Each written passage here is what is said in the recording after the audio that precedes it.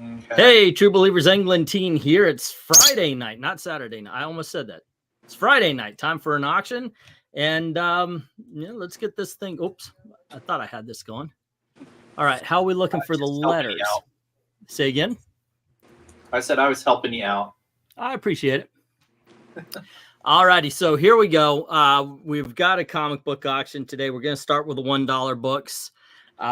We do, of course, have the giveaway. Every $10 spent gets you a spot on our spinning wheel. And the giveaways, we have New Teen Titans Volume 1. This is issues number 1 through 10 collected in one volume. Then we've got storyline by Marv Wolfman for Fantastic Four called Reunited We Stand. And you can see right behind the X-Mutants is Flashpoint Unwrapped. That's the non-colored Flashpoint story in hardcover. And ironically, it is wrapped. So there you go. All right, those are the giveaways for today. And what we've got on the really, Bird? Okay.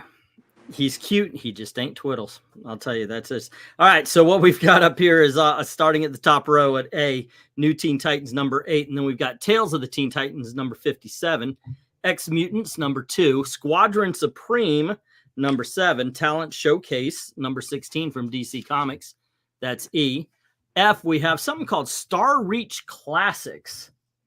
Never heard of this. And that's issue number 4, Snake Eyes G.I. Joe 136, featuring Snake Eyes and somebody named Ninja, something like that. I've never heard of her. I'm not a huge G.I. Joe person. Marvel Selects number 1, starring the Fantastic Four. Then we have What If number 30, and that's what if the second child had lived. And then we have The Amazing Spider-Man issue number 1.4 for some reason. All righty. Bidding begins at $1 each as soon as, I guess, Jay says go. And there we go. All righty. Say again? I got to go check something. I'll be right back. Ogly doglies. So there you go. Yeah, I've just actually read this. This is so good. And yes, I always say so much better than the modern comics. Yeah. But what's the name of the book there, F? F is called Star Reach Classics. Star Reach. Okay, let's see. Let's see what we've got here. So that looks like an Eclipse book from. Are these 50 cents? No, these are the dollar books. These We're are starting dollars. off with the bucks. So let's see. Where's the dollar? There it is. Bidding starts at $1. Yes. So that in particular looks like it is Star Reach Classics number 4, published in June of 1984 by Eclipse Comics, and written by Frank Bruner, Mike Bosberg, Steve Englehart, and Lee Mars. So we have Duccaneer by Frank Bruner and Steve LaHoa from Quack, number 1. Skywalker by Mike Bosberg and Steve Englehart from Star Reach number 7. And a story called Freeways by Lee Mars from Heavy Metal Magazine number 29. So yeah, so it seems like it's just picking stories from maybe different creator-owned books or works. Okay, I got to tell you, I've never seen it until it showed up in a collection. Absolutely never saw that before. Although I do think this is the thing, the Fantastic Four story Eric was talking about, where the Thing gets to be Ben Grimm again. It's like I remember the original book. So I think this, yep, it's a reprint of an older story. As a matter of fact, it's kind of like it's like the facsimiles because it's got the original advertisements in it as well. So that is cool.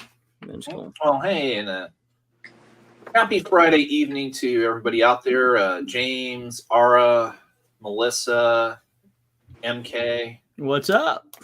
What's going on? Ara was asking what number is G again. So that's, I think it's 136.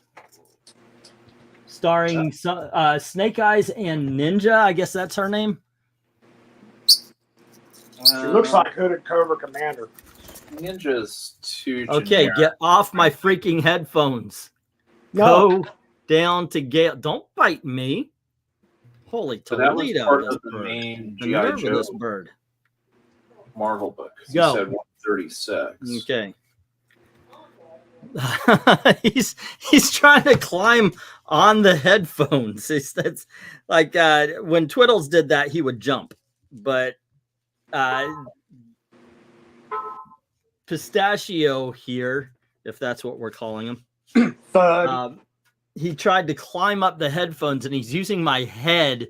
Like, so it's like 1 foot on the headphone, 1 foot on the head, and he keeps sliding down so he scratches with the other. Oh, by the way, yes, MK is exactly like, he was like, don't push me off the headphones, and he bit me. Yeah.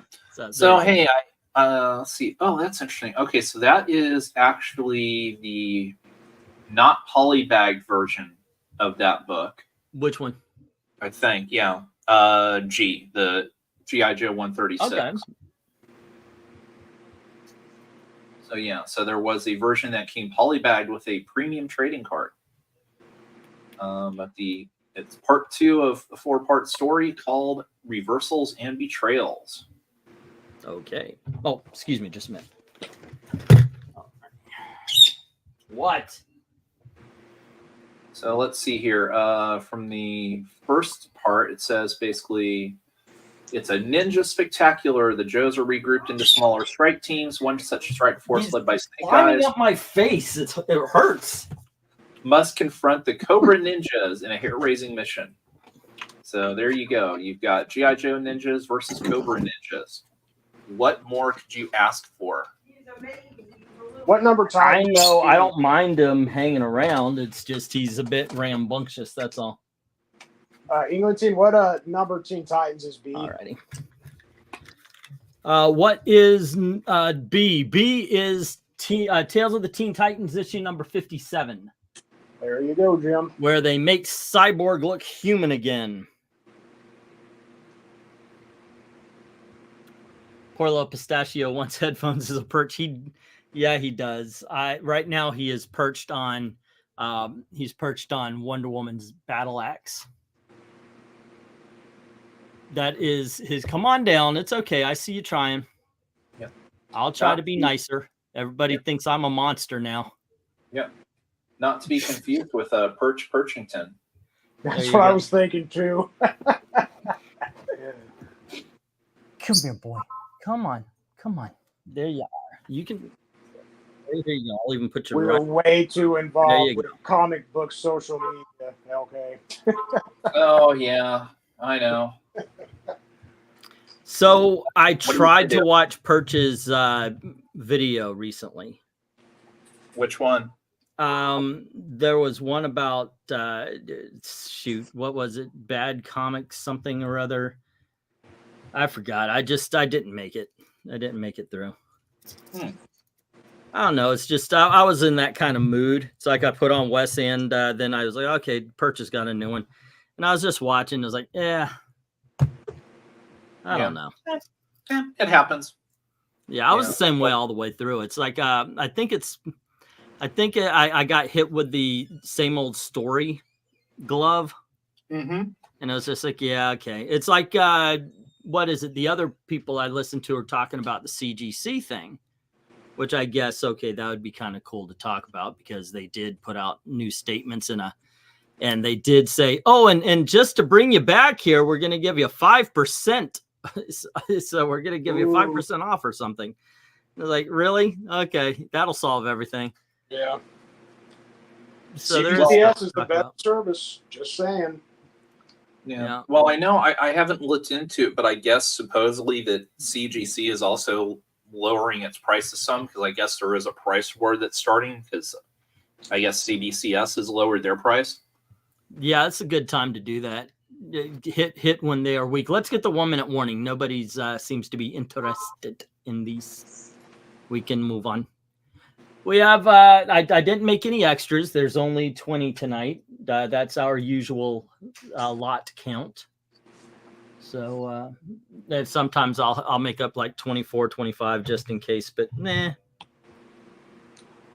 Mainly because there's only some like 7 new books tonight. I didn't get a collection. I didn't win a collection last week.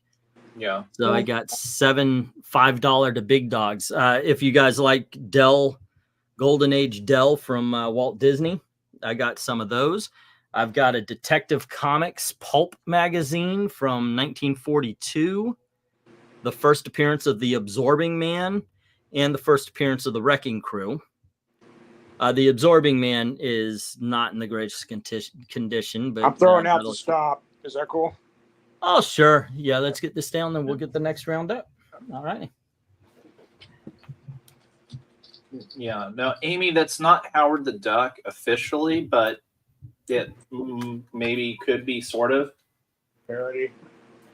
Well, it could be because Gruber was causing trouble anytime Marvel used him for a while, and then Marvel kicked his ass, and that's when he went to Destroyer Duck. And yep, fun times. 1, 2, 3, 4, 5, 6, 7, 8, and 9 and 10. All righty, kids. Next up, still for a buck, we have Detective Comics number 607.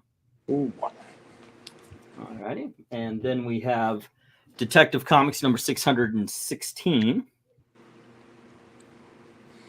And we have Detective Comics 618. And here is issue number 622. These are 30-something years old. And then we have 623. I guess these are the same story here. Then we have 637. 684 with the Penguin.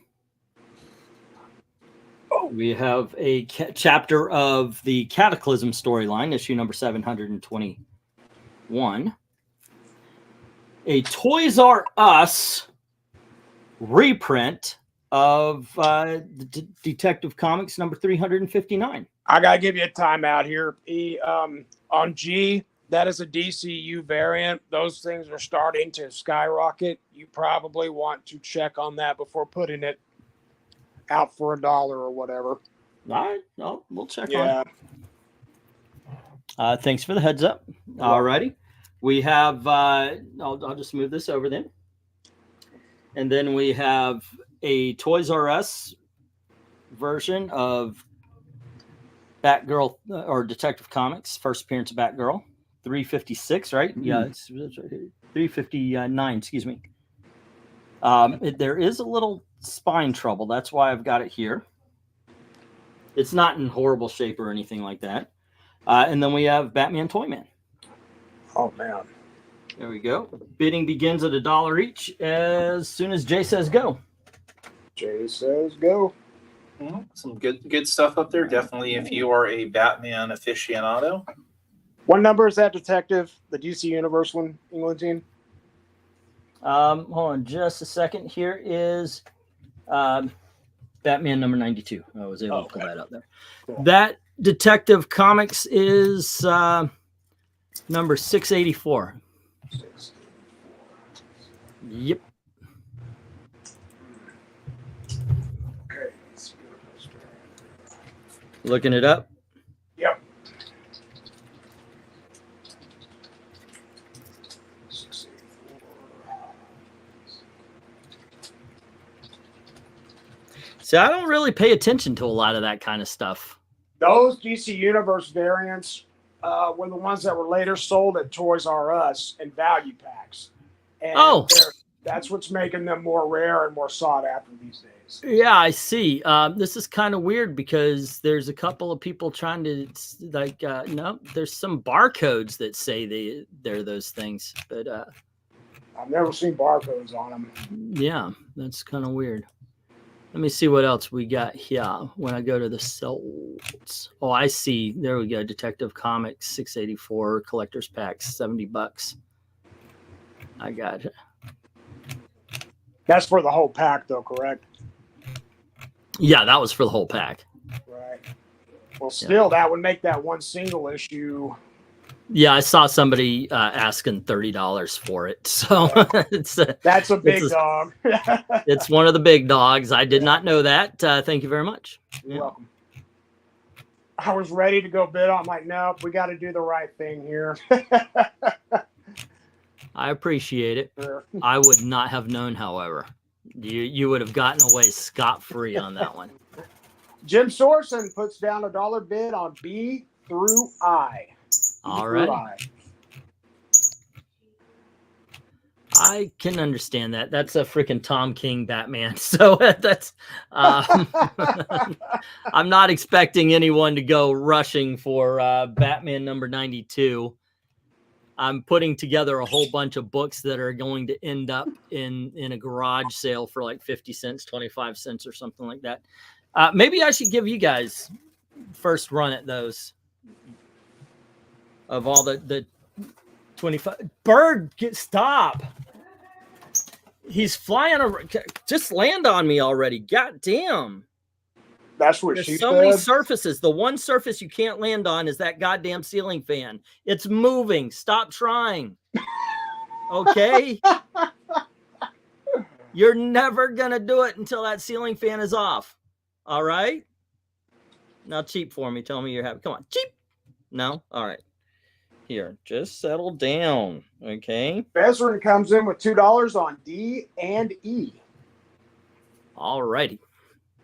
See if Jim comes back. I'm worried about him. First of all, he's not a strong flyer because he's just learning. They clipped his wings since birth, so he's really kind of erratic when he flies. And second, he just keeps circling that fan so close, like he's trying to land on it. And it's got me kind of nervous. All righty. Sorry about that, guys. I was chastising the children, or at least the child here. Well, that's all right. He's a bit more rambunctious. I mean, when Twiddles was Twiddles, he was 13. So he was more calm. He didn't mind just sitting around for a while. Right. And yeah, he loved his naps. So that's what you guys would see a lot, where he would just lay on my shoulder while we were doing our live stream. I mean, he's 13 years. That's old. That's an old man. That's an old man for a bird. This one's still a baby. This one's still a kid. All righty. We got Vezrin with $2 on D and E. And by the way, Vezrin, you're at 28 right now. All right, let me get that down. D and E. Yep. All righty. Vezrin paid ahead. There you go. And this time around, you were like, you just bid on a couple of things every auction, so it's taken a little bit longer. All righty. Mud Pack, good pun. DC, well played. Oh, let's go. Juvenile Delinquent Bird. Yeah, Dave, that's this one. That's this one.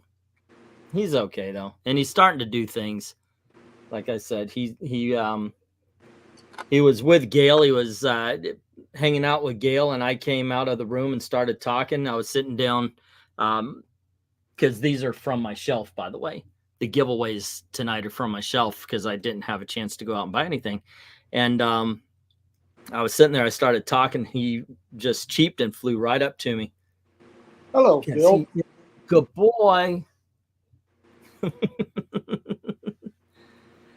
The switch to Fridays is a tad tricky for me, but I'm finding my way. Well, thank you. I appreciate it. We had to move because of the vehicular situation. And I do appreciate you guys adjusting. Hello to Phil Ailing. How are you doing today? Yep. Trust me, I would have preferred to stay on Saturdays. That's when everybody was used to it. It got out of the way of of Eric and VENKMAN doing their thing. Yeah. So I'm curious, do you put any stock into the notion that the Bat books are starting to fall off sales wise? I wouldn't doubt it. I mean, I know I dropped them. Yeah. If you're not going to have Batman in the book, I don't want to read it. And I don't know who this guy they're saying is Batman, but they're not writing him like Batman. So no, I'm good. Well, because I'm sure you saw the stuff getting passed around the chat for that article in Bleeding Cool that had the posting of the quote unquote the sales from last week, but oh yeah, the top 10s. They I like the way they do that. I used to do a video off of that in the Comixology, and because the way they do it is they actually talk to the they talk to people who own stores and find out as much as they can, or at least that's what they say they do. So I kind of like that. But yeah, I saw it. I do think that Batman is in a very precarious situation right now. Like I said, where is he? They all are. Where is he? What about the rumored DC Ultimate Universe? And if this is what they're saying is going to happen, then really good creators are supposed to be on these books. And I think Scott Snyder's rumored to be on that version of Batman. Well, I mean, when it stops being a rumor, I'll have more of an opinion. Right. Well, and again, what our definition of good creators are, with the 1 minute warning, please. The editors at DC think are good creators based on who they've been hiring. Yeah. But I mean, the one thing, at least for me, that stood out from that chart. So, and again, you have to take it with a grain of salt because it's only those stores that have a certain type of point of sale system that gives sales numbers. Yeah, it's something like 100 stores or something like that participate in it. Yeah. At the same time, I think my understanding though is those are actual sales. Those aren't just the orders. No, that's why I liked doing the video on that. Yeah. It wasn't like, what's that one place the other one everybody goes to for the trade it used to be Comic-Con, but right, but that was the orders. That wasn't what people were buying. That was just the orders. Right. But I mean, it was the drop off from 1 to 10 in terms of the ratio. Yeah. Where you had Cobra Commander #1, ratio 100. So we still don't know how many quote unquote issues sold. We just know that was the top selling one. And then was it Amazing Spider-Man? I'm looking at it right now. Amazing Spider-Man was #2, X-Men 30. Can y'all hear that? He's trying to climb up my Avengers Twilight was #4. I heard that sucked.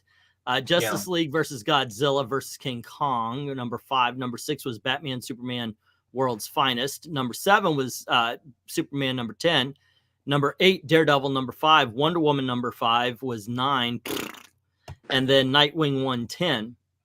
Yeah, but again, the thing about that is look at that ratio number over there. So you had Cobra Commander #1. Okay, hold on just a second. Let's get the stop going, and I'll pull these down. We've got A, B, C to Jim for $1 each, D and E to Vez for $2, and then E, G, H, and I to Jim for $1, and the Tom King hits the reject pile. All right. Yeah. So if you look, Cobra Commander #1 was 100, was the top seller, and then you had the Amazing Spider-Man 2, I think was like at 98 or somewhere in there. But then you had this drop off of there. I don't think there were any other books in the 90s, and then it dropped down to a ratio of 80. And by the time you got to #10, you were down to 60, which meant whatever #10 was selling, 6 issues for every 10 issues that Cobra Commander #1 was selling. So that would mean that Batman would be under 6 issues sold, and he's selling worse than Nightwing. Jim Sorensen says no A for him. No A for him? No A. Yeah, he had just bid on B through I, and then okay. No worries. for $2 each. but yeah, it was just that massive drop off between, you know, the top two books, and then, you know, and you had a few, and I guess, I mean, I hold would on have to go just to a second, please. Okay, next up we have the first appearance of Arak, Son of Thunder, and this is Warlord, issue number 48. I know, right? Woo, Arak! All right, so next up we have Warlord, issue number 52. And here we have Dark Hawk, annual number 1. And then we have Dark Hawk Annual number 2. And from somebody named Andrew Helfer and Kyle Baker, we have a series called, this is called Justice. There you go. This is a take back. Huh. Or Justice Inc. Oh, okay. So it's the from the one first issue specials. Next up, we have from Dark Horse Comics, Legend of Mother Sarah. This is issue number 2. And we have issue number 4, 5, 7, and finally we have Justice Inc. issue number 2. So we have books 1 and books 2. Bidding begins at $1 each as soon as Jay says go. All righty. Gailey, this boy is trying hard to hang on to these headphones. All I'm hearing, I can barely hear LK. I hear scratch, scratch, scritchety, scratch. In that order, too. It's like he's a freaking 1980s DJ on a bad rap song. All right. Yeah. Except for he's also trying to pull what little hair is left on my head out. All right, we got the go. What do we know about these? What do we know about the Legend of Sarah? Legend of Mother Sarah. Never heard of this. And that's the way it happens sometimes. It's just they show up in a collection, and here you go. What is... Say again? Mother. She's a mother, and there's a legend about her, and her name is Sarah. Okay, so Legend of Sarah Mother is a manga written by Katsuhiro Otomo and illustrated by Takumi Nagayuse. The manga is published by... Okay, this is the manga. What about the Dark Horse comic? Well, it should be probably just a serialization of the manga. Yeah. Yeah, that's exactly what's going on here. I hit the... Then he said, it just says, orbiting serenely above a long ago poisoned Earth, the last bastion of human civilization is the space colonies. After a terrorist attack, the colonists are forced into exile on the blighted planet below. In confusion, a young mother is separated from her family and is flung into a bleak, uncertain future. But Sarah will not rest until she finds her children. Katsuhiro Otomo has explored the dark side of the psyche with Domu and the corruption that comes with absolute power in Akira. Now Otomo has his set sight on the endearing power of hope. So this is by the same guy who did Akira. Yes. Oh, cool. So if you like that, maybe you'll like the Legend of Mother Sarah. Yeah. So, hey, E, I was going to tell you, you might as well put E and J together because that's the series. It is a that's the whole thing. It's a 2-issue prestige format series. Okay, then we'll put that for $2. And let me see if I can't find another dollar book here. Yeah. So, and just let me read this off. Oh, what did you put up there? Oh, Spidey. Marvel Tales 278. Spidey and Hobgoblin, it looks like. 275, yeah. Yeah. So let's see. By the time you met him in the pages of the Shadow, Richard Benson was an old man still practicing his craft, living off past glories. Now come back to 1948 when Richard Benson was in his prime as the renowned freelance crime fighter, the Avenger. Head of a small band of criminologists known as Justice Inc. The Avenger and his cohorts are enlisted by the CIA to infiltrate the upper echelons of the emerging third world nations and impersonate their leaders. But, as is often the case in affairs of intrigue, the circumstances of the Avenger's employ are not what they seem. So there you go. So in this case, Justice has nothing to do with the Justice League. This is based off of when Kyle Baker was doing the Shadow books for DC. Okay.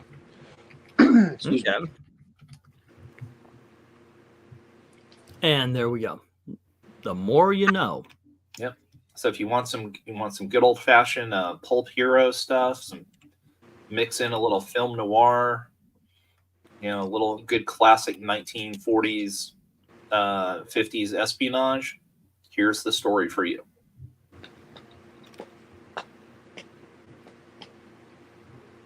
Sound good? Yep. Let's see if there are any takers. Are there any takers? So far, so no. As we are at 8:36 and the lot began at 8:32. So let's get the 1 minute warning, please. Also, let's see the giveaways tonight. We have New Teen Titans Volume 1. And this covers issues number 1 through 10. And we have Fantastic Four Reunited They Stand. There you go. This is, I think it's pre-burn. This is Fantastic Four 201 through 203 and annuals 12 through 14, it says. Or 12 and 14. It's 12 through or 12 and. There you go. But, yep, some good old-fashioned Fantastic Four. And you can see the Flashpoint Unwrapped behind Darkhawk annual number 1. So those are the 3 books on the shelf for the giveaways. Did you get that Flashpoint Unwrapped at Ollie's? I did. Yeah. Yeah. So everything. Oh, by the way, and it is wrapped. Yes, it is. Yes, it is. It is still a wrapped up copy. But For your protection. Go. Yes, because we don't want it to impregnate you. Yeah. Dun, dun. No, it looks like no love for what's going on here. Yeah, no love for, you know, pure 90s with Darkhawk. I mean, you want the 90s in your veins.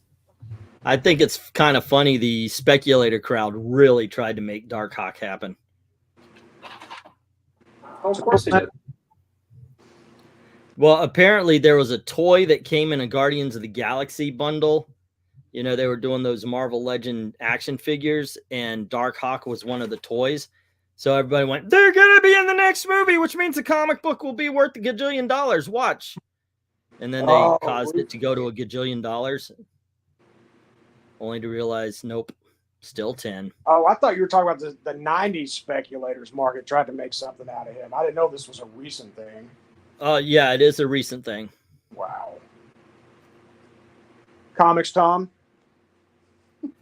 Yeah, he was part of it. Yeah. You want me to stop? Yep. All right. 4, 5, 6, 7, 8, 9. Alrighty. Ba-bum. And let me get these down. We'll get the next round up. I think you're missing out on some Warlord, though. I was tempted. I'll try this Justice out. All right. Yep. So, what is everybody reading and watching and looking at these days? Reading, not a ton. I mean, outside of just occasionally glancing at certain books. Yeah. You know, for instance, Spider-Woman #3, which was just another colossal disappointment and more proof that Steve Fox should not be anywhere near a. Did you read Spider-Woman #2? Word processor. What? Did you read Spider-Woman #2? Yes. Then how can Spider-Woman #3 be a disappointment? All right, let me get these up here. We have Buffy the Vampire Slayer, issue number 33. And we have Buffy the Vampire Slayer, issue number 34. Here is issue 37. And issue number 38. And then we have Willow and Tara. Willow and Tara. This is a one-shot. Do not miss your chance to blow. And then we have issue number 1 of Tales of the Slayers. Next up, we have Chaos Bleeds. It's a Buffy the Vampire Slayer one-shot. And then from Image Comics, we have Lady Pendragon, issue number 3. And we have Lady Pendragon, issue number 5. And we have Lady Pendragon, issue number 6. Bidding begins at $1 each as soon as Jay says go. Those Alrighty. Buffies are becoming the new Omega Mens of these auctions. Say what? Those Buffies are the new Omega Men of these auctions. Well, you know what? I have actually not shown the same Buffies twice. Really? That is true. I got like 4 lots worth of Buffy, and I only put 1 lot in each auction. Wow. Yeah, and I think 2 people or 2 books have been taken. So, yeah. I do not go out of my way to buy Buffy the Vampire Slayer books. I have been taught don't do that. This is just here because I figure let's talk about stuff while we're looking at the Buffy the Vampire Slayer cast on comic book covers. However, Lady Pendragon, ladies and gentlemen, right there, that's something to go for. Again, Especially if you like the cheesecake titles. Yep, I was going to say, if you're looking for late 90s, early 2000s kind of cheesecake, that's definitely worth taking a look at. I know I have at a minimum the Lady Pendragon number 3 there. I mean, it wasn't bad. I mean, it was exactly what you would expect from that kind of story. It's kind of the age of King Arthur and Merlin type stuff. So if you go for that, it's worth checking out. As for your earlier question, I picked up the first 2 volumes of the Fantastic Four animated series from 2006. I have never seen it, but I've heard good things. Have you guys ever seen it? Which of them? Well, it's not the anime series, right? It's the one that it's kind of looks anime-ish. Well, I'm looking at the pictures of it, and it doesn't look anime to me. It looks 2006 American animated style, but it doesn't look Japanese animated. Oh, like those, like the Wolverine and the Blade they did. Yeah, it looks. Yeah, it kind of looks like that Wolverine and the what was that good X-Men show in the early 2000s? Was it Wolverine and the X-Men? Well, that's what people tell me. I've never saw that one where they were going to the public high school. Yes. Yeah, that's what it looks like to me. I know which X-Men Uneducated or something like that. Well, it turned out Mystique was the principal. Yes. Yeah. So it was the X-Men basically as teenagers and high school students. Right. That's what it looks like. That's to me. Yeah, no, I know exactly which series you're talking about. It's not bad. Again, as I said in the chat, I still prefer the 90s one because it has the 2-part Galactus series where Frankie Ray becomes Nova, and that's awesome. And end of story, case closed. But it's good. That's right. You put that down in the sports bar earlier. Yeah. And so, Dave, where are you watching the Grand Sumo tournament? Because it's funny you mentioned that. I found out that in the first week of March, we are getting the sumo tournament is coming to Hot Springs. So I'm actually looking to get tickets to go see it. Just to see real Japanese sumo wrestling in the heart of Arkansas. So, and I'll be right back because I got to go get batteries for my keyboard. Okay. Let's get the 1-minute warning also. Wow, these are just not moving today. We have 1 lot, though, that damn near cleared the board. But, yeah, I think I'm going to bundle up Buffy's and just put them on eBay. Fingers crossed. This is not. But I'm wondering why not Lady Pendragon. That is some good old-fashioned. Oh, that's right. Venkman's not here. There you go. Everybody has their thing. It's true. That's it. Let me get the I actually just put the stop up. Let's get some other books up here. These were the last of the $1, so we're going to move on to the $2 books. This is the Flashpoint Unwrapped. That's one of the giveaway books today. There you go. putting that right there. And once again, we have Fantastic Four Reunited They Stand. This is a covers some 1970s Fantastic Four, and then we have the new Teen Titans Volume 1, which is awesome. All right, there we go. And all of these are hitting the reject box. Wah, wah. So far, out of 40, it has been 7. Right? 1, 2, 3, 4, 5, 6, 7. Yep. 7 have been taken. All right, moving on. 20 years ago, those Buffys would have done well. Well, I'm wondering, and I know you guys can answer this. Is it a case where, since Joss Whedon is such a butthole now, does that affect his past work? I don't think so. Are you guys like, yeah, Firefly got canceled. That was a good thing. No, I don't think that's it. I think Buffy's just not relevant anymore. I think that's it, plain and simple. Yeah, I'm back. Yeah, it's one of those cyclical things. Plus, I mean, you suddenly realize, I mean, Buffy's 20 plus years old. Yeah, I know, 30. Right? God, and it's just like, yeah. So Buffy the Vampire Slayer is a 30-year-old IP.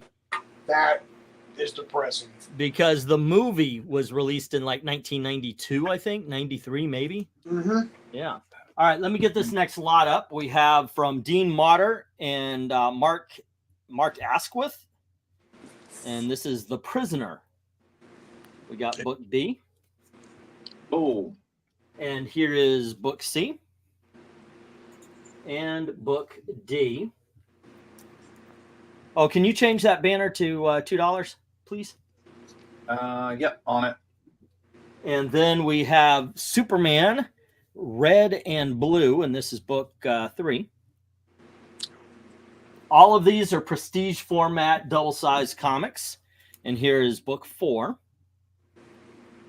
Next up, we have a Marvel's companion. This was a continuation of the Marvel's story, and this time they followed a cop that worked in New York City in the 1970s. And this is book 1. And then we have book 3 and book 4. I love this series, by the way. This was very, very good. It was basically, how can you be a cop when you're surrounded by the superheroes and everything? And it was done very well.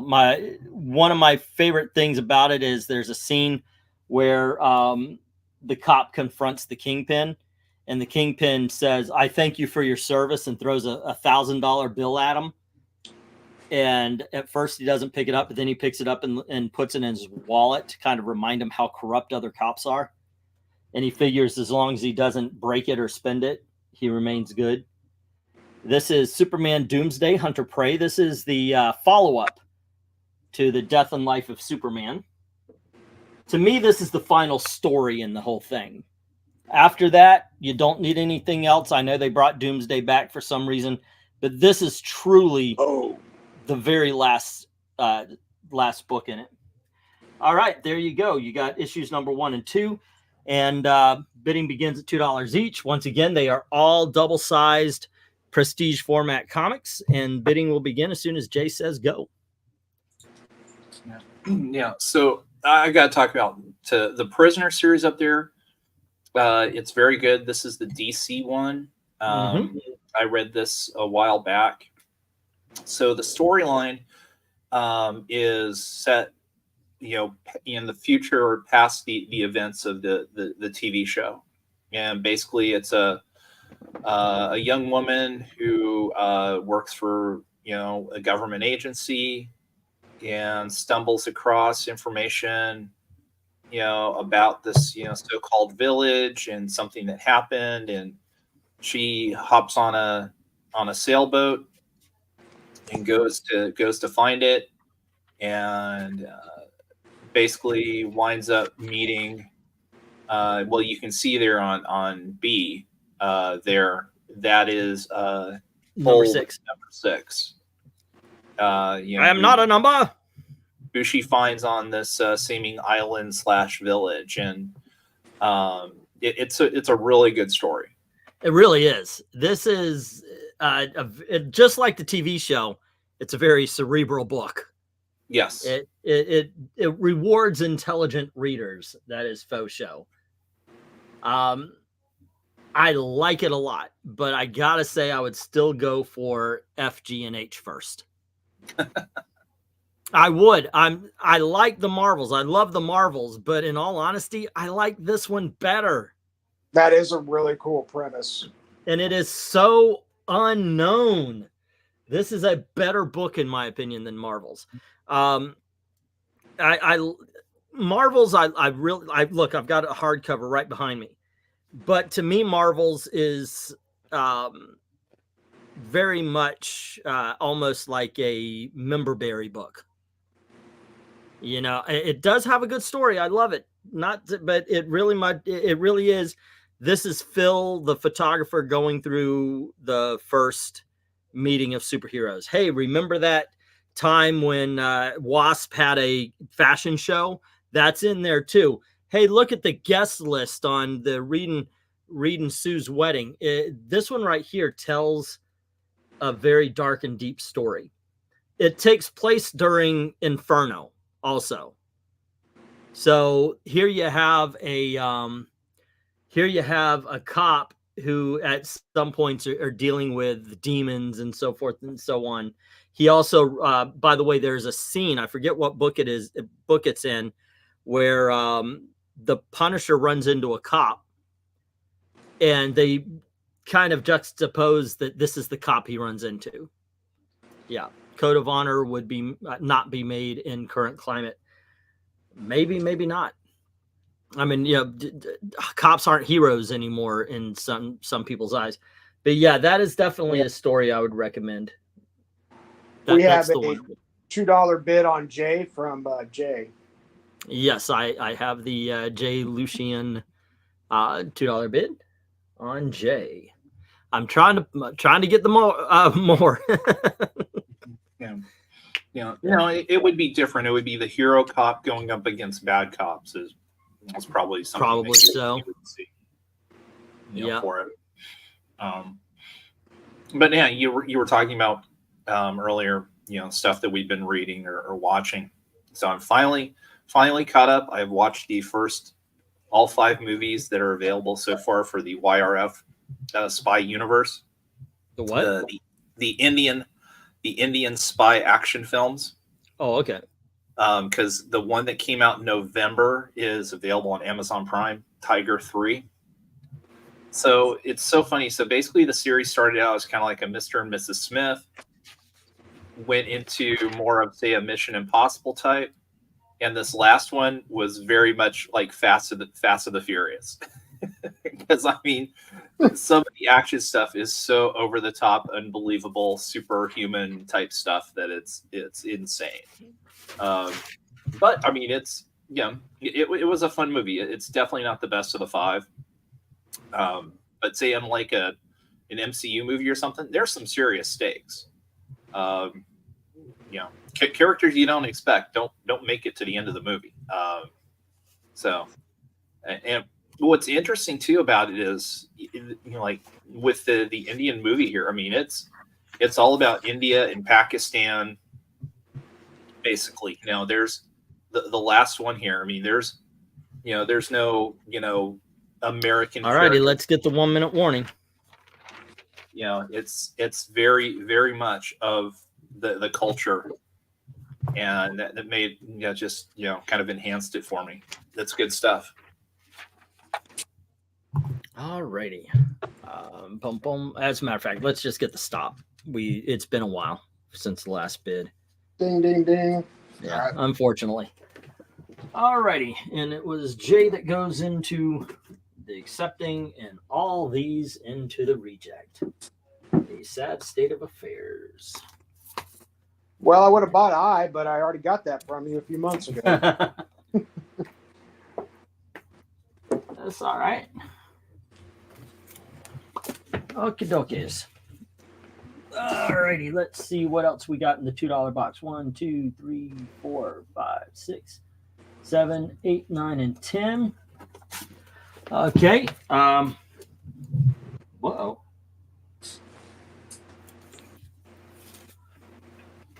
One, two, three. Okay.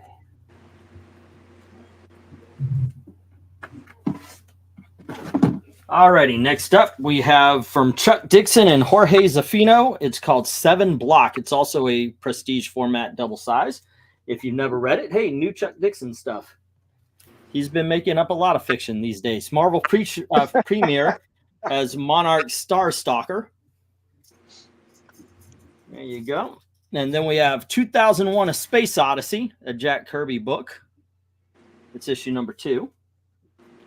Next up, we have DC Comics Presents issue number 22 with Superman and the Comet. There we go. Then we have Batman plus Arsenal, and that's issue, well, it's a one-shot. Next up, we have Saga of the Swamp Thing, issue number 2 with the movie cover. I watched that recently, by the way. It does hold up. It's bad, but it does hold up. All right, next up, we have Saga of the Swamp Thing number 11. All righty. And then we have Son of Satan, issue number 4. And we have issue number 7. And issue number 8. Bidding begins at $2 each as soon as Jay says go. There you go. All right. Some awesome books. Frankly, I would go for the bottom 3, or the bottom row, actually. Swamp Thing and Son of Satan, hells to the yeah. F through J is the first ones I'd get. How about you, okay? Where would you go? Yeah, I would concur with that, with the bottom row. But we got 2 bids, one for D and one for E. Alrighty. With J for D and Jim for E. All right. How about you? Where do you go on this one, Jay? Well, obviously, I'm going to go to DC Comics Presents because I'm trying to get a full set, and I needed that issue. So. I will do my best to help you out with that. I know you will. By the way, You've helped me tremendously with that. Most of my collection has now come from you. The one book I will have to fill myself before I get to you is the first appearance of the new Teen Titans. I thought you already had that one. I did, but then I sold it. Oh, I needed the money, so I sold it. Right. Yeah. Ooh, Glisner comes in with $2 on A, H, I, and J. All righty. Cool. Getting the Chuck Dixon and the Son of Satan's. I said Glisner. I mean Glenzer. Yeah. Sorry, Glenzer. Alrighty. Yeah. I was gonna do a video. I was too busy today, but I wanted to do a video about the whole Nightwing panel thing because I saw it on Facebook. Chuck posted it, and I was like, wait a second, that's not the dialogue. I just read that book. I was gonna do it for a bad comic beatdown because I'm tired of Nightwing hasn't been Nightwing for a while either. And I was like, who posted? I'm sure that I don't think he was the originator of that meme. But it's the problem is, say again. He wasn't. Yeah. But he took the ball, but he ran with it. I'm sorry, go ahead. Yeah. Yeah, he didn't do research and he took off. The problem, though, that I would like to put out, because I know a lot of people are going after Chuck, and look, Chuck should have done his research. He should have checked. But the problem with it is that it's so believable that could be the dialogue. Yeah, and I got into this with our friend Robert, Star Draft, and he did bring up an excellent point. He's like, okay, he understands that some of this stuff does go on. It goes on more than what he was saying it does. But he says if you read the dialogue, and I went back and read, he goes, even the biggest hacks wouldn't have even written it that way. And you know what? He's right. I mean, it's just so horribly written. I mean, you take the gay stuff out, and it's still just really sloppy. I'm sorry. T. Franklin would write that. He's wrong about that. And look, I love Robert. And I find both he and Nerdette to be friends of mine, but he's wrong. T. Franklin would write that. Yeah. Veda Ayala may have punched up the dialogue, but she would write that.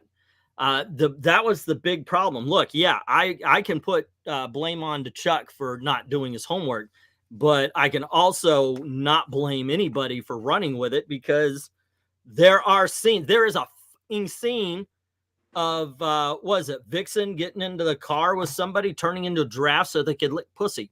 Yeah. My problem though with it was that Chuck didn't come out and say, "Hey, made a mistake. I fell for." Hey, I fell for it too. A lot of people did. I wish he just would have come out and said, "Look, my bad. Made a little mistake. Should have done a little bit better." That's all he had to say. But he never, at least according to mine, at least as far as I know, he never has addressed it since then. Yeah, and the moment he does, he becomes the big man. Yeah, and the problem is if misinformation like this gets out there, it's going to muddy the real stuff that gets out there, and no one's going to care. And you know what I'm saying? So yeah, whoever made the meme didn't do the movement any favors, because if you're gonna fake, you don't need to fake shit. We have truth on our side. Yeah, right. Then whoever made the meme screwed us over, because the next time something happens, they'll be like, "Oh, we've seen this before." They make a fake thing so they could argue about it. And that was a good fake. I mean, the way that it looked aesthetically, that's where it really got me, because it didn't look like somebody had gone in there and whited out the original and then just maybe something on there. Well, maybe it's not the first time that somebody's done, fake. Well, I know, but I'll tell you what, I had the same problem with the trolls in the beginning. You know what? Put the 1 minute warning up. It's been 4 minutes since the last bid, since Glenzer made his last bid. Let me read through this and then we'll continue. Okay, with the 1 minute warning up, this is where we stand. Glenzer has A at $2. No, there has been no pushback, so it's all at the beginning. 7 blocks to Glenzer. DC Comics presents number 22. That's D to J. And then Jim has E, Batman and Arsenal. And then no love for Swamp Thing, but the Son of Satan is with Glenzer at $2 each for 4, 7, and 8. All righty. Let's just get the stop. We'll move on. Yeah. All right. Yeah. I mean, it is funny though. The X posts that get traction or get views, because I just made a small comment, because one of the channels that I follow on X, Niche Gamer, mentioned the fact that if you remembered hearing about the Katakawa fire in Japan, the anime studio, where the guys set fire to the studio and wound up killing 10 people. Yikes. Whoa. Yeah, no. It happened a couple of years ago. At this point. But anyways, he was sentenced to the death penalty in Japan, and I just made the comment like, wow, I didn't realize Japan, still had the death penalty. So much for all those lefties that love saying how only uncivilized countries still have the death penalty, because it's true. Whenever you listen to people that are anti-death penalty, it's one of the first things they'll talk about is that, oh, it's just America and all these other Middle Eastern countries or whatever that still have it. And that thing's got like 150 to 200 likes and comments and stuff. It's been hilarious. Wow. Next up, we have Action Comics number 514. We're at the $3 bin here. And then we have Action Comics number 515. And then we have Action Comics number 517. And here is Action Comics number 535. And Action Comics 536. We have 539. And then we have Strange Sports number 1. Oh. and Strange Sports #3. A science fiction tale called From Beyond the Unknown. And it took me a while. Like I looked at it, but I never saw it. But this is a race where bugs are controlling the humans. They're literally riding the humans. Oh, this is where they got Ratatouille, the idea for Ratatouille from. There you go. Yeah. All righty. And finally, we got Secret Origins of Superheroes with Dr. Fate, Light Ray, and Black Canary. All right. Bidding begins at $3 each as soon as Jay says go. Yeah. Come on, folks. You don't want to disappoint Eric Breen. Somebody bid on G&H tonight. Hey, don't disappoint me. I need money. Yeah. So Dave, no, they won't samurai sword him, but as I learned in this conversation, Japan has a very interesting death penalty procedure, whereas in the United States, if you're where, you go through, all you have the opportunity for all these different appeals, and everything becomes a huge process. In Japan, they don't tell the condemned when the day is.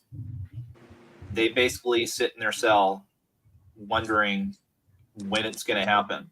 And one day, basically, they'll open up the door and say, "Yep, it's your turn." And it's my understanding is it's death by hanging in Japan.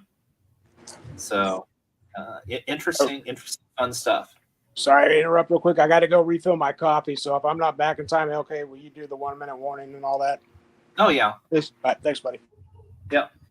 Yeah. So and Jay leaves having bid $3 on A, B, C, and F. So he's going after some Action Comics here.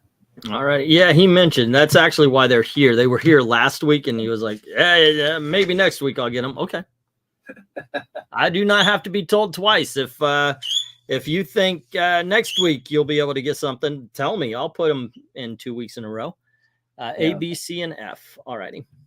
Yeah. Now, I will tell you, though, the next book that should be our comic book beatdown book is Power Girl #5. Okay. Oh, well, I wouldn't mind doing Power Girl #2 through 4 and 5 as well. But if you want to jump to 5, I'm fine with it. Well, so the thing is 5 is a one-off standalone story because the first 4 issues were all an arc, which wasn't very good. #5 is the ultimate cat lady amp book. All right. It is told from the point of view of Streaky. Oh, okay. Oh, And by the way, and the you missed word out bubbles? last night. What's that? You missed out last night. Oh, Skeeters was so much fun. in a bad way, I assume. It was bad in a good way. I'd rather say it that because that sounds more positive. Yeah. But guys, if you have not watched the Skeeters video after the auction or tomorrow, check it out. This is a 90s B movie put to comic book form. It was so much fun. As soon as I saw it, I was like, okay, let's check this out because this looks silly. And when I read it, I was like, oh, we got to do this. We have to. And it was just so entertaining. So Yeah. I highly recommend that. It is so nice to do a bad comic beatdown that's got a positive spin. That's actually pretty cool to watch. But yeah. Yeah. So the thing about the Power Girl #5 is it's truly from Streaky's perspective because all the word bubbles in the first 20 pages are absolute gibberish. Because it's this is what the cat hears. Right. I kid you not. It is bad. And I mean, basically, it's a plot of Streaky winds up rescuing these animals from an evil doctor kind of thing nonsense. But yeah, because the first couple pages, I was like, wait a minute, did they put the wrong language version of this book online? And I'm like, okay, oh no, oh, I see what they're doing. Oh God. Yeah, It's we'll just check like, that out. God, We'll check that out. it's awful. Hello to Ethereal Dragon. What's up? Yeah, hey, Ethereal Dragon. And let's get the I'm 1 minute back. warning then, Oh. because it's been 4 minutes since the last Hey. bid. Did I get outbid? Nope, sure did. Nope. No You other didn't. bids but yours, as a matter of fact. Today is a slow day. You know what? This happens to me. This is me hanging myself on my own petard. Glenser comes in with $3 on, is that L? On L. Or I. Yep. Sorry. This is me hanging myself on my own petard. What happens is I find a collection and I'm like, oh, this is going to be good, because I haven't had a new collection of comics in for probably about a month. So you guys have been getting recycled almost. And so I bid on it and I'm like, okay, I know I'm in the hole, but it's not a big hole, so I'll be okay. And then fuck. Well, you'll be happy to know I almost pulled the trigger on F at my LCS this past week, and I said, nope, that's in the auction. I'm going to hold off and get it there. So I certainly appreciate you waiting here. sure. I do. I love Power Girl's cat. Too bad they gave her cars. I know, right? Yeah. They're just like, oh, she's Supergirl now. And then they're making Supergirl depressive and lonely and sad. All right. So this is what we've got, barring any last minute bids before the 1 minute is up. Jay has A, B, and C, which is 514, 515, and 517. And then he also has F, which is 539. Glenser has From Beyond the Unknown, with the praying mantis racing humans around a track. All righty. And yeah, let's get the stop. We'll get these, get the next round up. Zoinks. Yep, there we go. And we had, once again, it was A, B, and C, and F, right? Right for J, and then Glenser put $3 on I. All righty.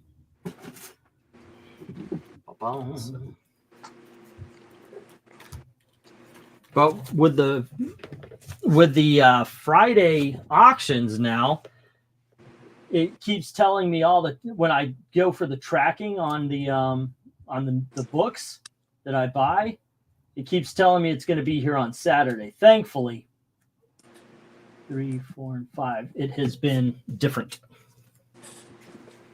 Okay. And then 1, 2, 3, 4. Okay. Let's see where I made my mistake. Do I have? No, I don't. Okay.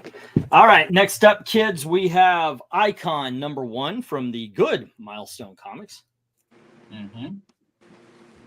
And we have Thor, issue number 253. Are these still $3 books? Yeah, we're still in the $3. The next lot will be $5. And then we have Captain Marvel number 56. And then we have Legion of Superheroes, issue 264, with Shadowlass, Dawn Star, and Tyrock from the Planet of Black People. You said that's 264? Yep. Yeah. Oh, by the way, I wish I was kidding on that. Are you Oh serious? yeah, no, it's one of the great things of Legion lore. Ghost Rider number 69. Whoops. And we have Iron Man, issue number 81.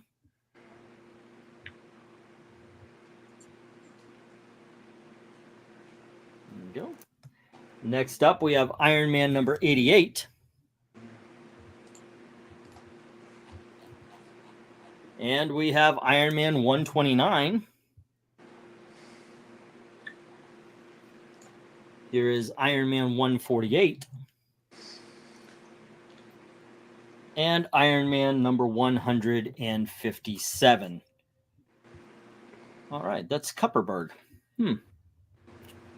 All right, bidding begins at $3 each as soon as Jay says go. You're All right. almost at it. Yeah, so it had been pointed out that there were no black people in the future. So they had to not only put black people into the future, but then they had to describe to us why black people weren't in the future already. So they said that all the black people went to their own planet. So there's literally, in the future, back then anyway, a planet of black people in Legion of Superheroes. That kind of fits with that continuity, though, since, or Legion of Superheroes, since it is all about Earthlings colonizing space. So, well, in this case, it was yeah, you guys enslaved us, sayonara hunkies. So yeah, written by white people, of course. oh, of course, yeah. I love you, Paul Levitz. Love you, dude. I do love you. Uh, That is Paul Levitz on that issue, right? I'm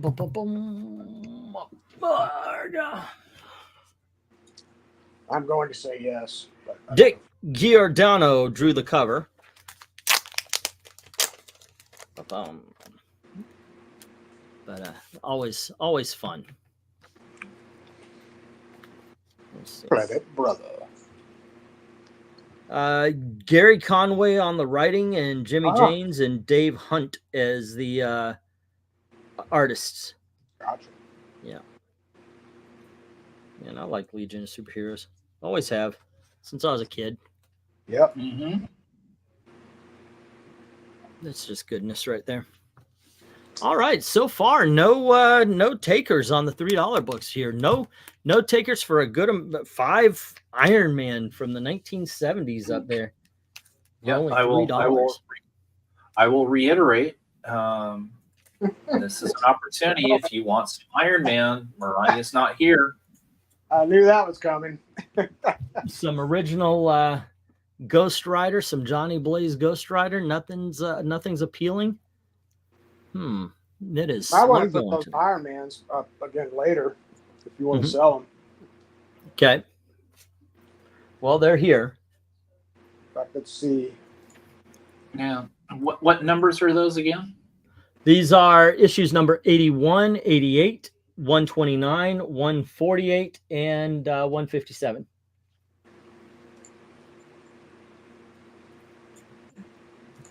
Boom, boom. And once again, the giveaways are New Teen Titans, Fantastic Four, and the Flashpoint Unwrapped. There we go. Which I don't know. We'll see. We'll see how this goes. Want to send an early happy birthday out to our friend Trusty Sidekick. Wherever you are, Trusty, happy early birthday. Oh, yeah. Trusty turns 22 tomorrow. Can you believe that? 22. I'm amazed. He looks so good for 22. Oh, Ethereal, you didn't hear. Even before Twiddles was taken from us, my niece was going to tell us about this bird that the kid who owned her couldn't keep her because the parents were tired of the sounds that lovebirds make. They are the loudest of the parrots, or parakeets, parrots. And so we took him.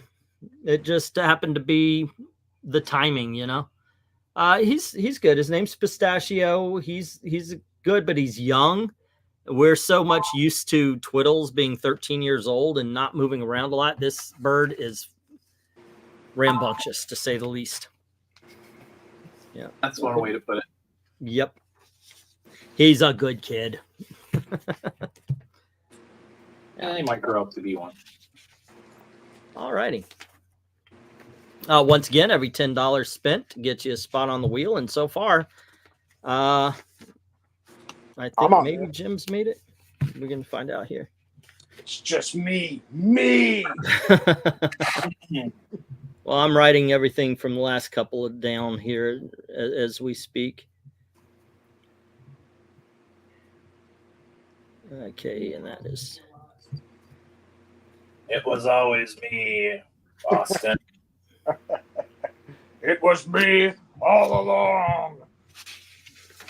Pooping. Never mind. Yeah. And that is that for him and Jim. All right. He's a fine little bird, like standing on ceiling fans. Yeah, he does. He actually flew down to the ceiling fan. Last night, he went where we could not get him.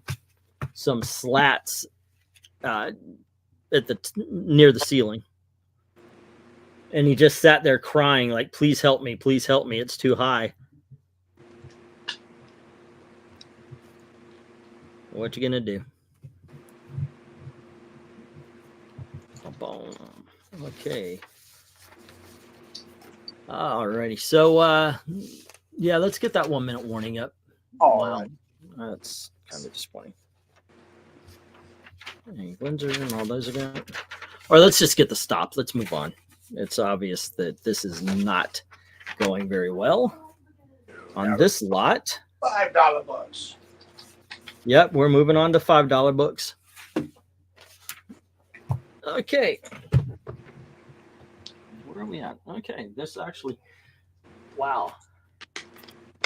All of them hit the floor.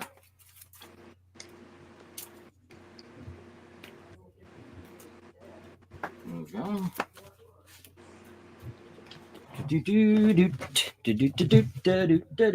Boom, boom. Man, I've almost filled up a, I'm halfway through a short box on the rejects. Here we go, kids. Next up, we have Daredevil, issue number 140. And here is Daredevil 147. And we have 148 and 152.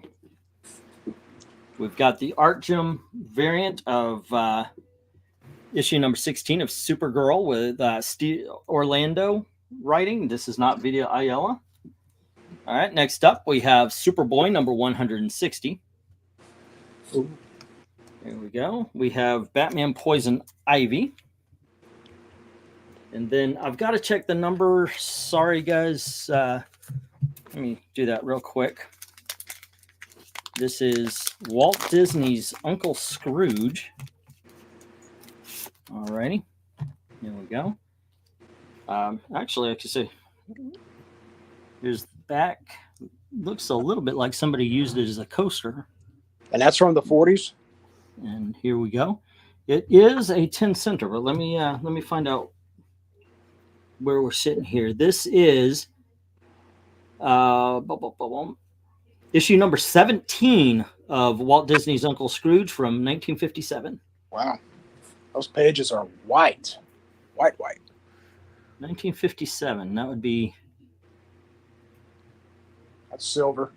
That's but that's 66, 67 years old now. And look at this. Yeah, it's like off the press is white. Now there are spine ticks and everything. It's not perfect on the outside. That you rarely is. There you go. Alrighty. Wow. Yeah, but even if you happen to find one with a great cover, I doubt the inside's going to look that good. Just saying. This is, but there you go. Wow, that is something. 67-year book. Okay. It's old enough to be my daddy. That's number 17. And let's see. We also have, these are new books. These are ones that came in today. All right. All righty. And this one actually feels a little bit more structurally sound. We don't have the problems up and down. There is a dirt spot right here and a small tear right here in the cover. Flip it over and it,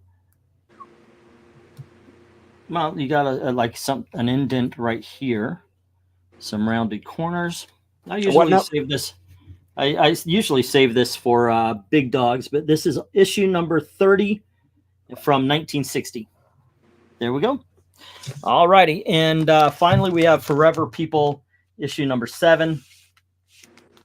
Bidding begins as soon as Jay says go. All righty. Here we are. Good stuff, kids. All righty. And remember, every $10 gets you a spot on the wheel. There we go. And I am marking up the books here. Oh, and this was also the last lot that I had time to write stuff down on. Good to know. That is a Neil Adams cover on that Superboy, correct? Looks like Neil Adams. I didn't see a signature. If that's what you think, then yes, it is a Neil Adams. You're funny. Okay.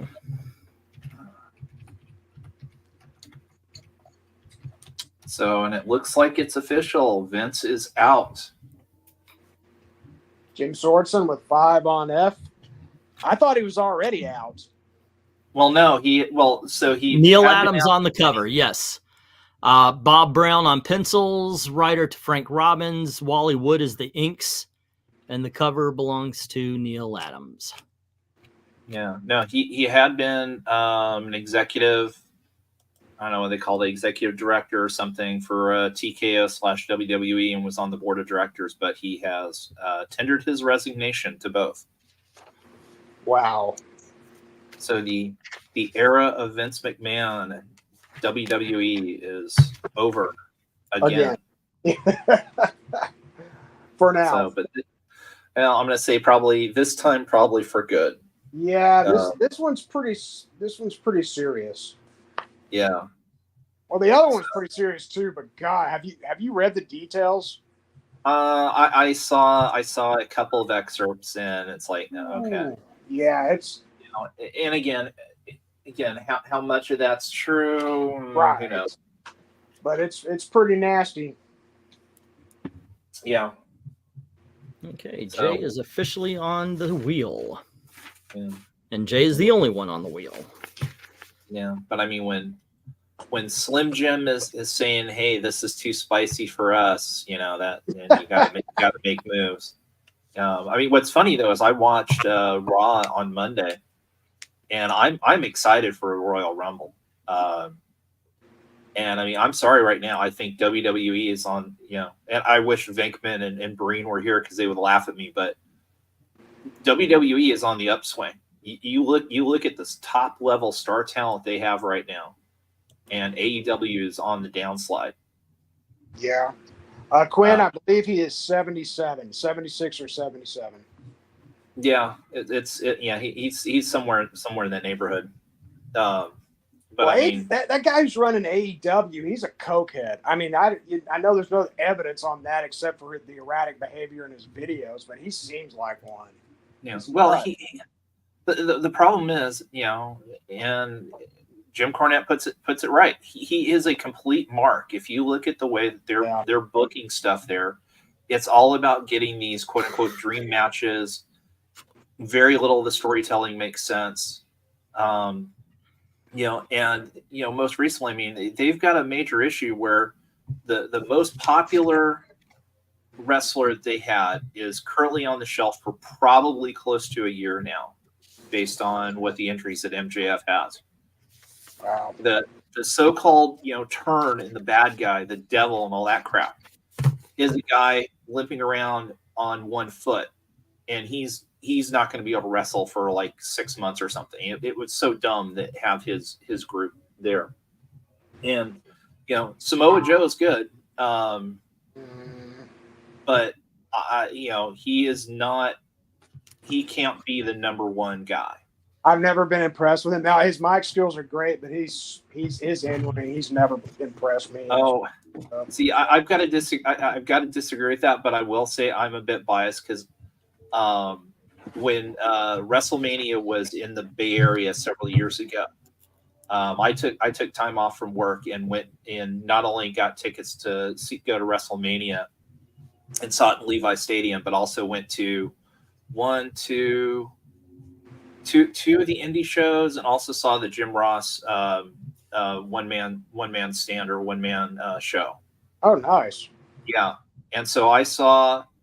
God, what was it? It was I want to say it was like WrestleCon, which was like an indie one, and then I saw the ROH show. And the ROH show, I got to see. I forget who Samoa Joe went after, but it was awesome. It was in a small rec place, kind of thing. And so I had seats that were like 10 rows from the ring. And seeing Samoa Joe up close was amazing. In terms of a guy that size being able to pull off some of the moves and some of the flips, that That's he fair. did That's was fair. like, holy cow. He's slowed down a little bit because I mean he's like 6 years older now. I forget how long ago that show was now. I think he's about my age. He's in his late 40s, early 50s. Yeah. Yeah. Probably somewhere in there. But yeah, but you know, the flip side is, as I say, you look at the talent. You know, I'm sorry, there's nobody on the level of Cody or certainly CM Punk or Roman Reigns currently wrestling active and not injured right now for AEW. Let's get the 1 minute warning, sir. It's been a few minutes. I've watched some of the promos of Punk and Cody, and that's good stuff. The promos on that are awesome. Oh, Glenzer comes in with $5 on H&I. All so right. He's going after the Uncle Scrooges. All right. Way to go, Glenzer. And hello, Nicholas. Okay, hello, Glenzer on Uncle Scrooge. Well, you see, our little hamlet here, we are always voted the best town in England. We have very little crime. For the greater good. Yes, for the greater good. It's been a while since I saw that. Okay, Yeah. so it's talking about stuff we saw. I finally connected with Aquaman. Oh. It was all right. It was pretty good. I'm kind of surprised at the freaking ass whipping it got. I mean, it doesn't deserve a big ass whipping. Well, it doesn't deserve an Oscar, but it doesn't deserve an ass whipping. It was fine. It was fun. But again, I guess when the audience is depressed, and not depressed in an emotional sense, but just, you know, that there's not a lot of buzz, and again, too, you have to, you know. No, I'm not talking about not seeing it. The people are just not going to movies, much less going to superhero films. But it's just, I mean, that's in general. Obviously, there are exceptions to the rule. Willy Wonka, which everybody was talking about being a big ass bomb, ended up being a successful film. So some movies are dreaded, but a whole bunch of movies are just dying on the vine, not just superhero films. But it's not the dying on the vine that I'm talking about. I'm talking about the whole thing going on with it bombed, therefore it sucked. No, it didn't. But that kills me, because there's been a lot of successful films that sucked. There's been a lot of unsuccessful films that were great. Freaking hell, you and I talk about it all the time. But a movie that did not make a lot of money got nominated for an Oscar next to fucking Titanic, and it's the best goddamn movie of that year, no matter who says Titanic is. Shawshank? No, LA Confidential. No. Oh, LA Confidential. Well, okay, so in the particular case of, I guess I'll let him in. Black Cat. Meow, Cat. What's that? In the case of Aquaman, I haven't really heard too many people say it sucks. It was basically kind of like, it was bland. You know, it was fine. You know, but it did, unfortunately, you know, what was predicted, because again, you know, just movie going in general, that for the average public has just been flattened. Yeah. And a lot of that is the studio's own fault, especially, you know, during the pandemic, you know, pushing everything to streaming. And basically what they have done is they have taught the audience of, no, just wait for it on streaming. You know. Yeah, I think that did such a disservice. You're right about that. A lot of people, I've heard a lot of people say that. No, I'm not going to go to theater. I don't like going to the theater. I'm going to stick around, wait for it to get to the streaming services. And then they badmouth. And hey, I will fully admit, I do the same thing. It takes a special movie for me to go, yeah, okay, I want to go see that in the theater. Hey, I gotta run for a second. Can you take over just for a second? Sure. All right, thanks. And they don't do the 3-month wait before the streaming. Now it's like in a month or 2 months. Well, I've heard a couple of them are going to be backing up on their on what they've been doing, because they've discovered they left behind a revenue stream. I mentioned this when I did the video about Barbie. By the way, let's get the stop. I did that video about Barbie, how it was leaving theater. It was leaving theaters earlier, starting up on the pay-per-view earlier than normal. And I was like, they're missing out. You know, leave it in theaters until it dies. Let people rent it. Let people put it out on physical media. Make sure before you put it to streaming services, give it 3 months where people have to buy it either digitally or they have to buy it on DVD. Don't let it be a rental until 3 months after you got people buying, and then you make it a rental. Then you put it on the streaming services and get the money that way. Yeah. Well, I saw a Hot Ones with Matt Damon.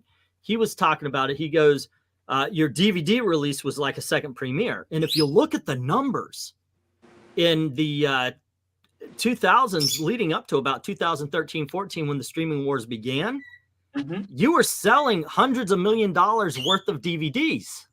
Oh yeah. So a movie like, say, Aquaman, which didn't do horribly at the box office unless you compare it with its budget, it actually really only lost about $40-50 million when you put in worldwide and everything. It would have been a profitable movie. Now I may be confusing it with something else, but you get the point.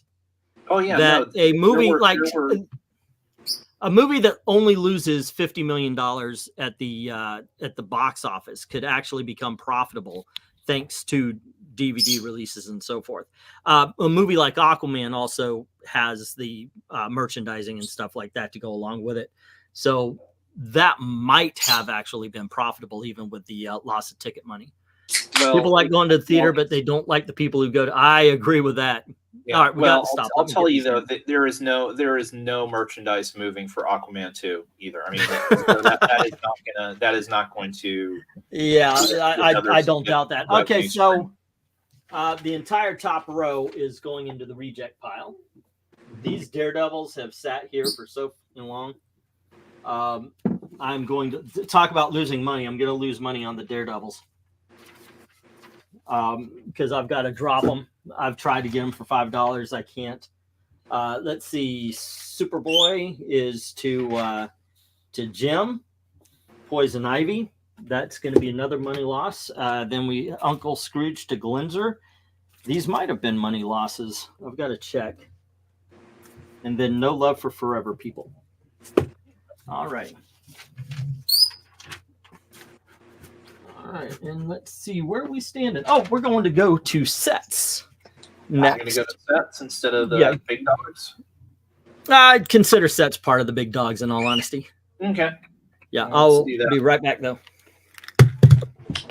Yeah. Well, I'm going to say, I mean, Glenzer, I think you're partially right to that. You know, I think at this point, the theater has to be, you know, there has to be a special reason to go to the theater. People just don't, you know, look, hey, you know, do you want to do something Friday night? Yeah, sure. Okay. Let me go look and see what's playing at the movies. 3, 4, 5. All right. Yeah. Yeah. I mean, I will say what's interesting is you watch what I think it's Universal has done with Oppenheimer. That, you know, it's still not out on streaming. I think it's next week or the week after is when Oppenheimer finally comes out on Peacock. All right. I found Disney stopped making Blu-rays is shouldn't. Absolutely. I think so. I think they need to go back, abandon the streaming service the way they've been doing it. Well, I mean, except the problem is that right now you're seeing the complete reverse. I know. You know that. You know, give me just a like second. Walmart. Okay, let's continue this in just a bit. All right. First up, we have Harbinger. This is the trade paperback. It's still in its poly bag and the whole 9 yards with the. There you go. No comic with it though. No. Well, is it no? Yeah, number 0 is supposed to come with it. And how's it still in? I did the bag get torn? Because okay. All right, there you go. All right, sure. Next up we have Wolverine, Blood Wedding, and this is reprinting books from 2000s. Not a I thought you were going to say Blood and Honey. Right. Then we have Orchid. This is volumes 1, 2, and 3. Okay. And it's going to be 3, 5, 10. Next up, we have Conan issues number 23 through 25, and this is Iron Shadows in the Moon. 4-issue miniseries, $4. Next up, we have Action Comics, and this is issues 987 to 990. And this is the Oz Effect. But those don't exist, E. That is correct. All righty. Let's see. Next up, we have Conan Kozaki. This is a 3-issue miniseries, issues number 19, 20, and 21. There you go. And I'm just going to put this here as a placeholder because I guess no one's ever going to buy it. This is Ant-Man Volume 1, issues 1 through 4, miniseries. There you go. It is really good. Next up, we have Sliders. This was a mistake. I actually thought Sliders would be a point of interest, but nope. Maybe if I... There you go. There's the group we all know and love. There we are. That's issues 1, 2, and 3, and that'll be 3. Start at 3. And then we have from Chip Zdarsky. This is a really cool not miniseries, but it's issues 1 through... What do I have? 1 through 14. Okay, it's about a small town where people don't age and they don't die. And let's see. Then we have Batman Black and White, issues 1 through 3. Alrighty, and let's see. That's going to be $3. That one starts at 10. I'll start it at 10, and then $5 for the black and white. Bidding begins as soon as Jay says go. Billy, we won't die, and we won't get any older. Is that the complete run of Batman Black and White? No, I don't think so. Yeah. I just had the first 3 issues, so instead of selling 1, 2, and 3, I figure I'd put them together. I think there's 6 issues on that. Yeah. Okay. Yeah. But it's half of it. It's a good start. Yeah, this is true. But there you go. And fingers crossed, because God dang it, I'm freaking drowning here, guys. Oh God, I'm gonna have to do a drunk stream tomorrow, much less to get to the fucking what do you call it, comic convention. Yeah. Well, as I was starting to mention, I mean, you're seeing more and more articles right now that, like Walmart and Target, are saying, hey, we're not going to carry, physical media anymore. That's a shitty way to go, too. How much for the black and whites again? $3. Oh, $5. Fuck it. Go 3. I need money. I'm desperate tonight. So there you go. Since you're doing a drunk stream tomorrow? No, I said I might have to because I put a bid on a collection of comics. So, and we have dropped 6 straight lots, almost. Well, 6 lots with either 1 sale or no sales. So I'm at that point where I'm trying to think of what I'm gonna do. Since that's how my mind works. I'm trying to think what to do. Yeah, since you have to go pick up Gail and Ash, one of the daughters tomorrow. That might not be the best day to do a drunk stream. or drunk car stream. Yeah, that's right. Yeah. Alrighty. Like Jay you says the road as well as you drinking. Like 2 cameras, 1 on the road, 1 on you. Right.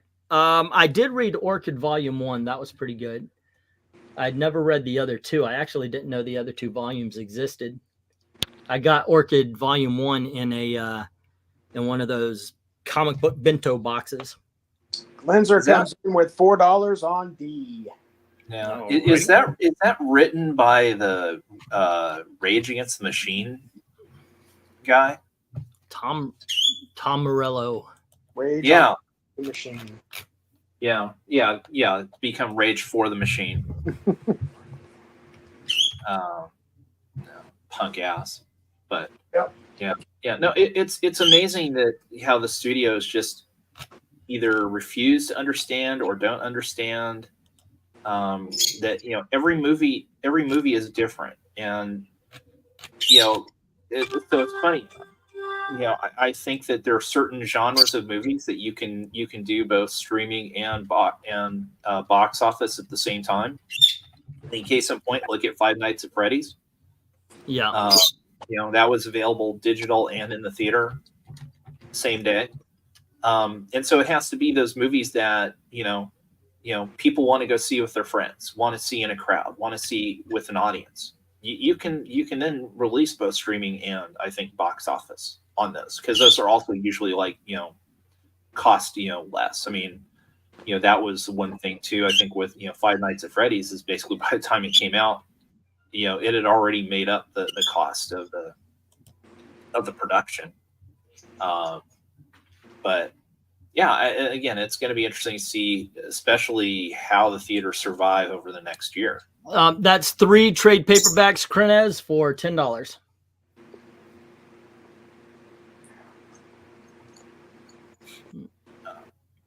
You know, because especially once we get to mid-year next year, there's not going to be a whole lot of product out there with the strikes that we had.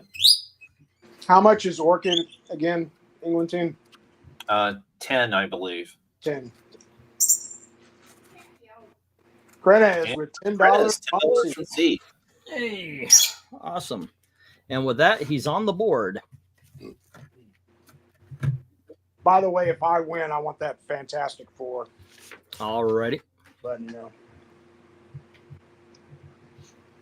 KRENIZ, $10. Okay.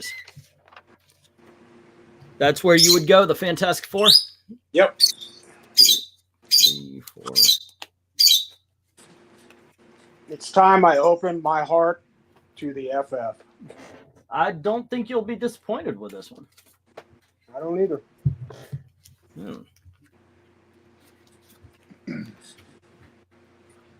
Herm. Alrighty. How about you? Where do you go to on this board there, LK? Oh boy. Well, I mean, my heart probably goes to the Harbinger. That was a great classic Valiant back in the day. Wolverine, I think, is pretty good. Those would probably be my 2 choices. They had the Harbinger Valiant, the one from 2012, the omnibus, for $20 at half price. I almost got it. Almost pulled the trigger. But I'd really rather read through the original Valiant before I go hardcore on the reboot.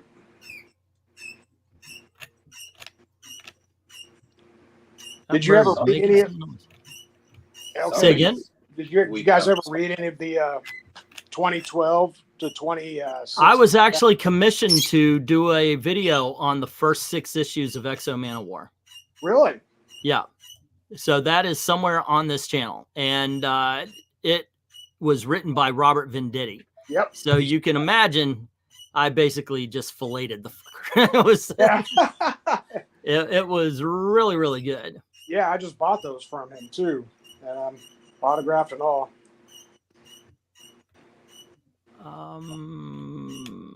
Welcome, Eric and Boyd. Howdy. Hey, Eric.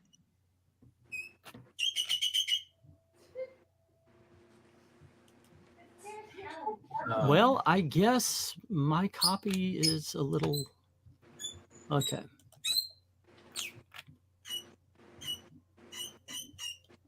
Alrighty.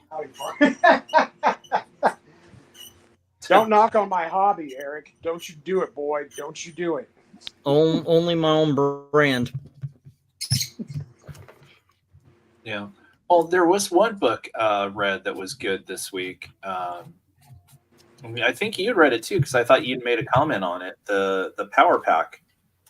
That was wonderful. That was absolutely a great time to be had. Yeah, it was an absolute time warp back to the late 80s, early 90s. It's, you know, it's exactly the kind of book that we wish Marvel was putting out. Yep. She really did. She just brought it back from the 1980s. It was just an enjoyable book, a fun time to be had. You know, it was before Julie discovered her sexuality. They're actually kids and they're a family in the whole 9 yards. Yes. Yeah. No cynicism to it or anything like that. So no. Boyd is asking how the replacement is. The replacement. Oh, he's young. He's a great bird. He's just very rambunctious. So, you know, it's been 11 years since we had a bird this young. And so him jumping in, he's not sitting still. He moves around a lot. He's just rambunctious. He's a lot of fun. He's really cool. So are they 3 or 4 when they start to kind of slow down? No, it takes more like 7, 8, 9. But this one still doesn't know. Like I'm very used to reaching in, putting my finger as a perch, and Twiddles would step on it, and I could carry him out. This one basically acts like I'm freaking King Kong trying to grab Fay Ray anytime I open the cage and try to get him out of it. It's not just the most important thing, Boyd. It's the only thing.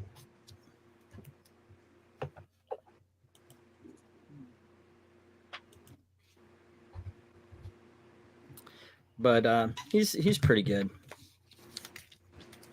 Alrighty. What is this? This is... I'm looking up some books for the big dogs as we are talking and chatting. I don't think there's been a bid, though, has there? Since, well, let's get the 1 minute warning. Well, I bid on Jay. And yep. The last one was KRENIZ with Yeah. C, and that was 5 minutes ago. So, Right. yeah, might as well. Glenzer bid on F. And yeah, I got that down. All right. Hey, we do have one more Conan. Just saying. Okay, this is detective fiction from Flynn's. Okay.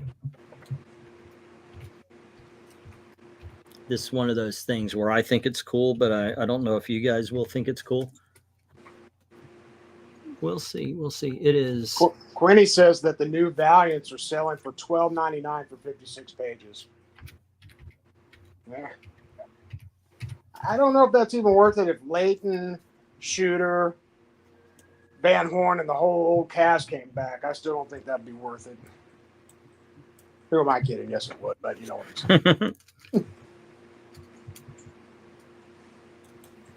Oh, Glenzer did bid on both Conans. Okay. Let's see. What are we looking at? Oh, man, come on. It's always the one you buy that doesn't seem to be as valuable. Or maybe so. Holy shiitake mushrooms. Are you serious? These things are in rough shape and they're still going for that much? Alrighty. Good to know, but I'm not going to ask that much. All right, I'm looking up my books here, the new big dogs that are going to be popping up. I've been getting kind of into Golden Age stuff, trying to get those kind of books, even though I don't know I don't know how receptive you guys are to this kind of thing. But it is interesting. The Laughing Buddha murders is one of the mysteries in this. It's so cool. Now let's see. New Valiant. Whoa, that cover for Stillwater is creepy. It's a great run. It's a great story. I'm starting it. It's 14 issues for $10. If you haven't checked it out, it is definitely worth it.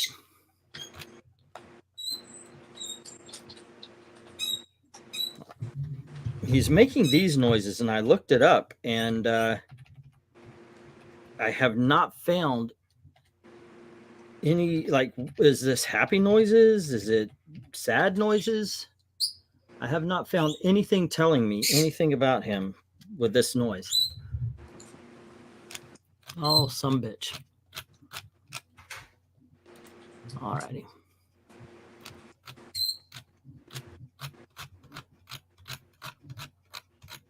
Okay. Let's get the stop, please. Alrighty. Alrighty.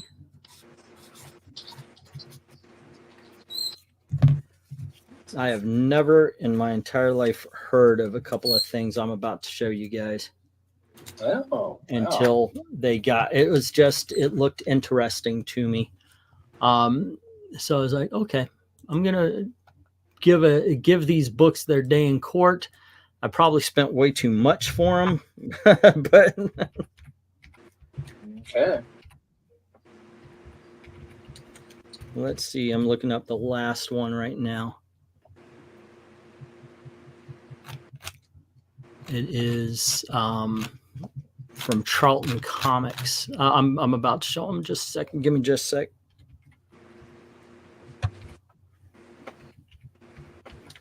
Didn't have time to do this earlier. Huh. Alrighty, that's what I thought. All right, boom. I'm talking. You guys don't know what I'm saying or why I'm saying it. So. Nope, sure don't. No. Yep, because I'm really talking to myself for some reason, even though I've got a show to do. It's really bad TV. Alrighty, let me get these down. We'll get the next round up here. Let me put this down. Glinzer had both Conans. Alrighty.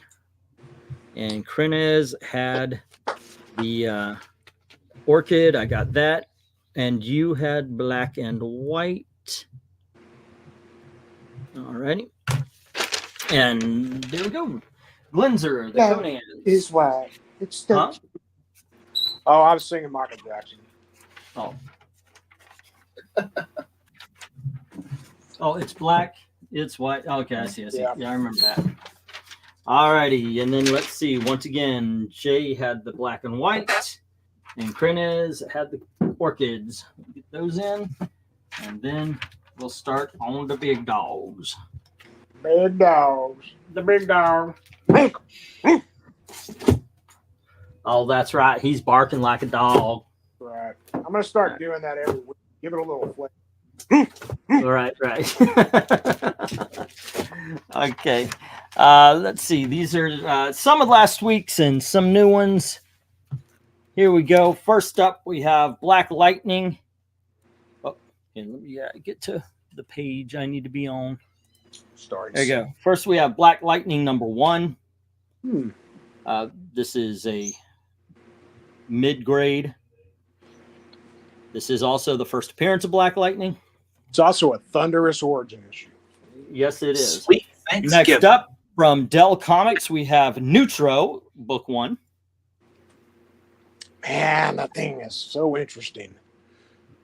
There we go. He is the most astounding superhero of all. Next up, we have Sergeant Fury and his Howling Commandos, issue number 12.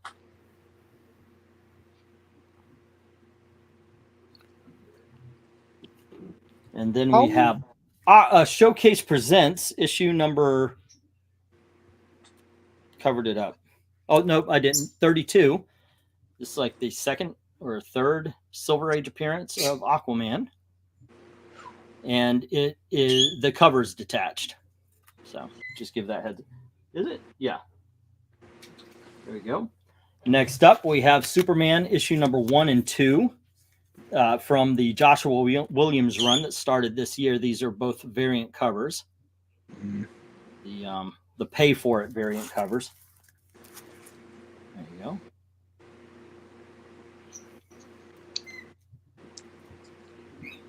And then we have Thor! Journey into Mystery, issue number 114.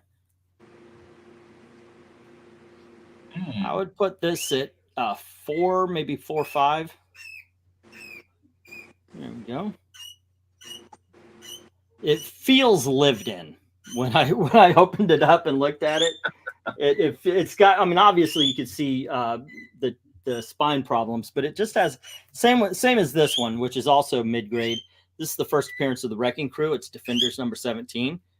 They were loved, well loved.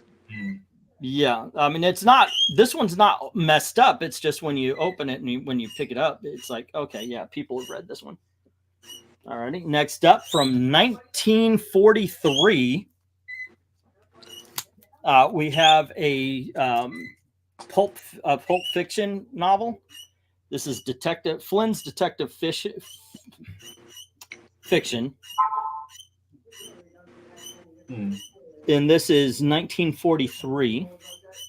Actually, it says January 43, so that would really be November 42. Yep. It's awesome. It's the laughing something. Now, I would put this one also at a 3, maybe 4, because you can see, like, the cover's fine except for the edges. But the edges look like they've been through the ringer. Might have to have you open that one up and show everybody if that's okay later. Yeah, no problem. It's like I said, it's not in the greatest of shapes. This is The Adventures of Super Duck from Archie Comics. There we go. And then finally, I'll put this here. And finally, we have Charlton Comics Strange Suspense Stories. It's issue number 17. Or no, I'm sorry. This is issue number 1. Whoa. There you go. Go home. Go home. All righty. Bidding is the bidding starts as soon as Jay says go. I forgot my line. Line bidding go. There you go. Let's see. Do we have a big dog banner here somewhere? No, because there's no set. Oh. Yeah, let's take a look at that Detective Fiction when you get a shot here, please. And we like have I said- $12 on G by Jim Sorensen. All right. Okay, kids, this is where I really am praying you guys help. All righty. As I said, the back is rough. Yeah. This is 1942. There we go. Pages are actually pretty wide. Nope. No, these they're are not? brown as fuck. Yeah. Oh, they look wide from the camera. Yeah. There you go. Any notable authors in there? I don't know. I actually didn't open it very much. Erie Stanley Gardner, Ken Crossing, John Lawrence, Theodore Roscoe, Richard Sale, Robert Snedden. Nobody I've heard of. What's the starting price on E? Is that $10? Starting price on E. Yeah, that's $10. That's $10. A, B, C, D, E. $10. Yeah, that's Superman 1, issue 1 and 2. Both are the variant covers. And looks like Bezran Live put Wire. 8 on the eye. $8 on I from Bezran, yeah. And thank God I could finally chill out. Thank you, Rhaegar, for showing up. My Yeah, stress levels were through the freaking roof, dude. Thank you. yeah. We were all just waiting for you on bated breath. We didn't think go. you would show. We were almost going to have a heart attack. Speaking Yeah. of which, hey there, little Rhaegar.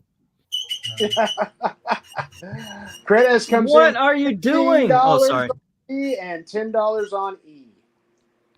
Yeah. I mean, all we could do is say, hey, where's Rhaegar? All righty. No, You're that's my not boy, going to get old. Rhaegar. You're my boy. Yeah, You're my boy, Blue. Yeah, no, I think the best thing we can say is Rhaegar is the Poochie of the auction live streams. The Poochie. I don't know. Name him something like Poochie.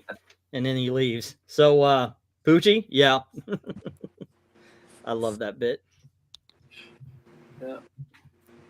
Hey, Gail, you want to come up and get your bird? Yeah. Your yeah. bird wants you. No. He's your bird.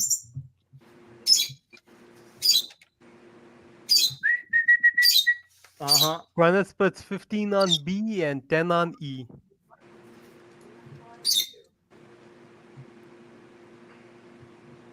Batman in black and white.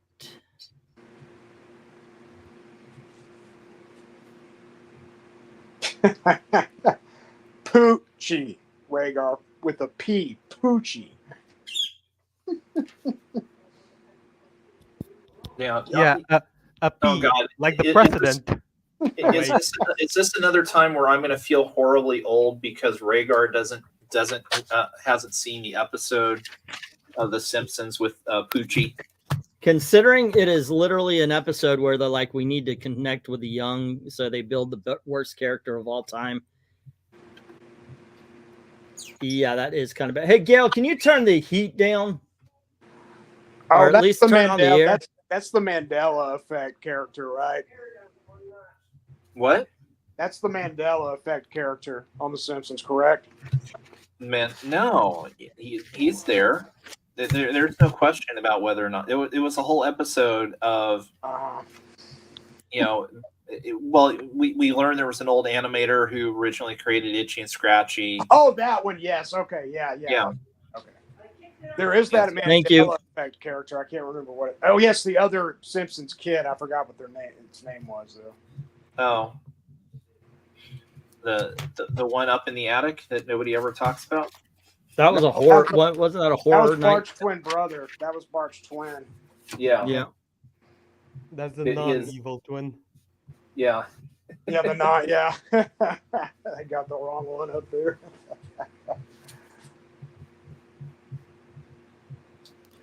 Okay, where are we standing here?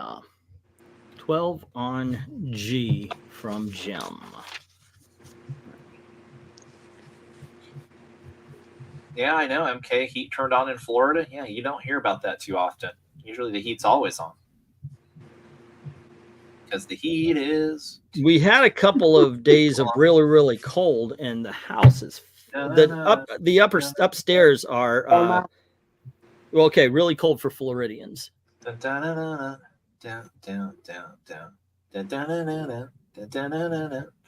bum.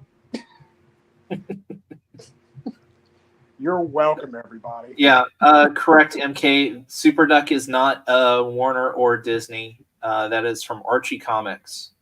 So that is the mild mallard reporter there on the front It's cover. Super Duck number 90. Right now, Vez has $8 on it, so $8.50 or higher, and it can be yours. KRENIZ is 15 on B and 10 on E. Yeah, Graggle Simpson is the Mandela effect when the people swear actually was a character that popped up in the 90s.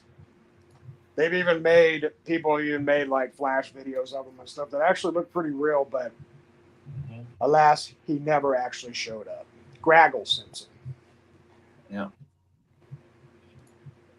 Yeah, just like the Shazam movie. Yeah, with Sinbad. Yeah. And of course, we do have a trailer. Yeah, we do have a trailer for that, courtesy of what is it? 1 Too Funny or Oh, whatever. I wrote the wrong. Sorry about that, Vezerin. I wrote the wrong thing down. Yeah, You have it on Strange Suspense. Kazam. Or Shaq played it. That's where people get mixed up because Shaq was a genie in a movie called Kazam. Right. Fucking brilliant movie, that. Okay. Sure, you go right along with that. So, no love for the first appearance of Absorbing Man, or maybe no love for a $35 price tag. I don't know either. It could be little column A, little column B. How about 30? I need $200 to clear the collection, and that's before I can. I've got $1 profit. I'm telling you, I'm in a desperate mode. So, start making offers. don't insult me. But yeah, go on ahead. Would $1 on B be an insult? What? Yeah, it would. It would. It would be a big ass insult. Well, then I don't know anything about that. Yeah, normally the new collections, I keep them around between 100, 150, but this was, there were some good freaking books.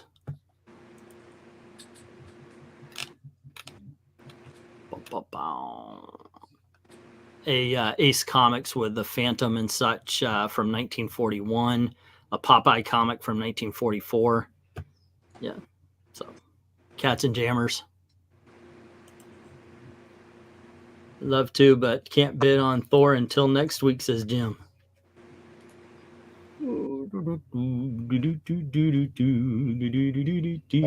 England team, do you own Reverse Flash or Magneto issue 1 of their debut?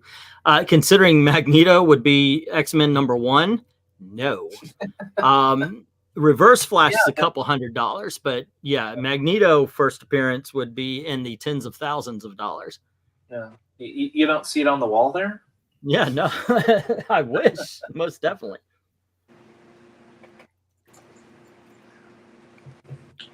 But yeah, even the Reverse Flash can set you back a couple of bucks. What would you say the condition of that Neutro is that you have there, E?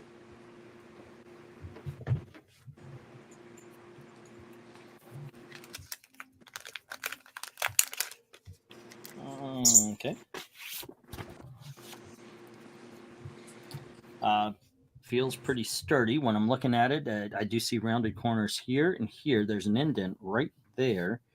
Let's see. Line on the corner here. A little stress by the staples, color break right here and here. Flip it over, no problems with the back cover. A couple of indents. These can be pressed out if you're into that. But the book is in excellent shape as far as it's not falling apart or anything. You can see that's very tight. Flip to the first page and you can see there's no separation or anything right here. Personally, I would put it at 5, maybe 5.5. Cool. Yeah. There you go.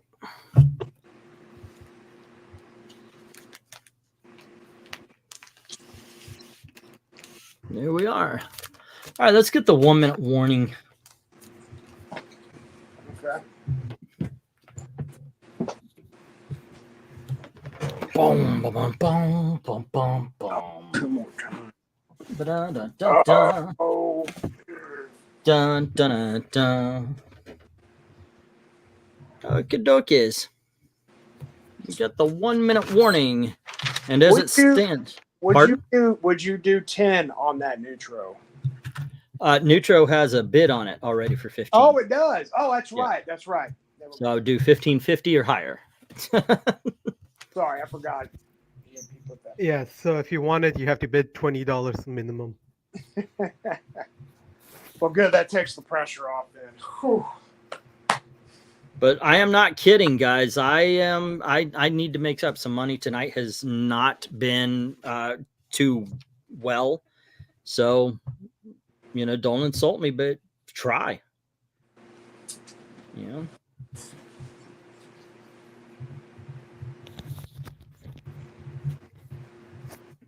But for a $5 super chat, you can insult him all you want. Or for a $5, actually $5 super chat pays next week. Send a Ko-Fi next month as super chats, but yeah.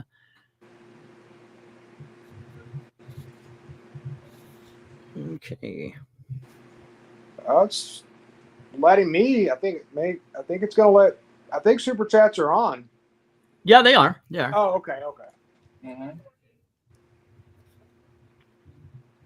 Okay, and that was all right. And let's get the stop. And what we got going on here is No Love for Black Lightning, Sergeant Fury, Showcase Presents, Journey into Mystery, that hurt, the Detective Fiction, or the Super Duck. Wow. That is 1, 2, 3. 3 of the 7 books that came in today into the rejects. Neutro goes to KRENIZ, as well as the Superman. The Defenders to Jim, and Vezerin has Strange Suspense. All righty. Where is the others? Here it is.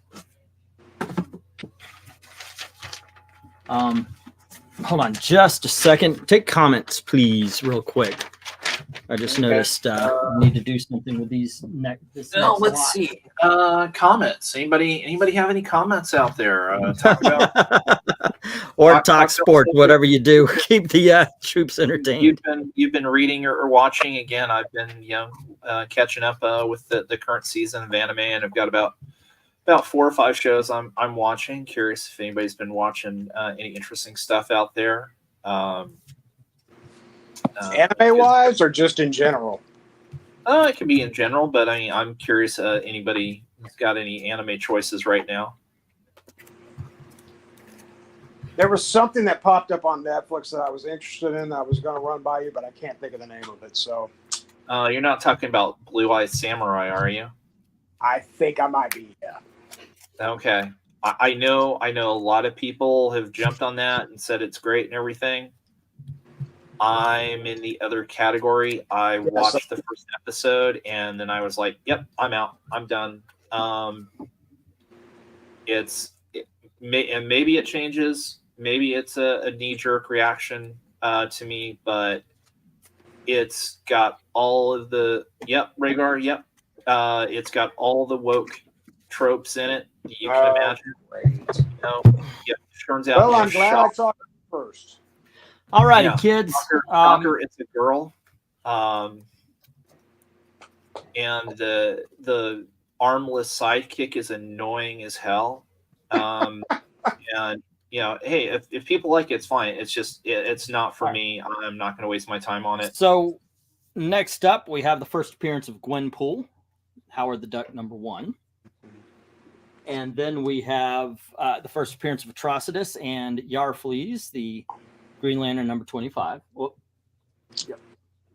And then we have the Teenage Mutant Ninja Turtles Secret of the Ooze comic book adaptation.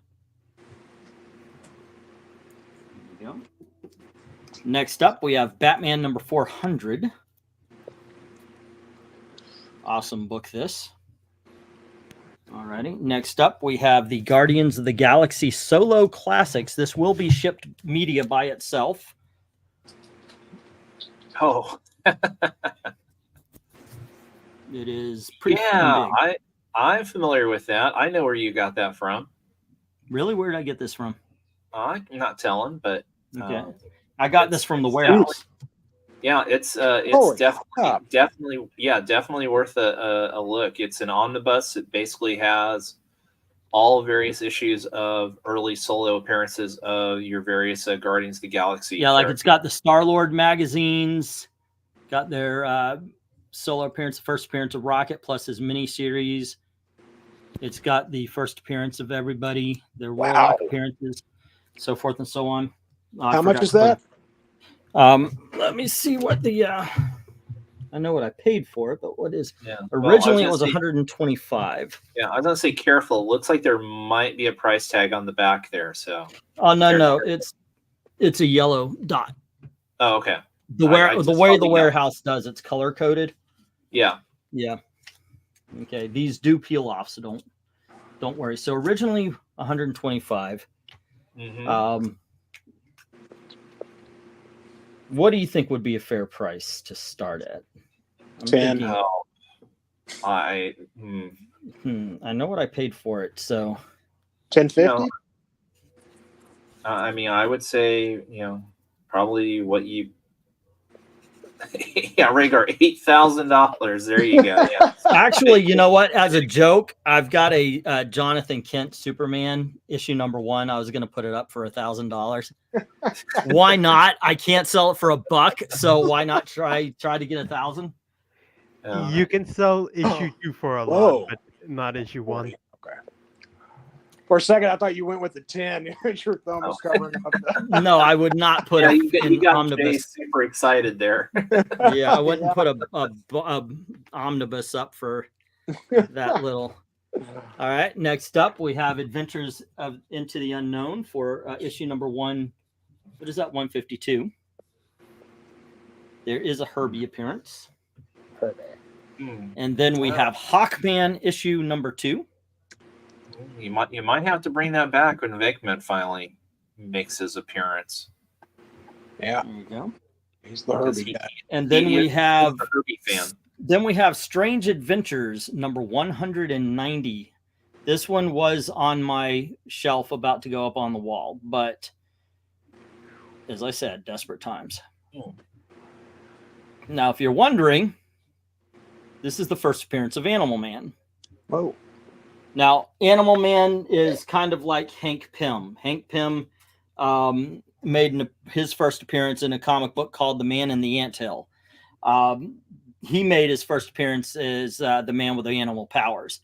And then later they made him a superhero called Animal Man. So that is why I say it's the first appearance of Ant-Man. Or Animal Man, sorry. Alrighty, here we have Captain Video, issue number 2. Okay. Video. This is in rough shape. I had it for 15. Like I said, I'm desperate, so we'll start it at 10. And then Green Lantern number 36. Beautiful. I'm not that desperate, so it's going to stick at 15. So. All right, there we are. Bidding begins as soon as Jay says go. Could I take a look at that Batman 400, please? No. Okay. But I'll show it to you. How about that? We'll do that. Yeah, we'll do that. I think it'd be kind of weird if you came over at this hour to look at a comic book. Well, it would take a little time too. I think I'm about 11 hours from you. Yeah. All righty. And we got $40 on the Guardians of the Galaxy by KRENIZ. All righty. Looks pretty good. Oh, I caught something. It's not a subscription line. It's just it's a line right here. I just noticed it. I did not notice it until once you get into the light, sometimes you notice it. So I do have a small line right here that is completely unnoticeable until you hit the right spot. Otherwise, you got good corners, little rounding on the tops that are not sharp, but this is a bigger book, so I wouldn't expect them to be. No color breaks whatsoever. Flip it over, and we're looking at the same thing except for no line, no color breaks, no scuffing. Open her up, and this is exactly how this book's supposed to look. All right, and there's the centerfold. You can see everything's tight and the staples are good. On the open front page, you can see absolutely that there's absolutely no separation. So this is... I'm sold. This is about an 8.5 just because of that line. But once again, pressing. You sold me. I'm sold. Okay. Yeah. So we've got some good early action here. As you said, KRENIZ $40 on E, the Guardians Omnibus there. Vezrin $8 on F on the Adventures of the Unknown, and $20 on G, the Hawkman. And J just came in with $10 on the Batman. So we are off and running. Let's see here. What was the price on I again? The Captain Video. Shit. I can't sell it for 20, so let's try 15. Okay, there you go. 15 on that. Rhaegar, I don't believe that is Joe Biden. Although, then again, Joe was he a senator at that point? I mean, God knows he's been in Washington forever. So, and once again, Flashpoint Unwrapped, Fantastic Four Reunited, they stand, and New Teen Titans Volume 1 are the giveaways. Every $10 gets you a spot on that board. Yep. So some of the earlier comments, I know, what was it here? We're talking about KRENIZ. Yes, I've been watching Freon. I love that show. The current arc is pretty good, and I think it's where we're finally getting to see Fern stand on her own and realize just how much power and how much she has learned in her time under Frian's mentorship. And it's been pretty cool. I watched the latest episode earlier before the stream started, so that's really good. There's a good healer type show on right now. Again, the classic 3 people wind up walking across a sigil, transports them to another world. It turned out they only meant to transport 2 of them, not 3, because they were like the 2 smartest people in the high school, and so they've become knights. It turns out the one kid, who's kind of the, every kid has like the, healing power, and he gets sent off to kind of this boot camp, and we kind of find out that actually the healers are the most important ones. It's pretty good. So let's see. Biden started this auction, no joke. Yeah, of course. Yeah, because Biden started everything. Rhaegar. Let's see. Eric's asking if he heard of Neon Genesis Evangelion. I hope so. If you're an anime fan, at the minimum, you should at least have heard the name. Whether or not you actually started watching it's a different story. There's actually, I have to give credit, Michael from Retro Blasting put out a video over the weekend, basically just kind of tearing it apart, which is very interesting because Neon Genesis is one of those shows that is held up in high regards by a lot of the anime community, especially people who grew up watching anime in the 80s and 90s. Yeah, but isn't that where the main character regresses and then does that fun scene in the hospital? Well, yeah. Well, Shinji is the prototype for the whiny ass bitch protagonist, and Michael makes the modern day protagonist. Yeah, yeah. But constantly whining, I'm not good enough, I can't do it, oh, I'm so scared. Just gets on your nerves. But yeah, there's a lot of other things going on. If you're curious, it's definitely worth a watch at some point, this weekend when you're not checking out E's videos and streams. I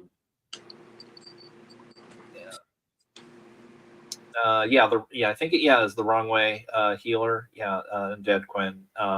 Yes, well, it's not redo healer. Nothing is redo healer. I think we're still waiting on season 2 for that wonderful show. So I can't wait for that to see where that one goes. But yeah, as I say, there's always some good stuff out there. And it's one thing, honestly, where we almost have kind of an overabundance, almost a paralysis of choices when you look at streaming stuff. It's funny. I've started, especially during the days when I'm working or something, I'll wind up flipping over to the Roku channel right now and either just throwing on whatever's like on the Universal Action channel, because it's usually some 70s or 80s action TV show they just run in a marathon, or I've gotten sucked into the Deal Zone channel, which is all the barter shows, auction shows, storage wars, all of those type shows.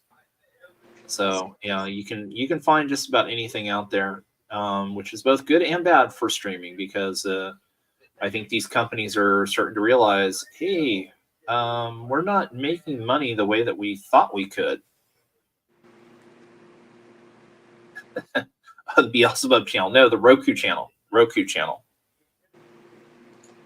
So let's see here. So no love for A, B, or C so far, and we've got no love for Strange Adventures there or Captain Video, and I don't think there are any bids on the other Green Lantern. So no Hal Jordan fans out here, huh? Oh, I want it, but I am already up pretty big. So. Well, that can't happen. Get Did it? Like you I ever said- sell that other Hawkman, that other Silver Age Hawkman that kept popping up for? Oh, issue number 15. Yeah, I sold it. You did sell that. Okay, got it. Get the Green Lantern, Jay.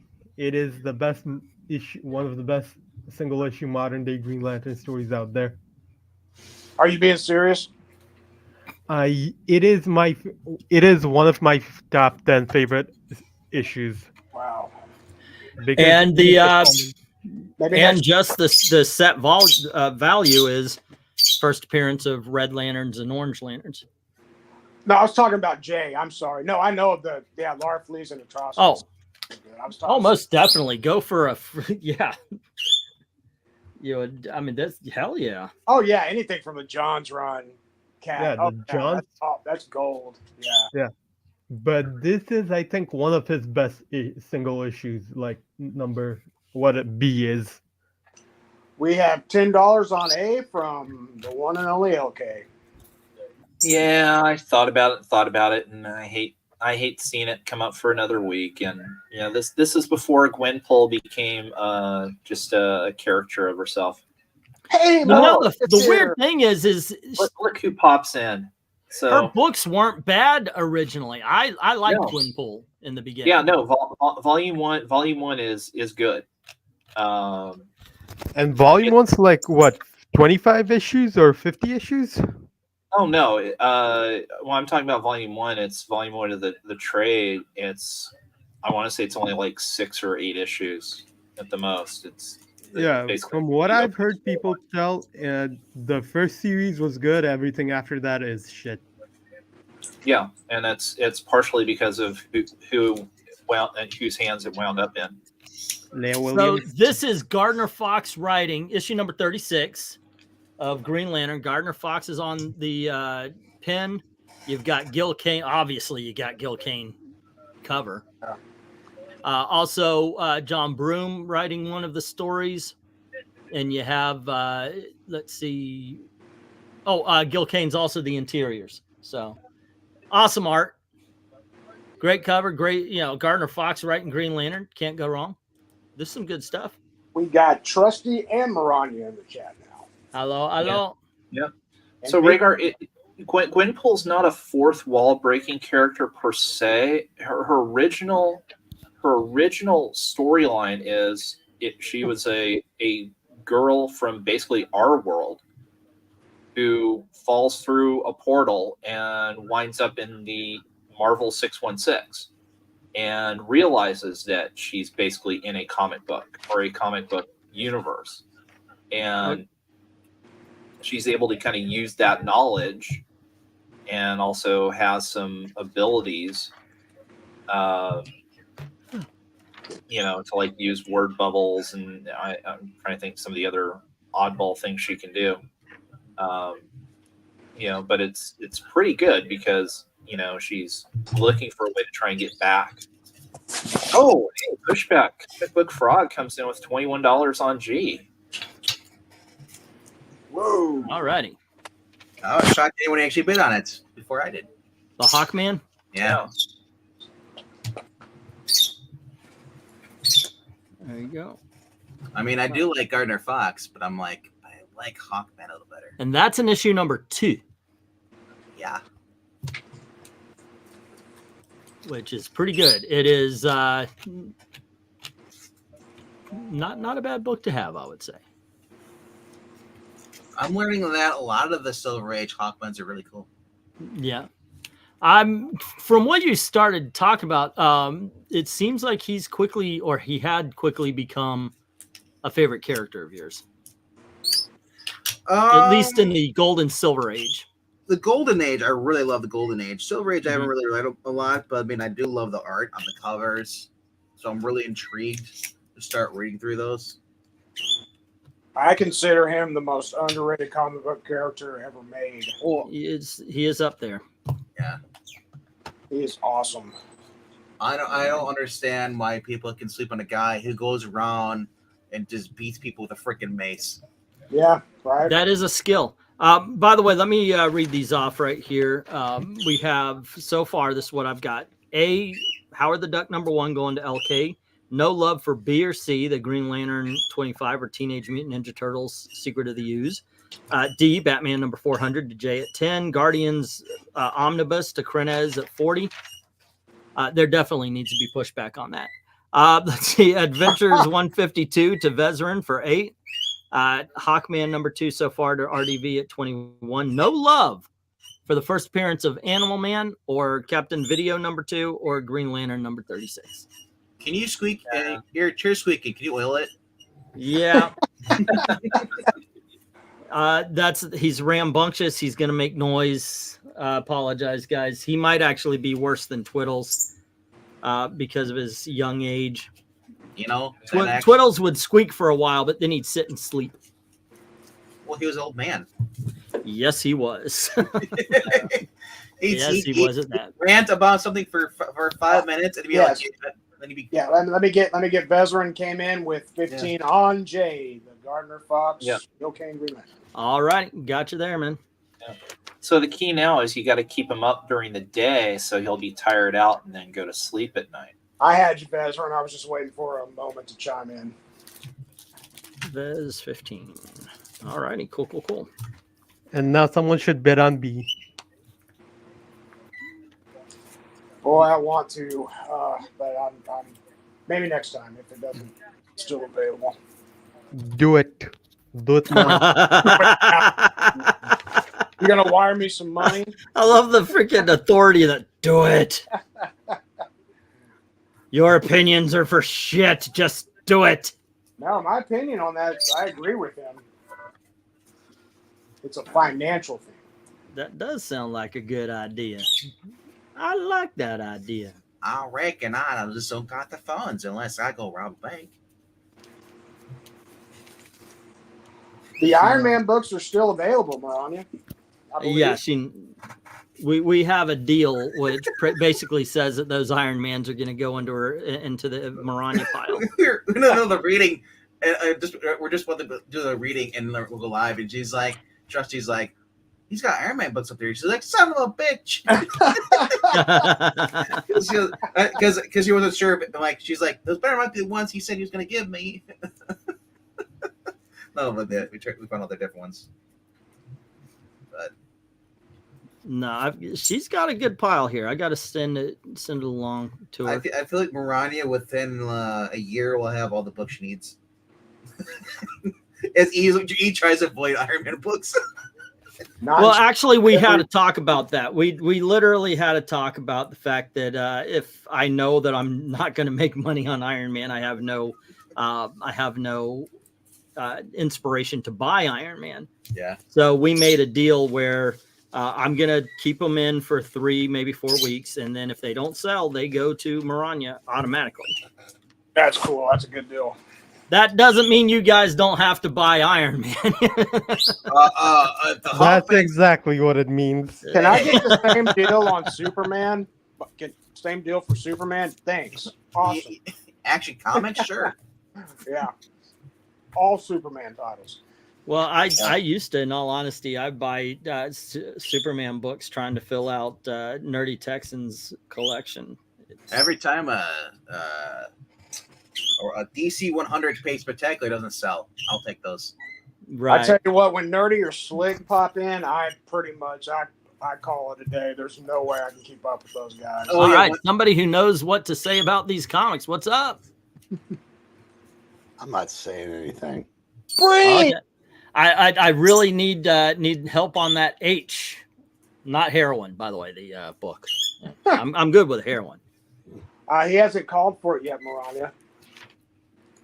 What? Did you call for the 1 minute warning? Not yet, but might as well. I've been writing down the books from the last, trying to get all the stuff caught up and everything. I would just let it go when you say to go. If you say go, it's been 5 minutes or 6 minutes, then hit the 1 minute warning from the big dogs. Basically, things have been just running very smooth here before you guys came in. Why don't y'all go back and do another reading? Well, I mean, as soon as you see the chat stop bidding, then you put a 1 minute warning up. Yeah, that's pretty much it. Yeah, right, cool. when you get yourself a good 1 minute, or actually, I always go about 2 minutes away from the last bid, unless it's like if it's a bid in the desert, Like if no one's bid for 3 minutes and then there's one, then yeah, a minute away from that one, might as well. I did not know I had that kind of freedom. Hey, Jay. Freedom. Yes.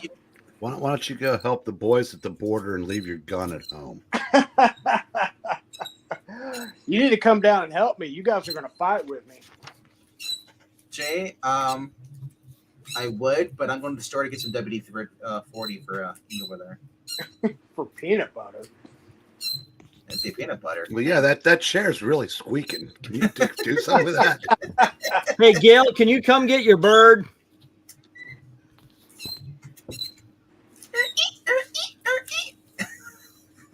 It sounds like the chair's running over the bird. All right, guys, we got about 15 seconds. All right. That's what Gail said. That's what I said. Are you kidding me? Yeah, Actually, after you've And what been do we married do for with a the while, other 8 that's all you need. seconds? The other 8 seconds. That's horrible. Look, after 30 years, if it takes longer than that, you're doing it wrong. 7 seconds? Yeah, you got everything down. You know exactly what to do, and boom. So it's that bird. Yeah, Okay. that 7 seconds traumatized that bird. We're going to bus all the migrants to Cincinnati now. Bus them all. Hey, I saw where this guy was walking down the street in Cincinnati, and like eight little thugs started beating on him. Mm-hmm. So it's like Mark Twain said. I think that was a big thing several years ago everywhere else.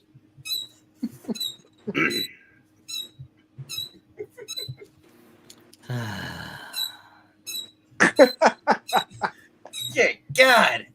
He's really going at it. Yeah, Gail, come get your bird. It sounds like that's quite the loves himself bird. Because this is going straight to the microphone, hon.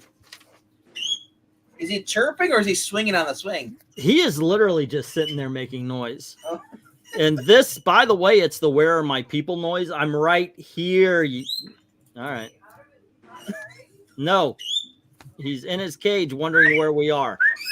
Like he's expecting us to get in this cage with him. He probably misses his former family. Yeah, he was never on constant comparison with them. Well, the actually, we already considered that he's probably missing his girl. Oh, yeah, that's right. And I think LK is last with the Howard the Duck. Oh, wait, no, this is the one I'm going on. Okay. Maybe Okay, he did. let's get the stop. Let's get the stop Already going. did. Already did. Oh, you already did it? Yeah. Okay. Since he is still young, maybe you should get him a new girl. Actually, no. I don't know why they don't. But there you go. You should let him have lots of babies. They probably don't because they want more birds. Yeah, I really don't want. One is good. Two might be okay. 6 of Okay, them? kids, this is what I've got. LK has Howard the Duck #1. Green Lantern 25 hits the reject pile. So does Secret of the Ease. Once again, Flashpoint Unwrapped is one of the giveaways. Batman 400 to Jay. KRENIZ has the Guardians of the Galaxy Omnibus. All right. Once again, that'll be sent separately. Or if I send everything in one box, if it fits in the short box, I'm going to be sending you KRENIZ. We'll do that. Adventures, I believe, was Vezerin. All righty, for 8, and then Hawkman to VENKMAN for 21. No love for the first appearance of Animal Man or Captain Video #10. And Vezerin has Green Lantern 36. All righty, let me get these down. We'll get the next round up. Can't believe no one bought Animal Man after James Gunn said he's going to be in that movie. I know, right? Everybody was like, yeah, but it's a DC movie. The fuck cares about that? Are you doing Jingle Bells?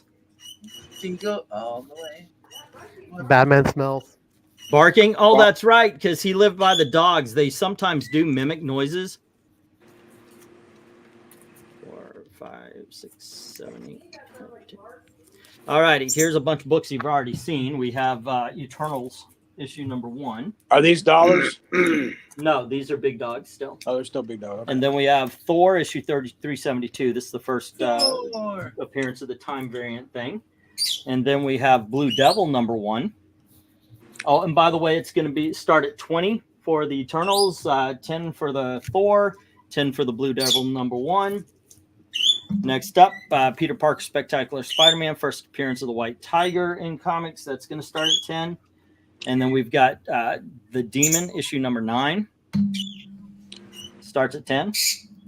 And then we have Strange Star Spangled War Stories, and this is issue 149. And then we have issue 155. Jack Kirby's The Devil Dinosaur, issue number 1. And then we've got The Avengers issue number 200. And Strange Adventures issue number 242. Bidding begins as soon as Jay says go. And I will be right back. I'm going to kill the bird. Can we watch?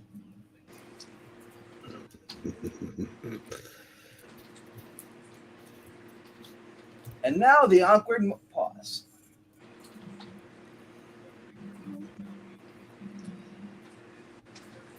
So, who's going to be in the Super Bowl, guys? Kansas City and San Francisco. Yes, they want the Swifties, don't they? Oh yeah, I don't. The only shot Baltimore has if they get out to a big lead that the refs can't do anything about. Right. Well, they might. I mean, they're playing that kind of football right now. Oh, I know, but like I said, there's going to be some. At some point in the game, there will be a play that's been over for 10, 15, 20 seconds, which is enough time for Patrick Mahomes to order a penalty. That will happen at some point Sunday. What condition is that Spider-Man? Well, Phil, we're going to have to wait for E to get back, then he'll pull it out. Well, that sounded gross, but He'll get back to where he belongs. he will pull it out and let you look at it. Fine, I'll set it. There we go. But what about the comic? Yeah.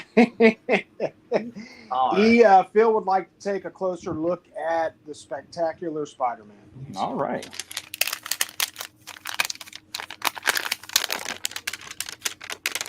And successful. All right, cool. Let's see what we're looking at. Now Peter's got the Russian spelling. Peter. Okay. I'm not seeing any indents in the light here. We have sharp cover. We have sharp corners as well. Okay, a little rounding, a little pull, like a little right here, but it's very, very tiny. No color breaks. That's what she said. No color breaks on the spine, but there's one little a ding right here, but it doesn't break the color. Going to the back cover here, there's dirt on the corner. It does feel like there's an indent right here.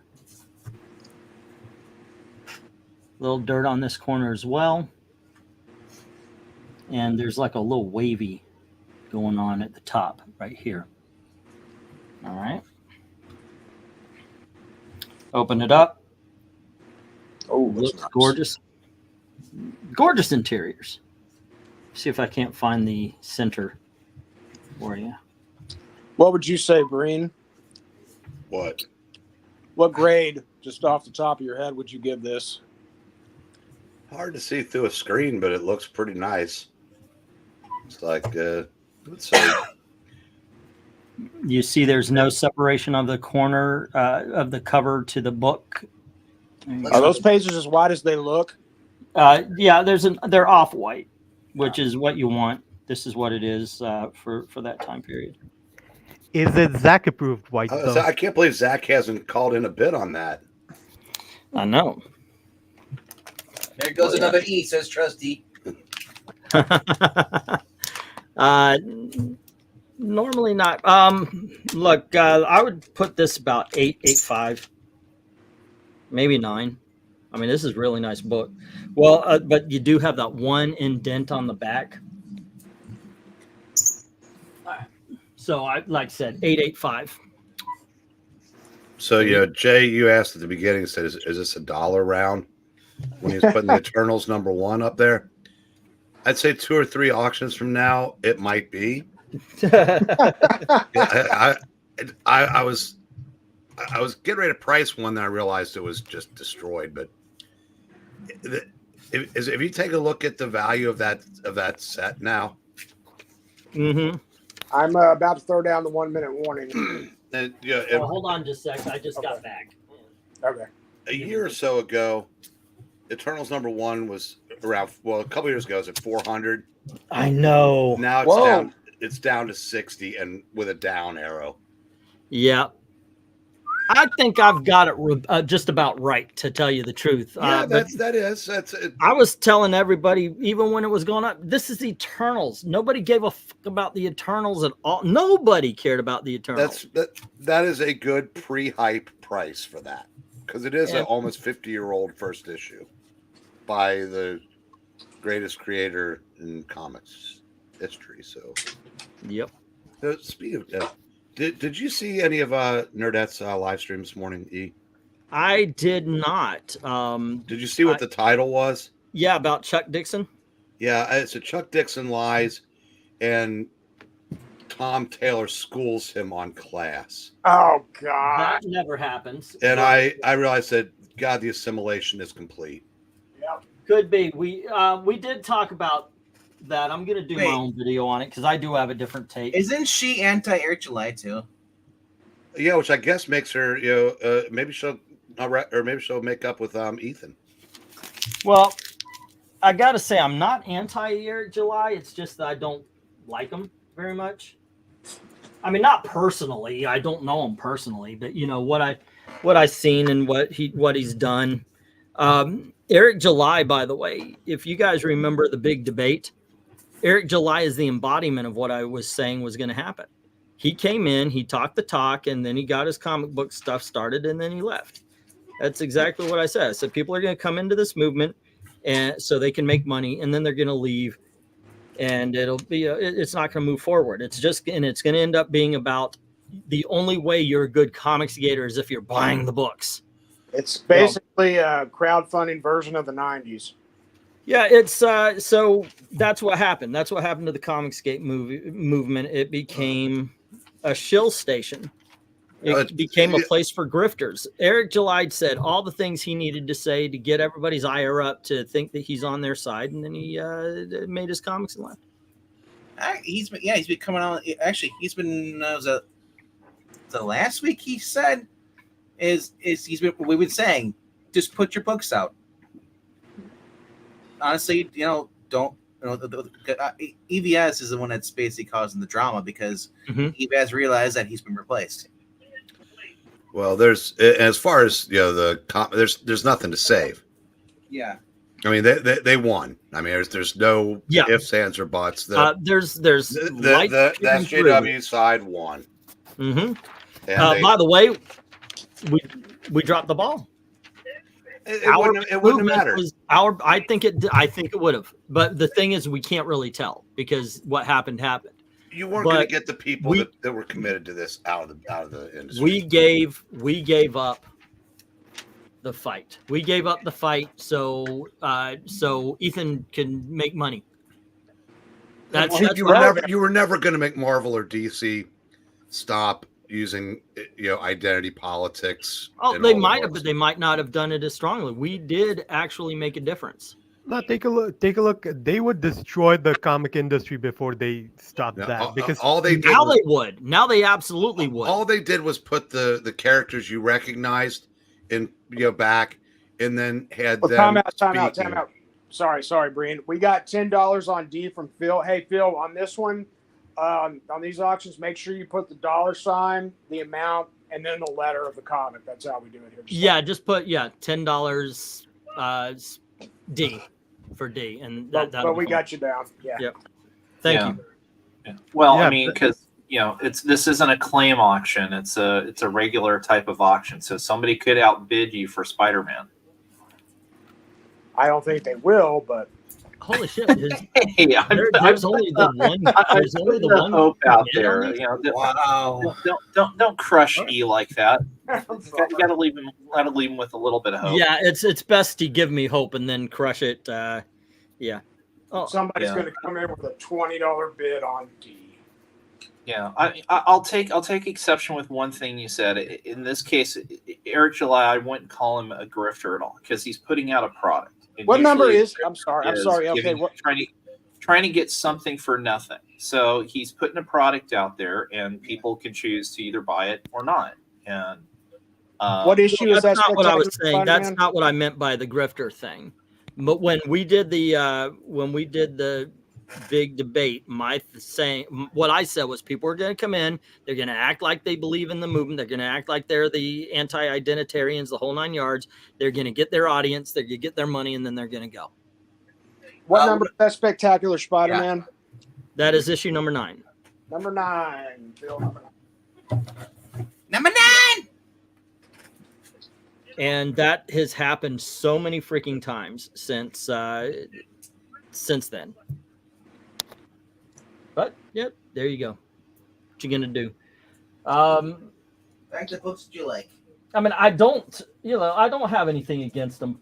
Like I said, personally, I've never met the dude, but I called it. I called it a long time ago. It happened long before Eric July showed his face, though. The whole Comics Gate Inc. thing, they've all been that. And it was all led by, man, Ethan pulled the wool over everybody's eyes. Yep. Because Ethan don't give a fuck about nobody but Ethan. Yep. And he has proven that many, many times. Well, he just said, was it last month? Or actually, no, not even last month. It was like early this month. He said, CG's only made 6 people. None of them, he basically said nobody else matters. Let me see. Does the who matters then? Who's CG now? It'd be Malin and then whoever else he likes. Currently at the moment hasn't backstamped him. Okay. All righty. Okay, so let's get the stop here. The only thing that had interest was Peter Parker Spectacular Spider-Man D to Phil Ailing. Thank you, and by the way, welcome. All right, let me get these down. We'll get the next round up. And as we wait for somebody to go to run over to Ethan and say, they're talking about you. Oh yeah. Did the view count go up? Well, we're down to 21 now. We gotta go on. You can't say no. Ethan's a god. Yeah, we get that all the time. And next up, we'll have trolls and shit in the section. So that's what goes there. Said the Ghostbusters, "Are you God?" And they said no, and she tried to take them out, but then they won in the end. So, alrighty, this is kind of new. I think 6. Yeah, but when they said yes, she attacked it. Gozer attacked them too. Okay. I know some of these are a little rougher than others, so I'll just start them all at 6, just to make it easier. Here's Walking Dead hardcover book 1. There we go. Yikes! And then we have book 2.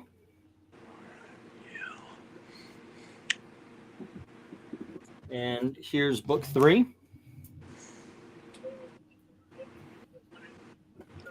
Zoink. Alrighty. And we have book 4. now these aren't compendiums. These are just the hardcover trades. These are hardcover, yeah. And then we have book 6, and this one's a little bent right there. You can see it. That's why because I was thinking like 8, maybe 10, but here's a wrapped up book 14. That's a big jump. So, let's see how many books probably are, like 27. This is still in the wrapping as well. This is the what is this? PiggybackInteractive.com, the complete official guide to Assassin's Creed Volume 2. No, So, just Assassin's two. Creed 2. Just two. Yeah. Yeah, So that's- it's not a that's- volume. It's Assassin's Creed 2. Yeah. It looks like a strategy guide for Yeah, it is. Yeah, it is. It's a strategy guide for Assassin's Creed 2. Well, I haven't seen one of those since like early 2000s. Yeah, go figure. And then we have another pulp magazine. This one's called Short Stories. I would have to look it up here. This is February 10th. And The Man with Glass Eye from James B. Hedry, plus The Red Hawks Man. But here you go. It's another one of those pulp fiction novels from the 1940s. There we go. That is not $6, by the way. Next up from Dell Comics, we have Walt Disney's Davy Crockett, King of the Wild Frontier. You know what? Let's make that 10. There we go. There you go, guys. We got some Davy Crockett from Dell, and this is a big-ass book. Oh, it is. Look, he changed the sign from whatever it was to 25 cents. And then, Yeah, we, go to hell. I'm going. and then we have Bizarre Adventures, Stephen King's The Lawnmower Man. By the way, The Lawnmower Man is not about some retarded guy who learns to do computers. Neither is the Lawnmower Man. The movie, the actual Lawnmower Man is about an actual lawnmower man. It's kind of freaky. But there you go. Bidding begins as soon as Maranya says go. Maranya says, hi, Maranya. She hadn't said she wanted to do it. So. Oh, okay. I If thought she the does, lawnmower. I'll give it to her. I see. I was under the impression that the Lawnmower Man was based off of Rand Paul being attacked by his neighbor. I don't see a publisher, by the way. That's bizarre.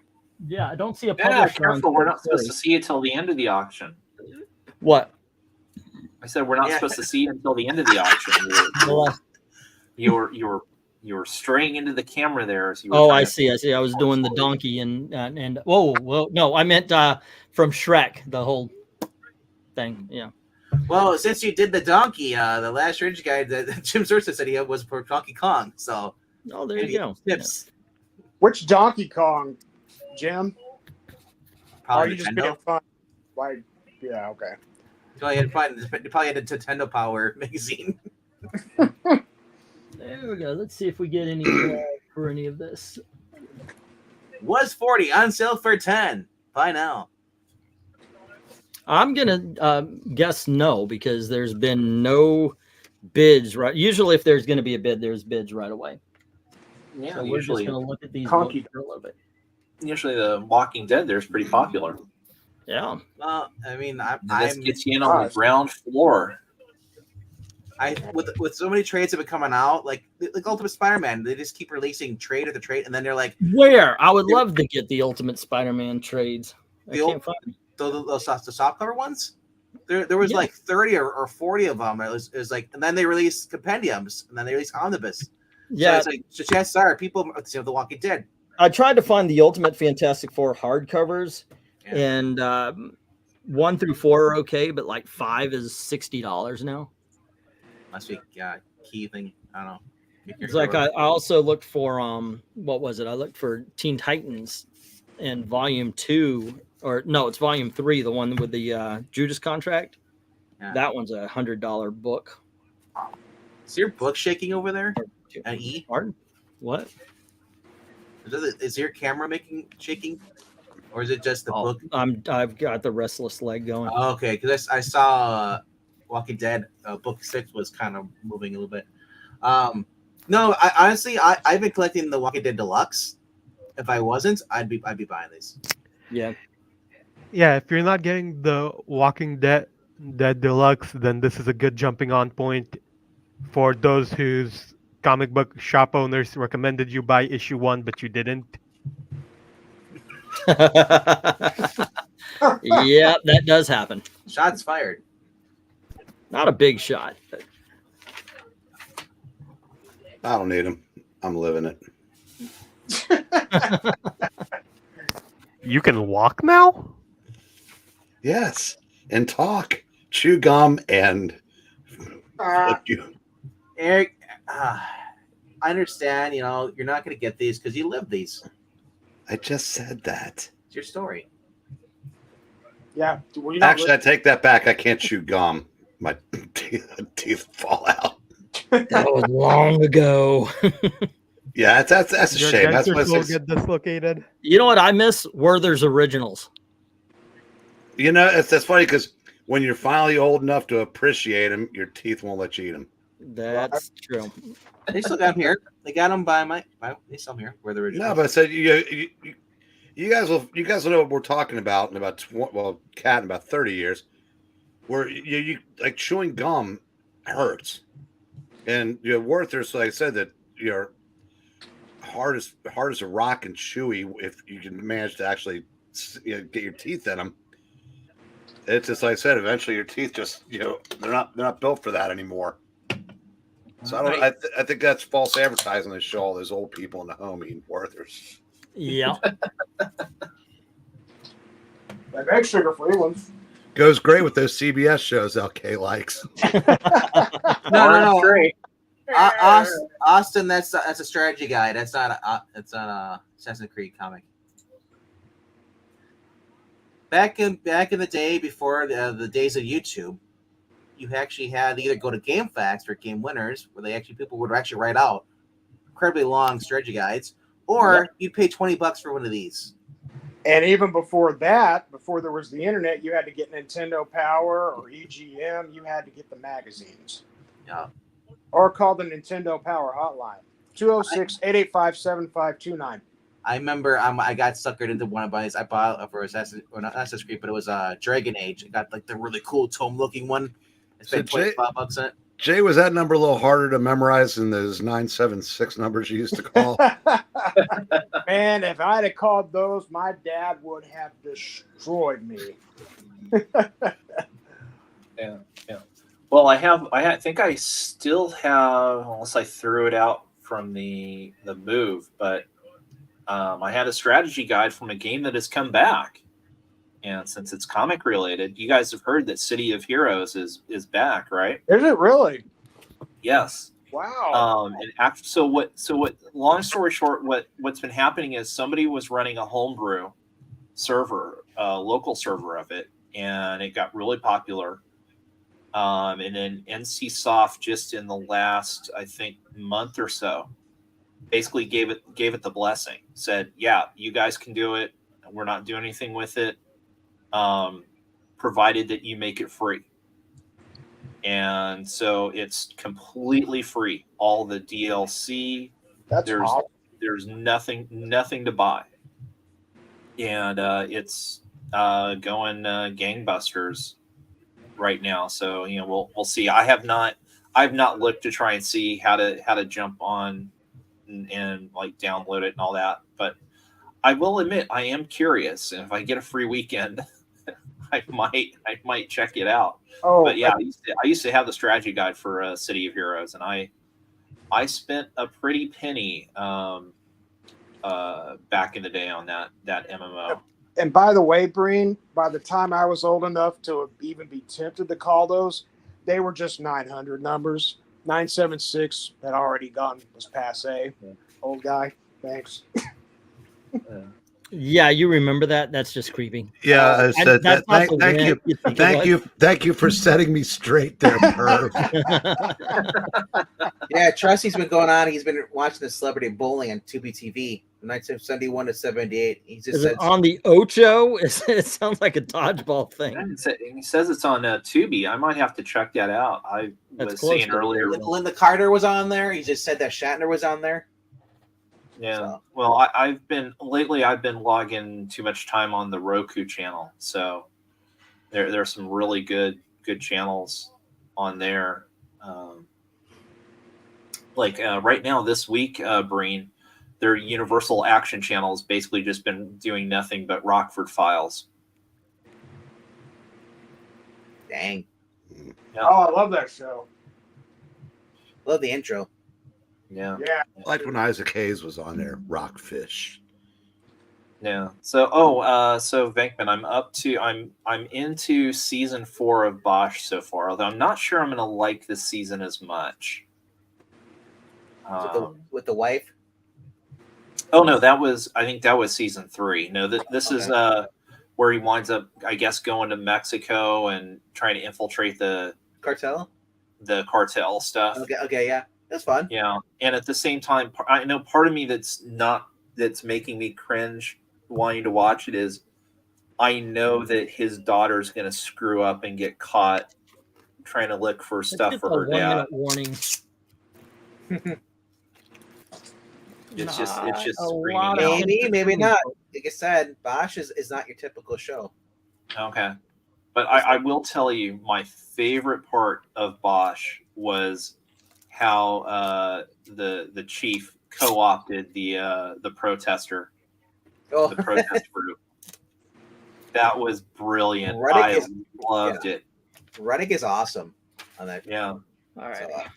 Oh yeah, I think that he should have gotten an Emmy nod at least for supporting actor for season 2. He was fantastic in that. What about Crate and Barrel? Oh yeah, no, they're solid. So, like they're just there to complain and make jokes, and they excel at it. Yeah. Although I get the feeling like season 4 is their last season, but maybe not.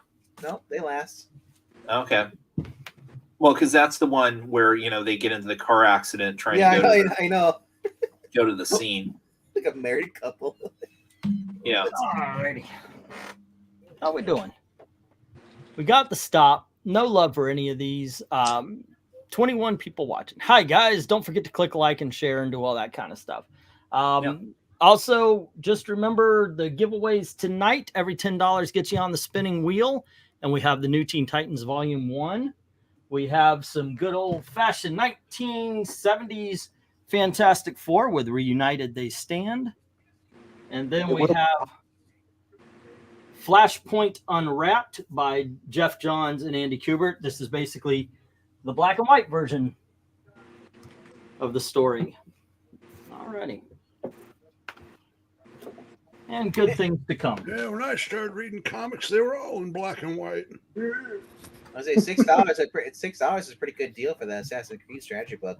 Because I remember, like, I go in we had it was like a half price books, but it was only this for DVDs and stuff like that, video games and CDs, and that they'd always I'd always like screw GameStop. I'm not paying full price. I'd walk in there and I'd get a game for like half off. All right, gang. Next up, we have Marvel Spectacular #1, starring Thor. Hercules. Oh, there we go. And then we have Actual Thor, issue number 245. Nice. We have 10 Cent Kid Colt here. Hey, wrong guy. Wrong guy. This is a kid. All right, this is issue number 92. There is a tear at the top of the cover. Yeah.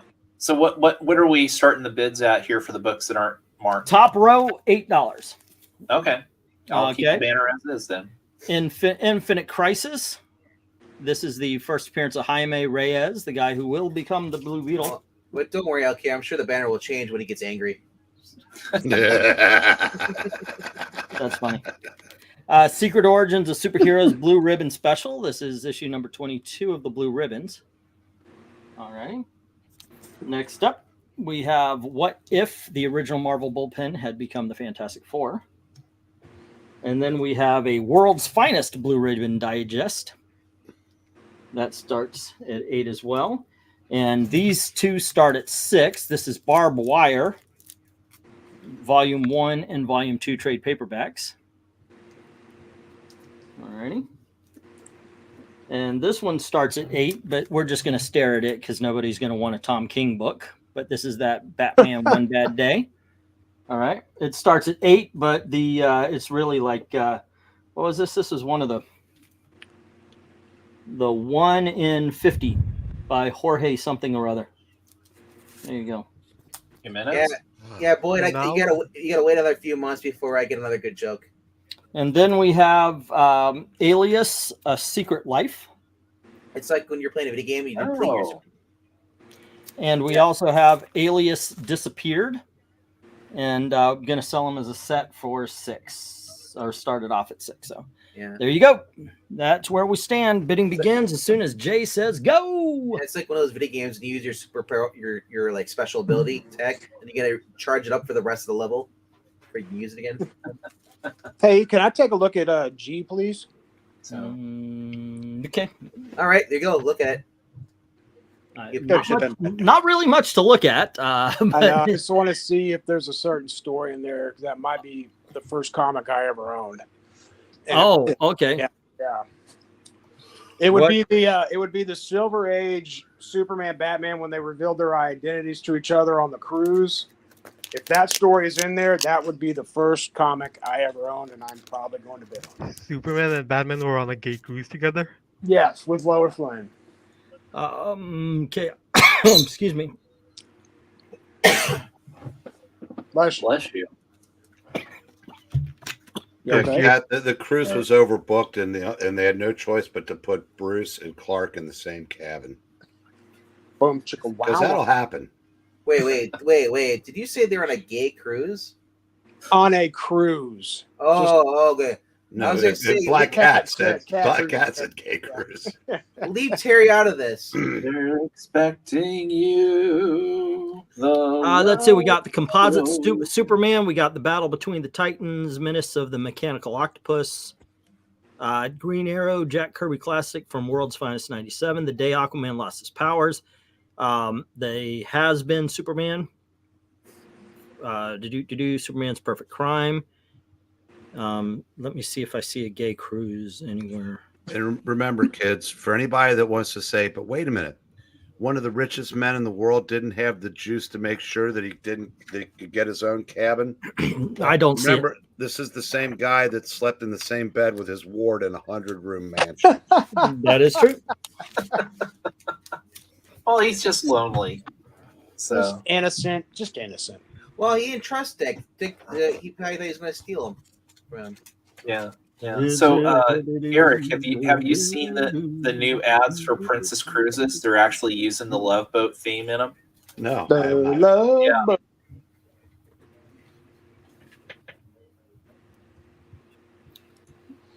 So you didn't see that story in there, huh? No. Okay. Can you double check if I have books held in a box? Sometime I just checked my lo-fi payment, and I think I may have deluded myself that I paid for shipping. I will check. It's under a whole bunch of comics right now, and as soon as it isn't, I will look on that one. If so, I'll pay for the shipping tonight. If not, it's probably just US United States shenanigans, fancy post service. Bruce had no problem sleeping with Dick, says Erican boy. I don't remember seeing books for you, actually. How much for D? That would be $8, You gotta Chris. ask how much for D. You gotta ask Bruce. Top row, everything on the... Wow, that was a short couple of months. Yeah, I the know, top right? row starts at 8. The bottom row is 10, 8, 6. You're not going to buy it anyway in 6. There you go. Let me see what's in this first box. Yeah. I see others, so I'll have to check. I've got books held right now in these boxes. I've got KRENIZ. This is last week's. Dave, Amy, Venk, which I'll be sending you some here pretty soon. Vezeran, of course. Oh man. And Dominic. Okay. Let me see the next box. And I'll be paying for my books from last week this weekend. Cool. Thank you. I am desperate in desperate need. Well, I want to send you the money, and then somehow it gets misplaced during the move, So I figured. Right. E, what issue is that World's Finest comic?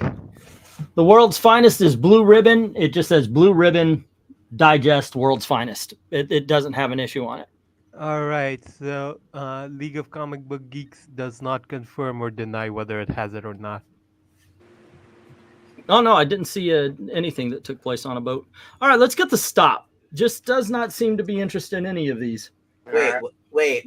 lowest was on Oh, the wait, boat. wait. We got KRENIZ coming in with $8 for D and $6 for H. All righty, got the Well, barbed wires. I'm pretty sure the title would be called Boats and Hose. Boats and hoes.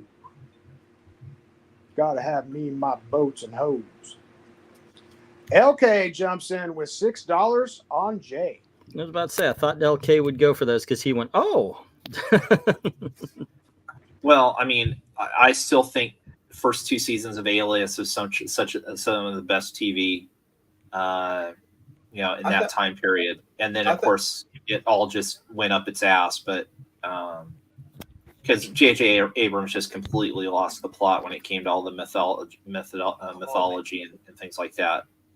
I thought it was Heck. I thought it was Elias. No. Yeah. Okay, I gotta go through every box again. I might have some buried here. I see bucks on the bottom as well here. That should not be. These should be empty boxes. Yeah. You want me to do 1 minute warning? Yeah. Oh yes, please. Yeah. Yes. Sorry about that. Let's see if I can. Yeah, just I mean that first season of Alias, oh my god, it's so good. Especially, I mean, Oh the my first titled gosh. episode is almost perfect. I mean, that moment of revelation, where she thinks she's done this great thing and stopped him, and then he goes, "Oh, you think you've done something great?" And then pulls down the map and shows just how deep the rabbit hole goes. It was just awesome. MK, I know you're trying to make a slight joke there. Honestly, I have not watched Blue Bloods, so sorry, you can't get me on that one. Homicide: Life on the Street was excellent. Blue Bloods, that's the Tom Selleck one, right? Yeah, that's the Tom Selleck CBS show. And then that Yeah, that's a 75 center there, Maranya. oh, what's her name? Let's get the stop. I'm ready to move on. There's that the brunette that's on there. She was in that Bear movie. That was on Netflix a while back. Well, there's also a Wahlberg in there too, I think. Yeah, there's the Yeah. one from New Kids on the Block. no, Dog. the girl I'm thinking The of. tough new kid on the block. That's right. She was in that based on a true story about the boyfriend girlfriend All went camping on the Appalachian Trails, and then they got We attacked by a got- grizzly bear. The stop, and let's see, no love for damn near everything. There we go. One tarnation. But Secret Origins. Alright, I should have kept one of those boxes. It looks like the reject box is already full. I should have kept the other Ronnie one. says, "Is that a 75-cent World's Finest Yes, it is. Digest?" That was published in 1981, and that is a direct market version. Okay, the one I'm looking for was published in 1979. Might have been 78, but I remember. Okay, it so being- KRENIZ had Infinite Crisis and the barbed wire, and everything else hits the reject pile. Inflation, man. Except for Alias, which goes to LK. 75 cents in 1981.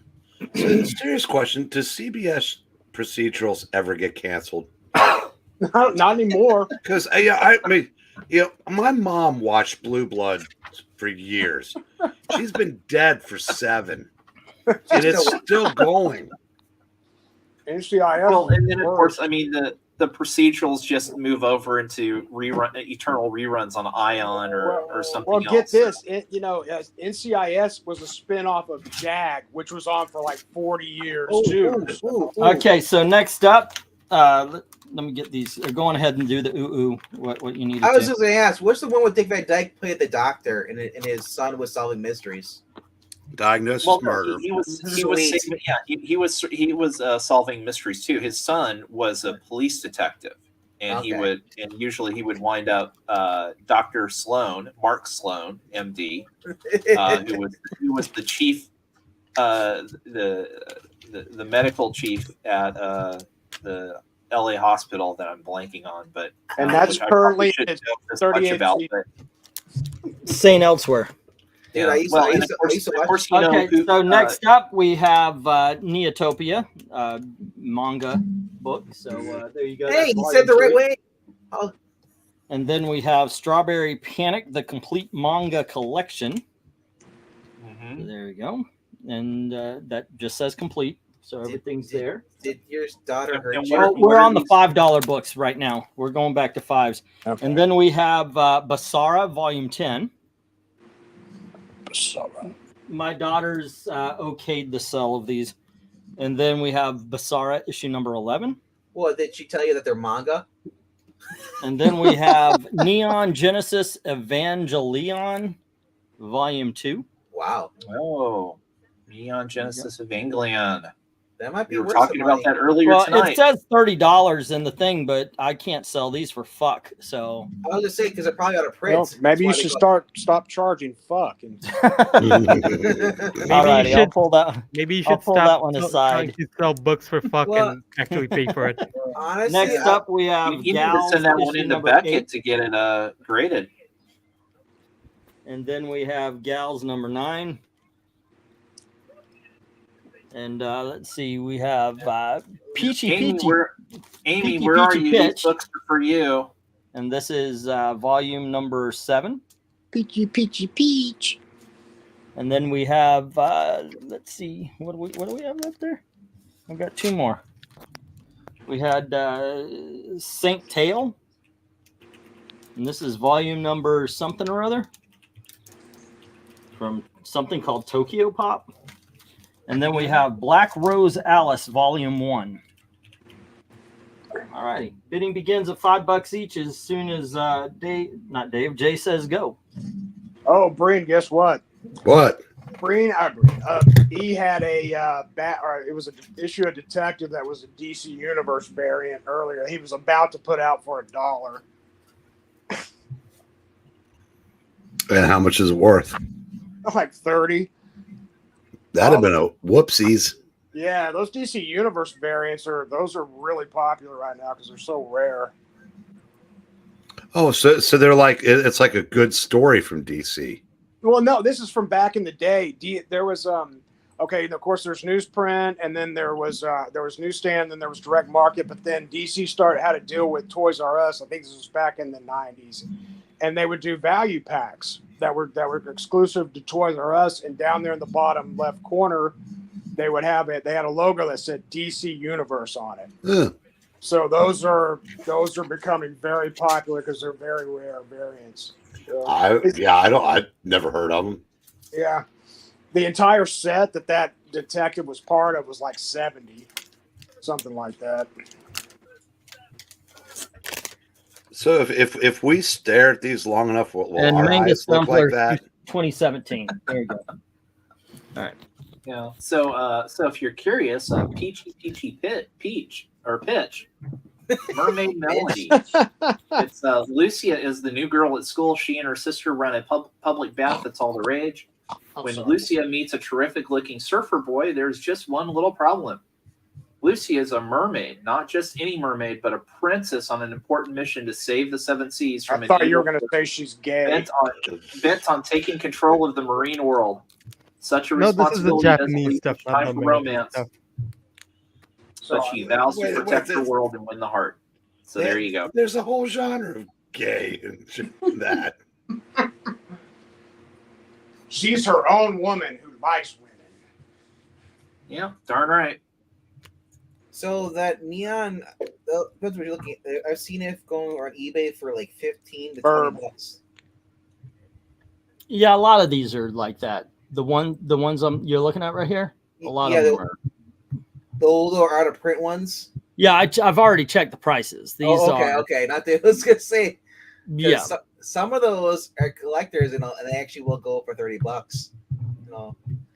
But Yeah, this can't be Well, a true lot because I don't see any You need to GTO. send it.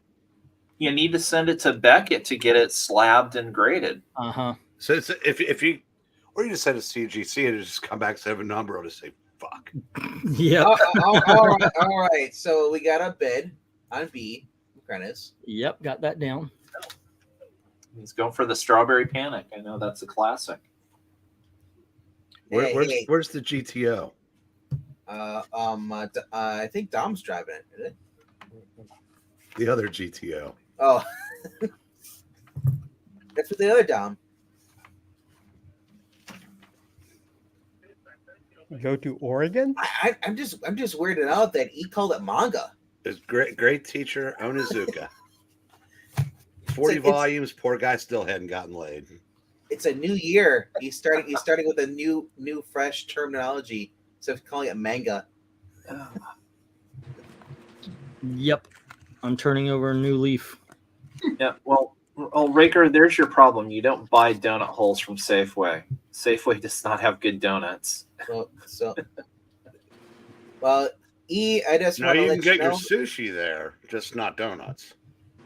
Yeah. I just want to let you know that you probably should take your medicine.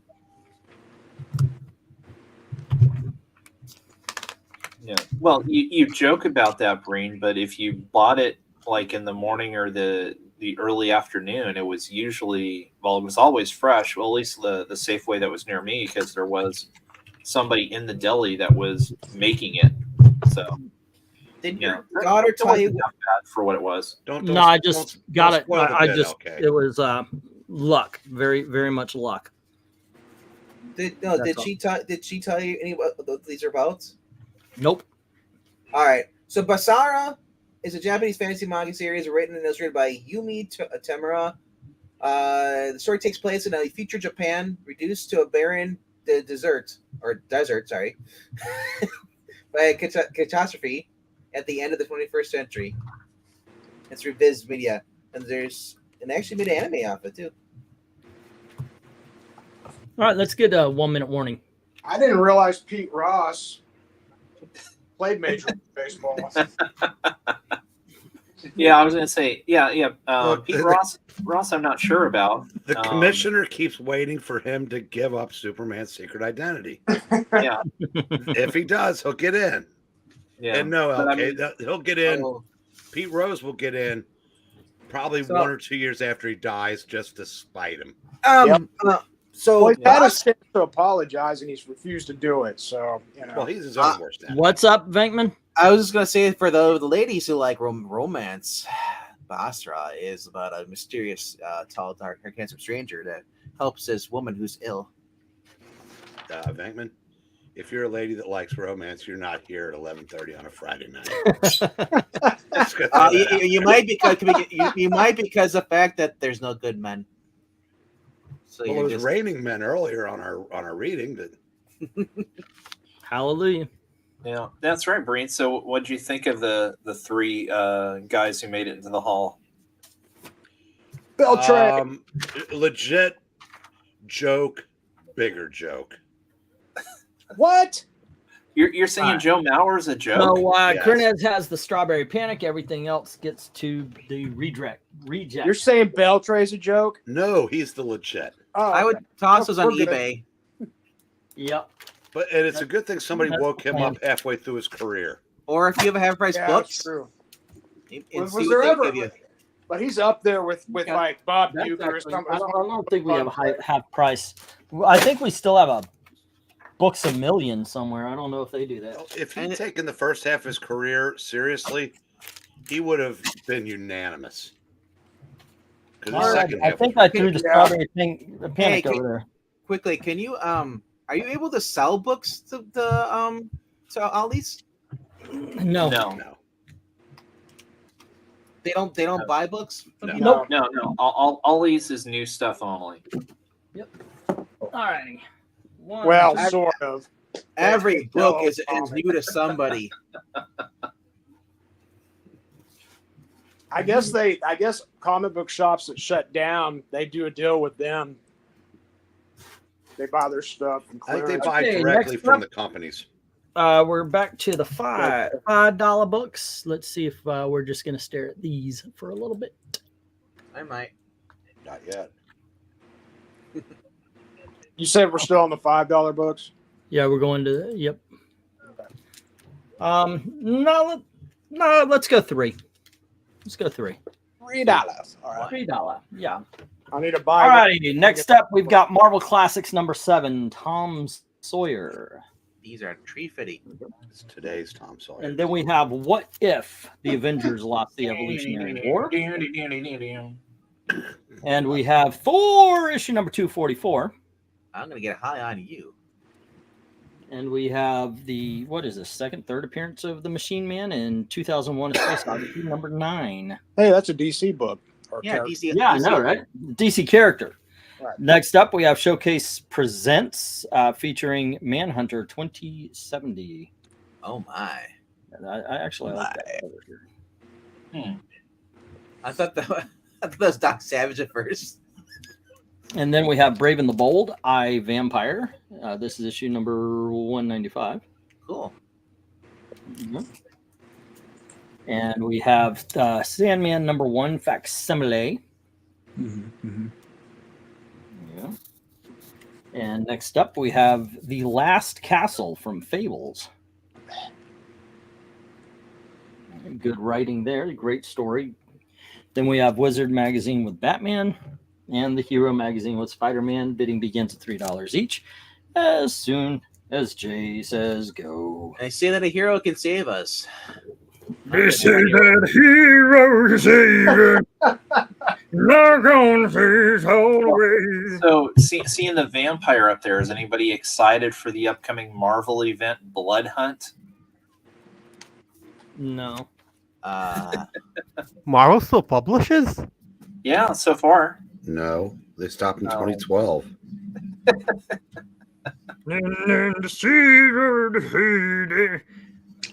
What issue is Showcase? Is that Manhunter?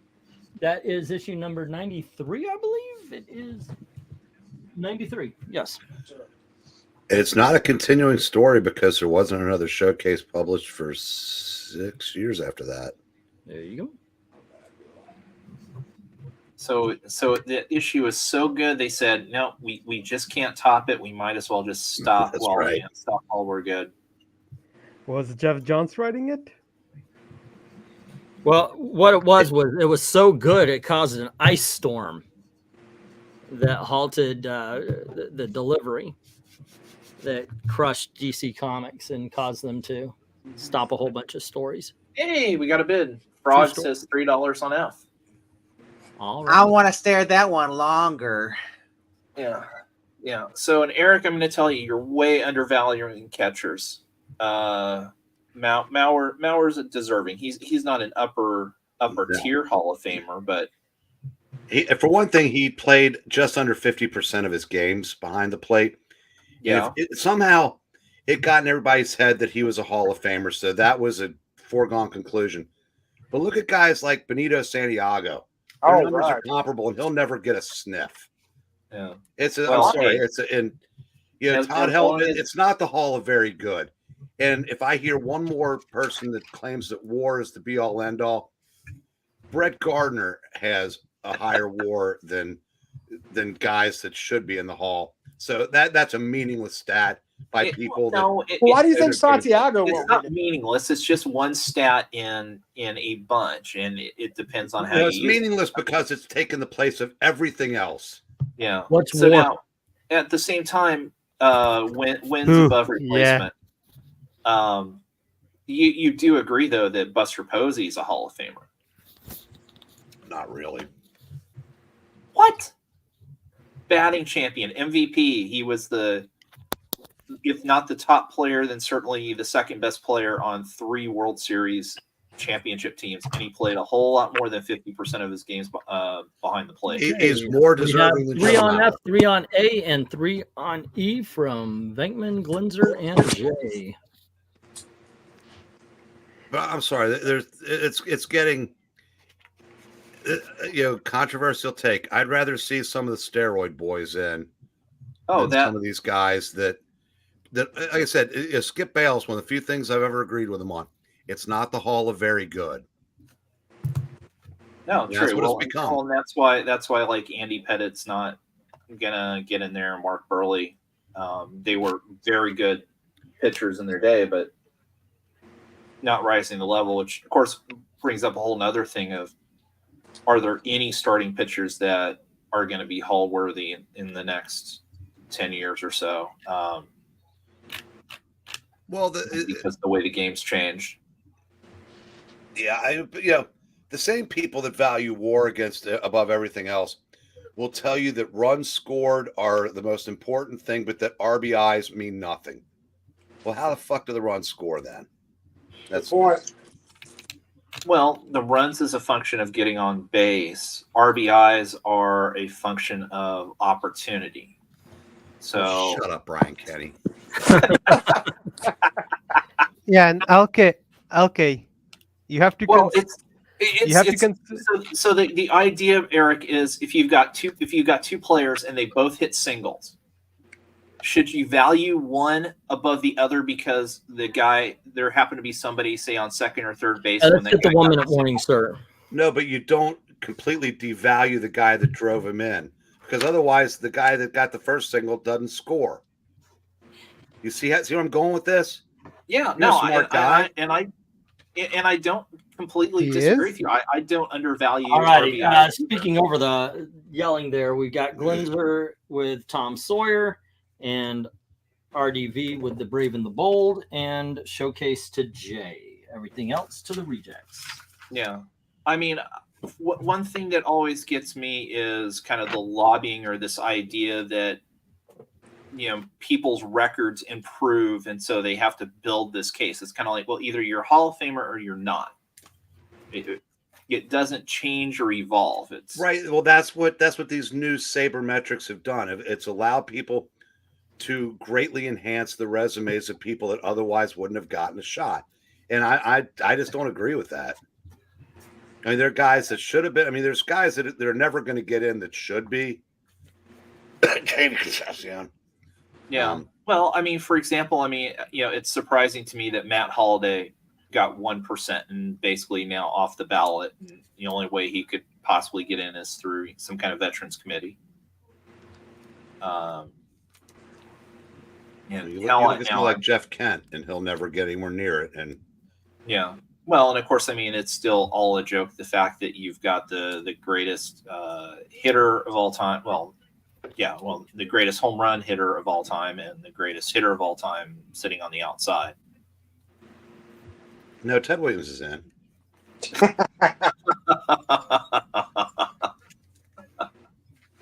I see what you did there. Those talk off. Shoeless Hello, Joe. Professor. Hello.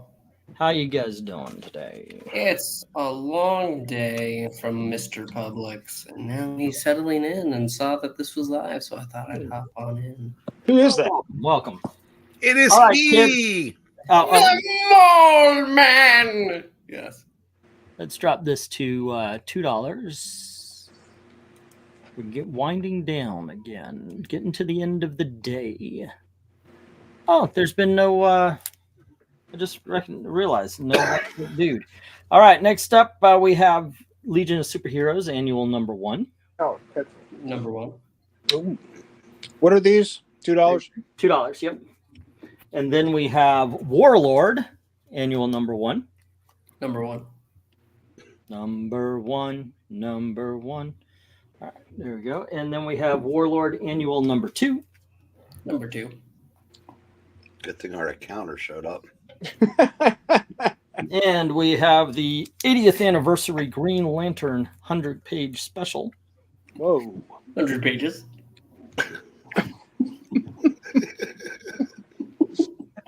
There you go. Next up, we have Wolverine issue #100. Number 100. Okay, now you just need to give me a deep laugh and go, yes. There you go. 100. No, Yep, he we didn't. have Oh, God, Superman no, 30th. not the freaking count. Jesus. That's what I thought forget you were how asking, bad you too. are. Ed McMahon, dude. Yes. Ed McMahon. Oh. America's sidekick. Next up, we have the Death of Superman 30th anniversary, the Doomsday variant. I'll And pay then $10 for that sucker. Then we have True Believers, Fantastic Four, The Coming of Galactus. Ew. I was wondering who was going to make the joke. Come on And now. then we have Phoenix Bizarre Adventures. Number one. And we have Excellent the Cyclops Marvel Girl. I don't know what that reprints. But, 46, I think. and we have Beavis and Butthead issue number 1. There you go. Bidding begins at $2 each as soon as Jay says go. Holy crap! There's a pixel in here. What the hell? You just noticed You that? just noticed? I just got back. Welcome back. Cotter. Lots changed since you've been gone. Wow. Obviously, Pixel got fired from Publix. That's why he has some free time. No, I just got off like. They're allowing him to sleep. 25 minutes ago, so I walked home. There's no Shang-Chi books tonight. That's fine. I don't have the money. Don't have the money. In a new apartment. Poor. Do you actually have furniture yet? Oh, I have an air mattress. Fancy living here. You're in Florida. That's really all you need. That's right. What? Wasn't that the lifestyle of those guys in the Miami Connection? That movie. What? The one with the one you and Rob like. That took place With YK Kim? Yeah. I don't remember the ending of that movie. No. Weren't they all just kind of like they're just a bunch of bachelor guys? Yeah. And they really had no furniture. Yeah, there was actually that whole scene with them on the beach. Hey, you want some fries with that shit? They actually literally had that. What number is that, A? That's number 7? A? Yeah, the Legion annual. That's annual number 1. Oh, wait, hold on. Okay. Yeah. Pixel, just get yourself a bed. So Jim says $2 on A. That's me. Oh, no, Jim did get it for me. Okay. Yeah. Sorry, So it'd be $2.50. all you need is just a mattress, a regular mattress, and then go to Walmart, get those little drawers, 3 little plastic bins drawers, and put your clothes in there.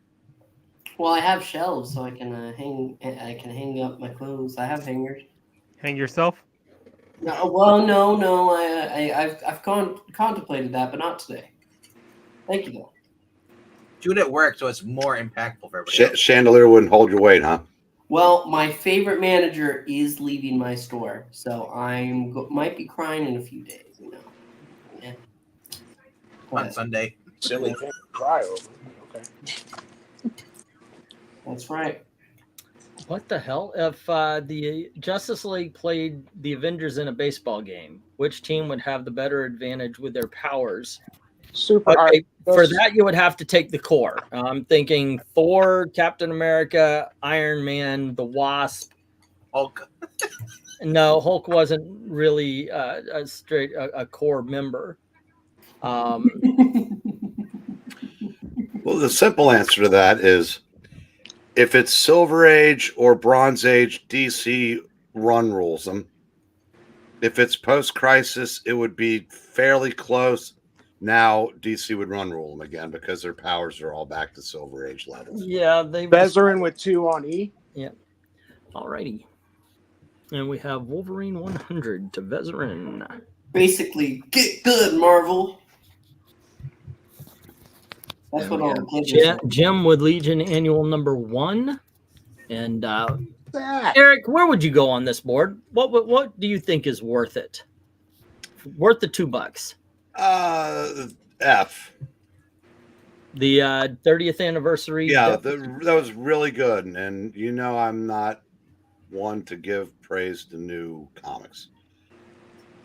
And you know, A, B, and C also. D, you know, I said they ruined a perfectly good anniversary by letting Vito write a story. Right. Or whoever it was that no, I'm sorry, that one was Cena Grace. Hey, the Simon Bass story. He ruined that one. I did not, Zach. The What If did not sell.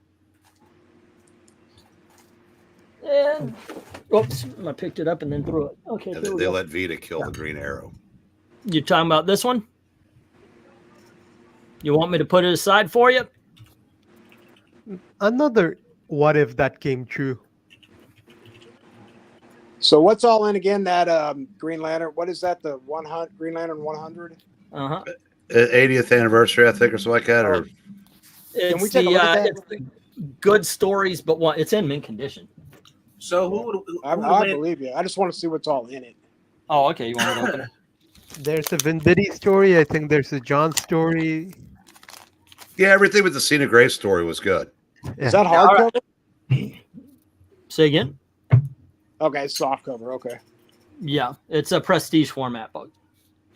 That was What we got here is Alan Scott in Dark Things Cannot Stand the Light by James Tinian, Hal Jordan in Last Will by Jeff Johns, Sinestro, The Meaning of Fear by Cullen Bunn, Green Lantern and Green Arrow in Time Alone by Denny O'Neil, Kyle Rayner in Legacy by Ron Mars, Guy Gardner in Kilowog in Heart of the Core by Peter J. Tomasi, John Stewart in Reverse the Polarity by Charlotte Fullerton, Hal Jordan, John Stewart, and Guy Gardner, and Kyle Rayner in Just Four by Robert Venditti. Then we have, the last two you don't really need to know about. Jessica Cruz in Voice by Mariko Tamaki, and Simon Baz in Homegrown Hero by Sina Grace. No, I need to know what Jessica was eating in that story. Oh, okay, let me look. wow. Jessica starts off in The Voice. She's standing in the kitchen, but she's not eating anything yet. She picks up a knife. Apple. She's eating an apple. There you have it. There you go. Zach likes apples, right? How do you like them apples? Eat hot death, VENKMAN. No. Do we have? Is there another after this? Zach, Pixel? you exist? I forgot about you. I thought you were a figment of my imagination. We haven't been on a stream. There's 6 of us that wish you both were. Shut up. Hey, E, are you gonna? Is this the last lot, or is there gonna be one after this? There are 2 were scheduled after this one. Cool. Good deal.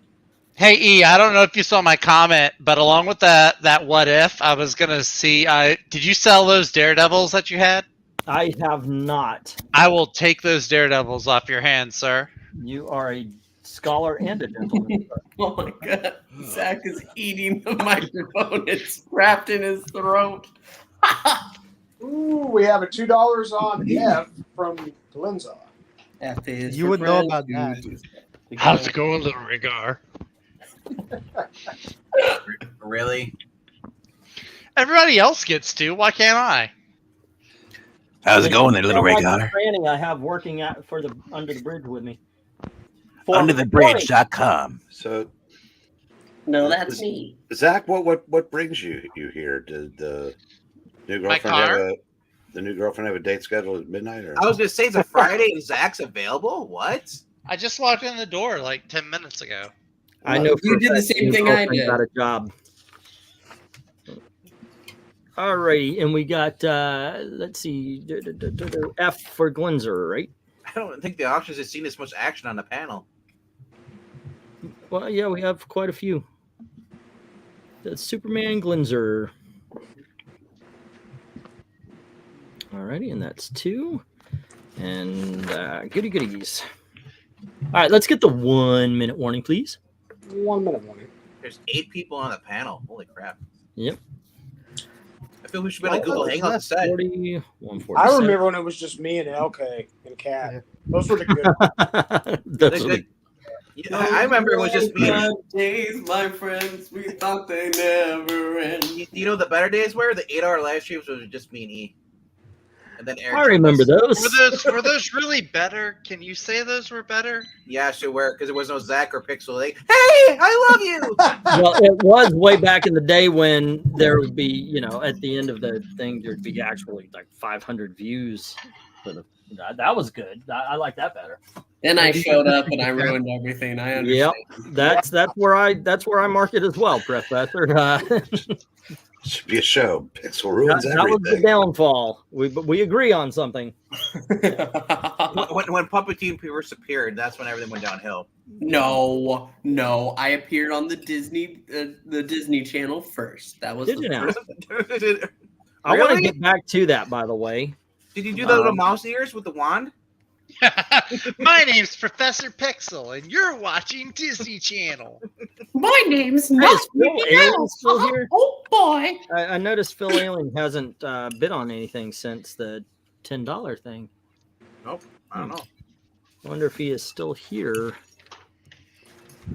This is the song that never ends. It goes on, my friend. Some people started singing, not knowing what it was, and now we'll keep on singing on forever just because. This is a song that never ends. Oh boy. Oh, I'm sorry. Wait, there's more though. We are the CIT, so pity us. The kids are brats. The food is hideous. I bet there's a lot of people missing sports talk about now. Oh yeah. We are the North Star V. Bring the So what Astrid now, does war yes. stand for, Breen? What does war stand for? Seriously, I don't. That's one. That was the question that was on the table that had never been asked. Yeah, it was. It got answered. Okay, answer. Wins above replacement. Oh, okay. What is it? I'm sorry. Wins above replacement, but my question is above replacing who? Well, that's the it's nebulous the definition of a replacement level player. So basically, somebody who provides, no value. Oh boy, that's awesome, Boyd. I've never seen that one. I actually own a lamb chop. That is good. I remember lamb chop. Lamb chop. Are we ready for the stop? Yeah, let's get the stop. Let's get the stop. And alrighty, Someone give me a Legion, thumbs up annual when I say number yes. 1 to Jim, or 2. There's no love for the warlords. That must change sometimes, guys. All right. Then we have no love for the Green Lantern. That's wins above replacement, Lord. Wolverine to Vezerin at $2. Death of Superman to Glinzer at $2. No love for the True Believers, or actually the Beavis and Butthead either. It was appropriate. Green. What? I love you. What is you love me? We're as happy as can be with a great big hug. Okay, Kaz, as soon as Barney takes a breath. Guys, I'll be right back. If somebody else has to do the go, be ready, okay? Alrighty, and let me get these up. We are going to dollar books again. Someone else has to do the go because Jay has to do the go. When we verbally say go, you go. Green? Yes, sir. What is wins above replacement good for? Absolutely nothing. Say it again. Sing it again, y'all. Okay, kids, next up we have the Todd McFarlane Spider-Man issue number 2. Yes. Wow. And we have the Todd McFarlane Spider-Man issue number 3. Yes. That no good. I'm back. And then rounding the corner, we have issue number 4. Yes. This is far too much Spider-Man. And we have issue number 5. Number 5. And we have issue number 14. Oh dear God, it's 14. What a leap. We have number 15. Not number 15. Yes, number 15. And then we have number 16. 16 Spider-Mans. The whole boys need Spider-Man. Then we have 27. Oh God, it's 27. We're going to continue to torture you with 28. Oh, not 28. And now, finally, number 29 with the Mad Dog. Oh, 29. I think you're gonna show you're like it's just Hawkeye. Bidding begins. It's that hubcap stealing, Cake eating, skyscraper defacing. What happened? wall crawling. Variant J came on. Oh. Thank you for the go, Maranya. I feel like I'm here. Pixel would be good at doing the WWE announcer. I don't know. Is he handsome? Would you want to do the WWE announcer there? Let's get ready to rumble. I mean, as far as I know, Pixel has a girlfriend, but you give a guy enough money, I found out he'll do anything. So you mean Michael Buffer? No. His name's Buffer. Send him under the bridge. I might have work for him. Versus Bruce Buffer, where it's toe time. It's Turbo Man. And speaking of Showtime, Zach, $1 each. I'm sorry, did nobody recognize the song I was singing? I think we're too busy trying not to hear it. We literally nobody. No. Okay, at least it's not singing the Barney song. I was thinking it's Turbo I heard the Barney song. I loved in the old God. There was an old Flash game where you could beat the hell out of Barney, and it was great. No. It was, we are the CIT, so pity us. The kids are brats, the food is hideous. You know this one, LK. No, I don't. Nobody. Wow. No, sorry. No, You nobody like to is. smoke and drink and full of. You know this song, right, Gail? Rhaegar, Okay, ask a fair stop talking question. about their hands. Nobody, We like to nobody is smoke joining and us. drink and fool around. We are the North Star CITs. Does your Jim, girlfriend for like the dummies, win. Pixel? MK, that's rude. That is rude. I'm What? just reading off MK's question. Oh, Pixel has a GF. Nice job doing this. She have the puppets or dummies. Well, she's into this dummy, but no, she's not a big fan of puppets. Yeah, that I- Alex Jones game I've only was seen awesome. screenshots, MK.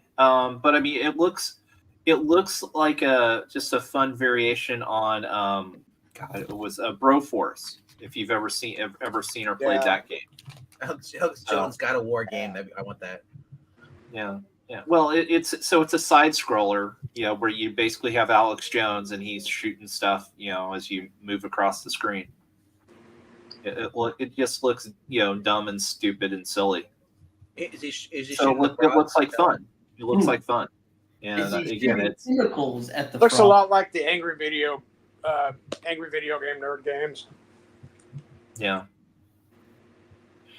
Yeah, but there was a Barney. I think it was a Flash game, but basically there was a picture of Barney, and then you could click on different weapons and implements, and then click on it. And so it was like if you clicked a sword, it would slash him, and slash him again, and you'd see blood. And be like, They had one of those for Joxer from Xena too. Did you ever see that one? See, I want the big game hunter version with Sarah Palin. Just bully everything away with her gun.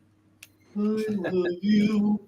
By the way, I did try out for Barney. Oh, what are you doing? Did y'all ever play Booty Call? That game was it was like Leisure Suit Larry on steroids. It was so much fun and funny as hell. Nobody plays Booty Call? I'm sorry, got something stuck in my throat. Or Semen. What? What? Alrighty. So let's get the 1 minute warning. I think Zach's the only one on the board for it. Thank you very much, Zach. Alrighty. Heck yeah! Now I got a bunch of books to go with my number one. With your Spider-Man. Yes. Actually, just get the stop. We'll move on. I think the next. I thought I had Phil, 20. sorry, there's already what? Phil, there's already a starting bid. So Yeah, if it you're would be interested- a $1.50 or higher because we already have $1 on, each on the board. See if he.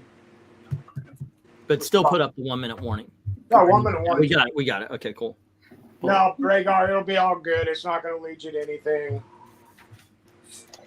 There is nudity in those Flash games, though. Those Booty Call games. $2 each from Phil. Whoa, Phil coming in. Yep. Zach. Zach, what's your response, Zach? I've never had good luck with guys named Phil. What are you doing, Zach? What are you? Are you giving up? There's nothing wrong with Phil. He's Two just ahead of things him. I don't like in the world: people intolerant of other people's cultures, and Phils. People named Phil. I can identify with that a little bit. $3 on A and B from Zachary. Alrighty. Zach wasn't a fan of Phil Cummings. Oh yeah, we're gonna bring him up, huh? So $3 on A and B from Zach. Without warning. The only Phil that slips under my radar is Regis Philbin. Not a certain Mr. McCracken. Zach, on A and B. It's gonna take him a while there, guys. Yeah, that's good. Yeah, how dated is that reference? Are you going to answer Eric's question? Are you indeed cock? Wait, what?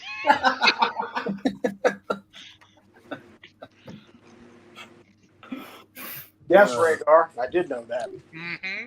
Yeah, Rhaegar, Uncle Phil is great, but Zach has a bias. Uncle Phil is great, but he's also a fictional character. That's why I did not include him. I don't know. My favorite Yeah, Phil's from it's a Modern fiction. Family. That's the Why? reason. Because he's fictional. All right. I love Uncle Phil. I was watching some Fresh Prince earlier this week, actually. Uncle Phil was the best shredder. Was that court ordered? Okay, so Phil comes in with $2. Bill comes in with $2 on C3. Oh, sorry. And Zach says 3 on A and B. Phil, you already had $2 on those, so you're okay. You're good, Phil. Yep. Yeah. No, it's just if you're We're sorry that interested Zach doesn't you're- like you, but you're okay. Yeah, the way I have it right now is A and B is with Zach at $3, and the rest are with Phil at 2. Don't worry about Zach not liking you too much, Phil. He's racist. You know, there's a joke. He's new. Let's. Yeah, Okay, Phil's new. There's a joke. Okay, I don't. Zach's a good guy. We joke around with him. Let's I not don't know actually where- give him a real reputation, please. I don't know. Zach where is this the most joke originated. anti-racial person I know. So. Yeah. I wish. What happened, for those of you who don't know the Zach joke, is that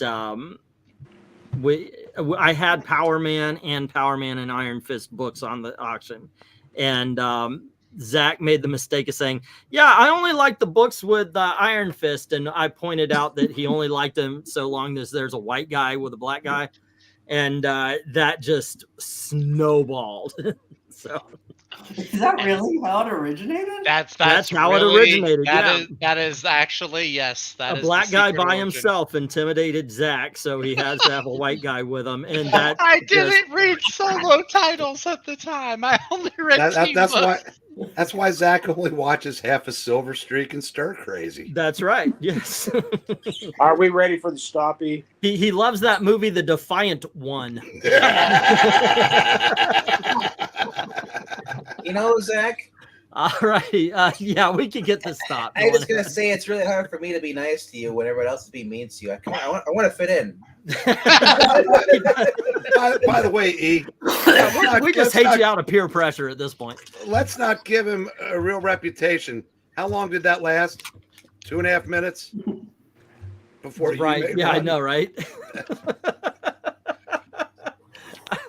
Well, I've got a reputation of what is it? What's it called when you say minutes? something and then you do something else? Fornicating donkeys. Oh no! I'm proud of that. I don't. Hypocritical. Yes, that's what I was talking about. No, the fucking the donkeys thing. I'm good with that. Yeah. He's good with fucking donkeys. I told Gail, fuck Indiana. Let's move to Tijuana where it's legal. Oh. All right, so. All right, let me get. I this am the down. donkey. We've I am the got, donkey show. We've got A and B going to Zach at 3, and the rest going to Phil at 2. If he's still here after that whole tirade we just went over. Okay. Get these into the good box, and then I thought we had 2 more, but nope, we only have 1 more. And this is from Marvel Comics. We have Elf Quest issue number 2. Elf Quest issue number 2. And we have issue number 3. Number 3. And we have number 4. There's number 4. Number 4. You won't believe this, but we also have number 5. Not number 5. There you go. So we have 2, 3, 4, and 5. But you know what? Screw 6. We're going to go straight to 7. Number 7. There you go. And You don't then number 9. I like number 9. And we have number 10. Number 10. And 11. Number 11. And 12. Well, And I needed to fill this last spot out. I wanted something that was kind of like Elf Quest. So we have V, issue number 1. Oh, yeah. Bidding begins at $1 each. Almost indistinguishable. I know, right? I bought the mini series. I saw it was like $5 on Prime. I was like, yeah, I'm gonna watch this. Renting it was $3, buying it was $5. So okay, But there you go. Bidding begins at $1 each as soon as Jay says go. God dang it. And these are awesome. I would definitely. You guys should pick this up. I mean, come on, it's V, right? V. Yeah. Yes. There's a lot of elves in V. Not a lot of people know that because they're hidden behind the main I've characters. never had any elves inside me. Okay. What about Nothing lizard safe people? elf like- Why else do you think Dolphin loves it so much? Wait, did you say why do you think dolphins love themselves? I was gonna say dolphins. I hear dolphin. I hear Dalton. Dalton Dolphins. loves it so much. Dalton. Okay. There you go. That makes more sense. Dolphins love it so Why much. do you think dolphins love it so much, man? Why? Dolphins love this. Dolphins love this TV show. It's so Man. fucking badass. This book makes the dolphins cry.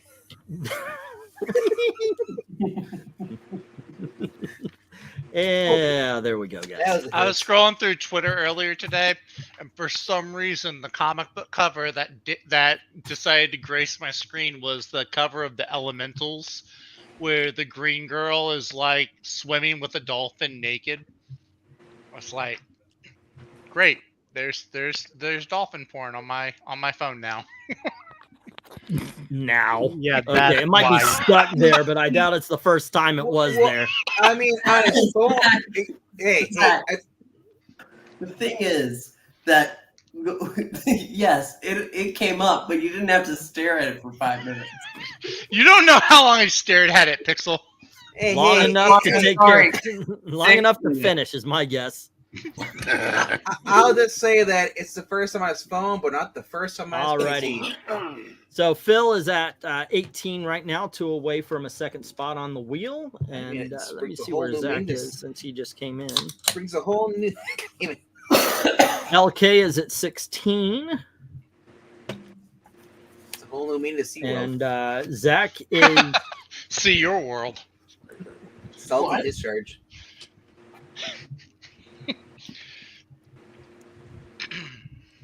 Zach is at 25. If you guys like dolphins, buy A through J. KRENIZ is at 93. Vezerin is let's see. Did you hear him, Zach? He told you should buy A through J.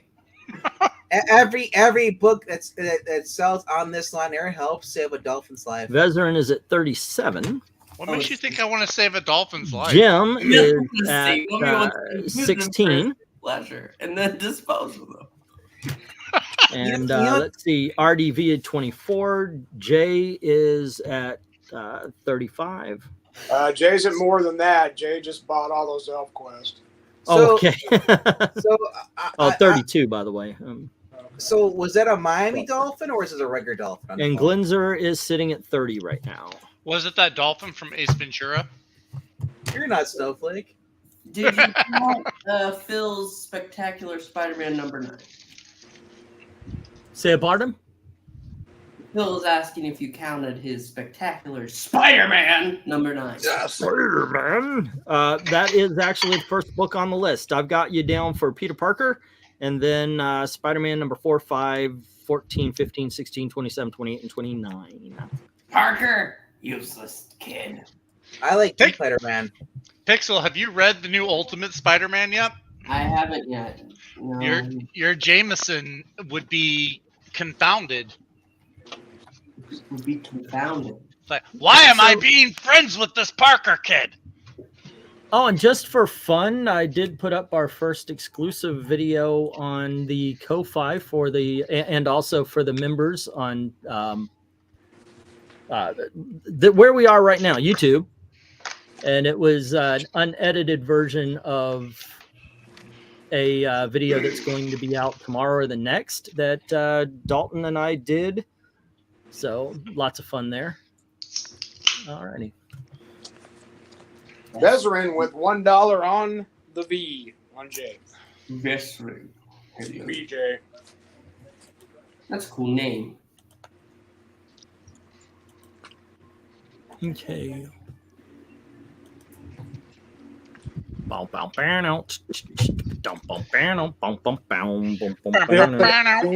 now. Do That's do what do he's asking. do.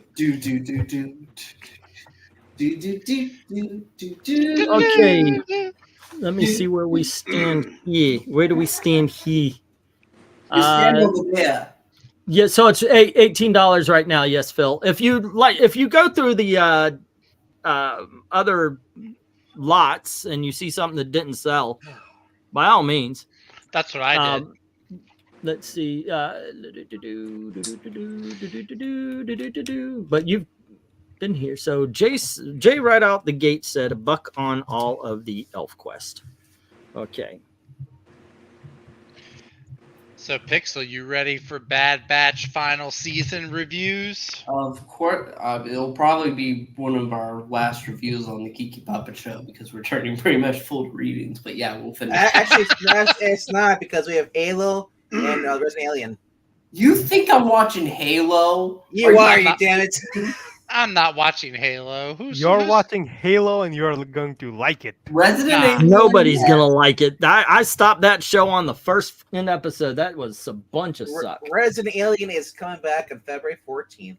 We have Bad Batch is coming back in. What is it? April, March or April? I think so. It's the final season, and Bad Batch is a very good show. It's phenomenal. Actually, I love season 1. Izzy wants to watch Clone Wars because she's never seen the Clone Wars. Oh, Don't do that to her. We're about to start watching it. LK, be quiet. We're having fun over here. Don't do that to her. Go sit in a corner with your spilt milk. Good Lord, don't Go do get your that shoe to shine her. box. That poor girl does not deserve that. Get your juice cup. Give me a juice cup. I'm just gonna tell you right now that I'd rather read the Clone Saga again than watch Clone Wars. Clone Wars was fantastic. It's really good. Both iterations. Seriously, yeah, you lost okay? me there. Alrighty, let's see where we I bet stand you here were now. I got super my excited when they announced the Mandalorian and Grogu movie. No, not really. Kind of over Mandalorian. I didn't know they announced that, and no, I'm not. I like that they're gonna combine it, called the Grugalorian. How long did it take you to think of that? Not long enough. You're like you're sitting there. Grugalorian, I got it. I just gotta wait to get it into conversation. It took me 4 hours. I'm throwing down the stop.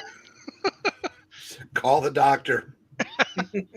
You're way ahead of me on this one, Jay. But I appreciate it. Let's see, $1 on ElfQuest. Then it was no challenge. Nope. Oh, $1 on the V from Vezerin. I'm going to. Alrighty. I'm going to disagree. I think that Mando can work as. And we got the stop. Alrighty. So this is how I see it. Jay has all the ElfQuest. Vezerin has the V. Excuse me? Yeah, nobody has me. I am. I was saying, I believe Mando can work as a movie as long as it's only on Disney Plus because that's the only place it's ever been. Like this last season, if it was cut into a movie, it probably could have worked. Oh no, it was announced as a theatrical movie that supposedly Jon Favreau was going to direct. Okay. Basically, Disney rushed this out after the whole Rey movie thing just, collapsed. Fell like a lead balloon. Okay. Now remember, we have to have 10 people on the wheel to give away 2 books. Let me write these last bids down. It's Jay and Vezerin. All right. What? So who is left here? Jim Sorensen and then Vezerin. All right. I won't win. Yeah. So in Rhaegar, if you're interested, I would say watch the first season and then just season 2 was good. Watch the first season. No, season 2 Game of of The Thrones, Mandalorian the was first good. 4 seasons of Game of Thrones. Oh, you're talking Well, about Game of Thrones or The Mandalorian? No, Mandalorian. First you 2 got season seasons 2. of Mandalorian. Season 2 was fantastic. Yeah, I like season 2. Yeah, season 2 was fine. Season one was good, and that's Season all you 2 really was need. spectacular.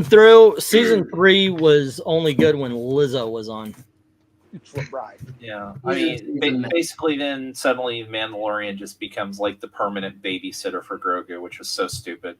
I mean, it should have been the equivalent of a bounty hunter movie or bounty hunter show, where almost Alrighty, let's get that every episode spinning he's wheel got a different contract. turning around.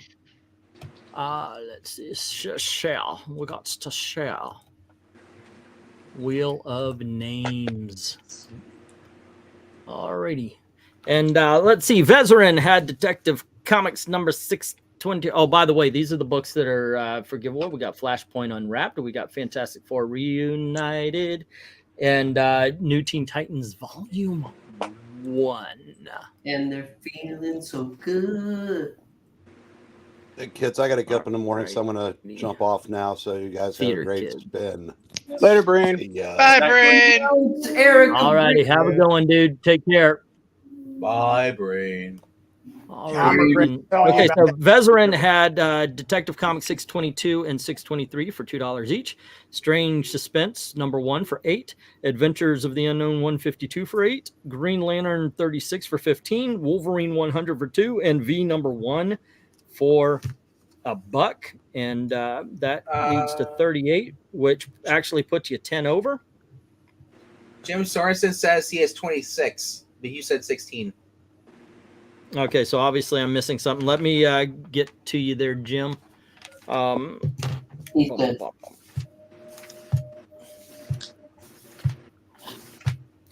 Okay, so I've got Detective Comics number 616, 618, 637, 684, 721 for $1 each. Batgirl Toys R Us thingy jigger and Batman Toyman both for $1 each. Batman Arsenal for $2. And Superboy 160 for $5. Legion Annual number 1. And that's what I've got. So obviously I'm missing a big dog of some sorts. So let me know what it is there, sir. Alrighty, and let's see. RDV had Hawkman number 2 for 21, Brave and the Bold for 3, which is 24, and I'll throw that into the box. Okay, yeah, I've got to start sending you your books. I feel like I'm robbing you. It's been a while. Okay, I feel Jay. like I'm robbing you by not paying for my books. No, yeah, that's true. I wonder, like, okay, and please don't try this with me, but if you didn't pay me for a long time and then you go, hey, where's my books? I might actually go, oh, I'm sorry. Let me get them to you. You know So that's how you do it. I'll remember. You know how my freaking memory is. I know it is a little bit. Thankfully, I do actually check every thing that comes in, every payment that comes in. I check for send it or hold, or I check the numbers. So if you're like, let's see, 32. So my total is 23. He said. Jim's saying you're From last missing week. the Defenders. No. From just now, 24 this week. Okay, so 23 I think was last week. No, it was 24, so it's 48. 24. Okay. Do you see Jim's? He said you're missing. What is it? You're missing the Defenders, and 2 of the detectives were actually won by Vezerin. 2 Which of the one, Jim? Oh, he caught it too. He caught it. Never mind. You caught it, E. That's what Bezerin's saying. He caught the 2 I won. Yeah, I caught. Well, hold on. Let me make sure that I didn't double up. Okay, 627, 623. Yeah, I don't have them on yours, Jim. So it's great to double up, just in case she might have something. Okay, so I'm missing the Defenders, which was 12. Alrighty, and that is 28. Plus, let's see, 1, 2, 3, 4, 5. Okay, that'll be 28 there, Jim. All right. I'll spare the shipping because I owe you. I definitely owe you. Thank you very much, by the way. Jay had Superman Doomsday number 2. And that is $2. DC Presents 22 for $2. Action Comics 514, 515, 517, 539 for 3 each. Batman Black and White for $3. Batman 400 for 10. Showcase 93 for 3. And then ElfQuest 2, 3, 4, 5, 7, 9, 10, 11, and 12 for 40 for $1 each, which leads you to 41. And let's see, 1, 2, 3, 4, 5, 6, 7, 8, 19, 11, 12. Let's go 9 and make it an even 50. Thank you, sir. All righty, there we That go. gets me on there 5 times. That'll work. No, that gets you on 4 times. Oh, that's after the shipping. Okay, We don't count shipping for the spinning wheel. Yeah, we do now. we do. Oh wait, yeah, I got to be adding everybody to the wheel here. So we have Jim at 28. All righty, so we got Jim Sorensen. All righty. And then we have Vezerin, who had 38. So we have Vez, and Vez. All righty. Next up, we had RDV, who had 24. So RDV. Just I think like I think KRENIZ is the big guy this time around, and Jay had 4.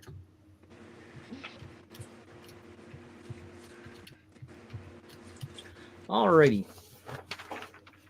Glenzer had 7 blocks by Chuck Dixon for 2. Then I got SO7 for number 4. SO7 number 4. The f is that? Because it's also there you go. I said I didn't write the S all the way. It's Son of Satan 4, 7, and 8 for $2 each. Uncle Scrooge number 17 and 30 for $3. Well, $5 each. And then we had Conan 1 through 4 and Conan 1 through 3 for 4 and 3. Tom Sawyer for 3. Death of Superman 30th anniversary for 2, and that is $30. And you want me to? Oh wait, I already sent you a box, didn't I? So that would be all new, all Glenzer. So that would be 9. All new, all Glenzer. Alrighty, so it's 39. Unless you want me to hold it. However, in a couple of weeks, I will be asking, when we move, the week we move, we'll definitely be asking everybody to pick up the book. Now, Phil at Peter Park Spectacular Spider-Man number 9 for 10. Spider-Man number 4, 5, 14, 15, 16, 27, 28, and 29 for $1 each, which is 18. We could ship that along padded envelope. I didn't do the shipping thing today. That would be 27. I ship everything priority just to automatic priority just to cut down on, how much does it weigh and all that kind of stuff. LK had Howard the Duck number 1 for 10 and the Alias novels for 6. That's 16. And that you can go 9 unless you want me to hold it, in which case just pay for the books and we're good. If you guys also, if you want to just hold, I'm doing it again where I forget to put the freaking names down. Phil and Glenzer. Jay was the last one, so all righty. So we got Phil on the board once, and that is Phil Alien, so PA. All righty. And then we have Glenzer down 3 times. 1, 2, and Glenzer 3. LK was down once. And Zach had Daredevil 140, 147, 148, and 152 for 5 each. What If number 30 for $1. And Spider-Man 2 and 3 for $2 each. That is 25.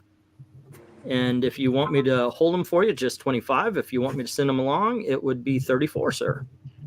Sweet. And you are on the board twice.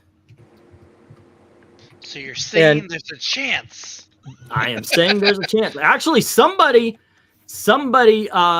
did win with like 1 or 2 things over someone who was on there with like 10. So you never know. You never know. Also, you're automatically on the wheel if you are a member here on YouTube or on Ko-Fi.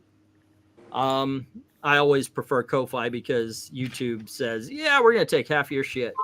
It's like the government.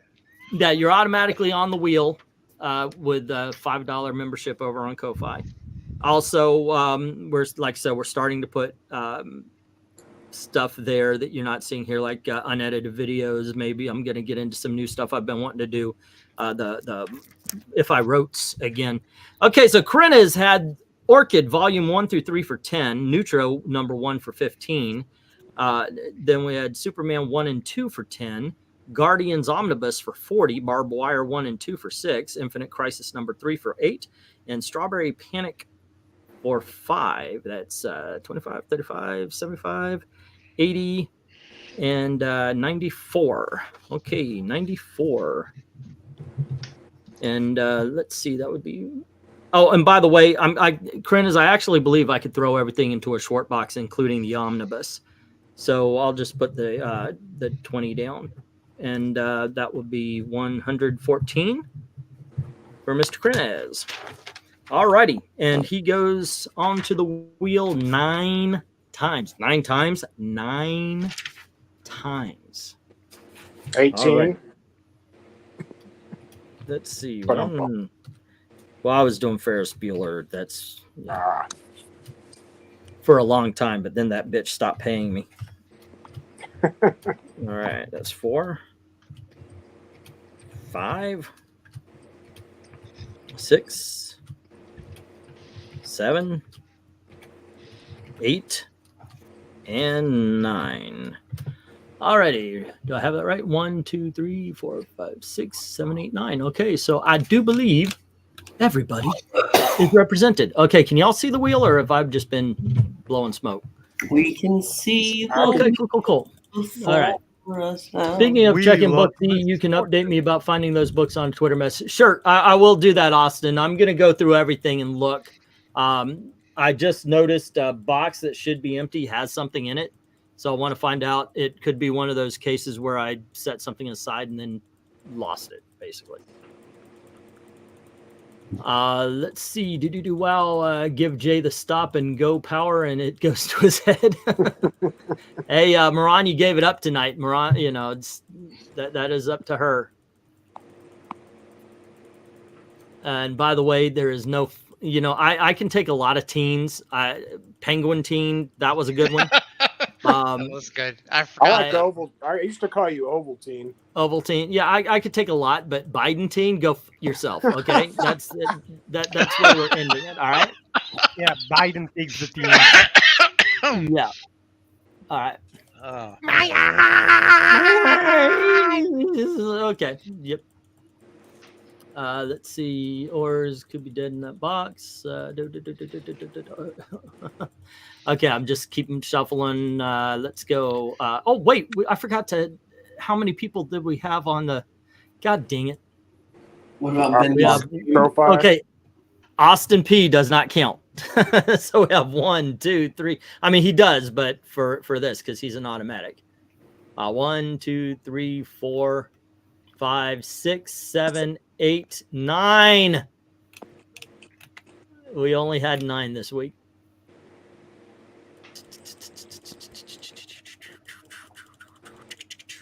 Y'all hear about the Builder movie coming out?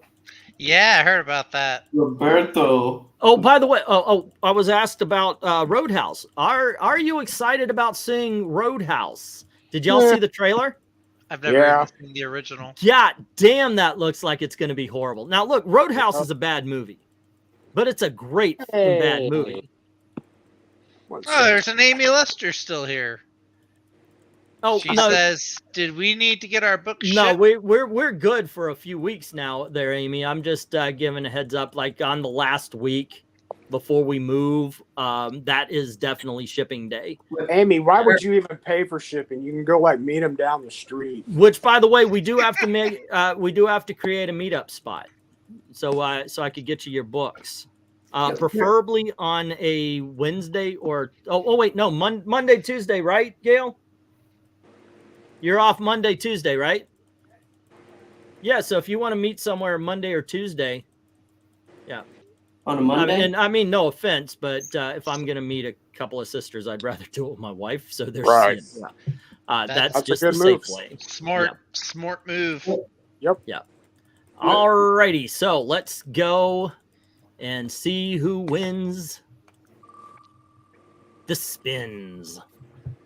All righty. Click, Not click, Venkman. click, click. Oh KRENIZ, my KRENIZ. God. Is the new guy gonna get it? Yep, he got it. Oh, Phil, that's congratulations, the second Phil. time. Obviously, Phil, you can choose one of the books. Is it going to be the Flash Unwrapped, the Fantastic Four, or the or the Teen Titans? It will be sent on payment, obviously. But there you go. All righty. The Flash Unwrapped is how we ended up with Judy Garrick. Oh, hey. All right. We like Judy. Thank you. Which one are you going to get, Phil? So which one do you prefer? Flash. Flash He Unwrapped. says All he's right. going for the All right, good call. Flash. There we go.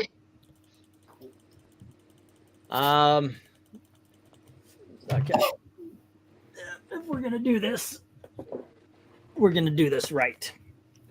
Okay, I'm removing that one because. Better than doing There it you go. left. But here's. All righty, Phil. I'll put you down for Flash Unwrapped. And you know what? I'm a nice guy. I'm a nice guy. So let's shuffle this puppy up again and pick another winner. I mean, Austin does pay $5 a month for this, so it should count all the time, right? As a person on the board. He's the freebie. But hey, we could use more freebies, so go on over to Ko-Fi, join up. And also commission a video. Say, hey, you know, all these comic book origins you're doing or anything like that, do it on this guy. Alrighty. But yeah, congratulations. That is the second time the new guy won, right? Maybe. Was it? I think so. Yeah, wasn't there somebody else who was Yeah. like their first time on I an think that auction was won? 2 weeks ago, wasn't it? Yeah. Feels like Was it 2 Amy? weeks ago. Was it Amy? Amy, was Was it it you? Alrighty, and next up we have for the Fantastic Four book, because I took the Teen Titans off the table if I'm going to do this. So. Dang. Alrighty, so here we go. No! Jim in his 1,050th win, only Oh, beaten by God. Hezron with his 1,051st. Darn you, Jim! Told you There it you was go, whoever's Jim. next to I'm RDB. happy for you, Jim, personally. Screw Yeah, Zach. there you I'm go. happy You for have you have a Hezron's like, that was mine. I gave it to you. Darn you, Jim. It was close. There you go. It You was have so a Fantastic close. Four book coming to you as well. Alrighty. The That will is doesn't kinda like funny. me either, Amy. All right, let me. I wish it was. No one likes you. No, no. Actually, I think the only one that's taken it personally is Venkman. No, I take it personally now. It's freaking AI wheels. You don't It's all know. artificial electronics, artificial intelligence. Well, you'll win this time, right?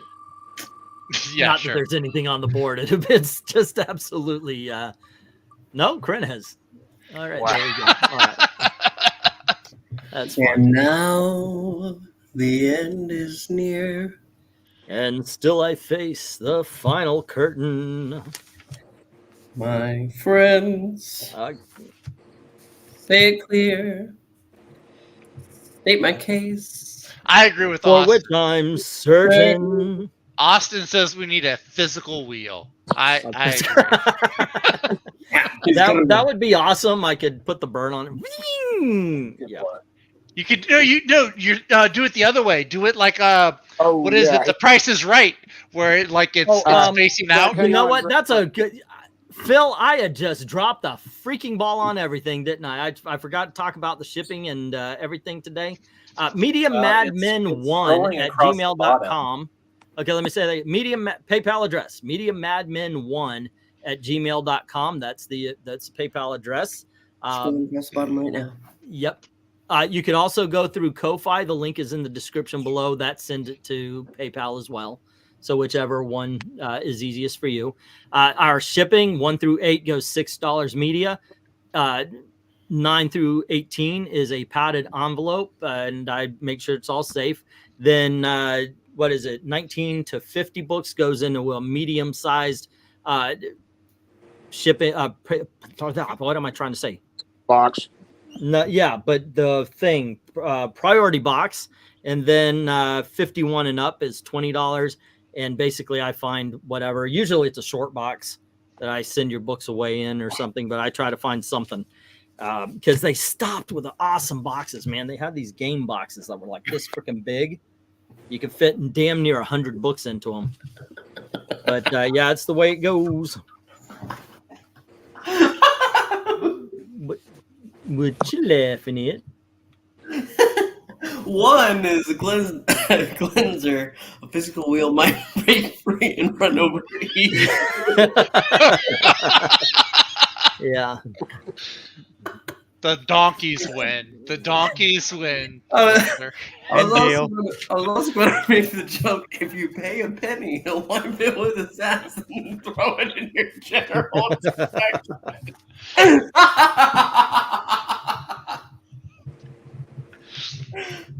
Reunited, and it feels so good. Who is recipient's name? Me, Aaron is the actual name, or it's under Englentine, but yeah.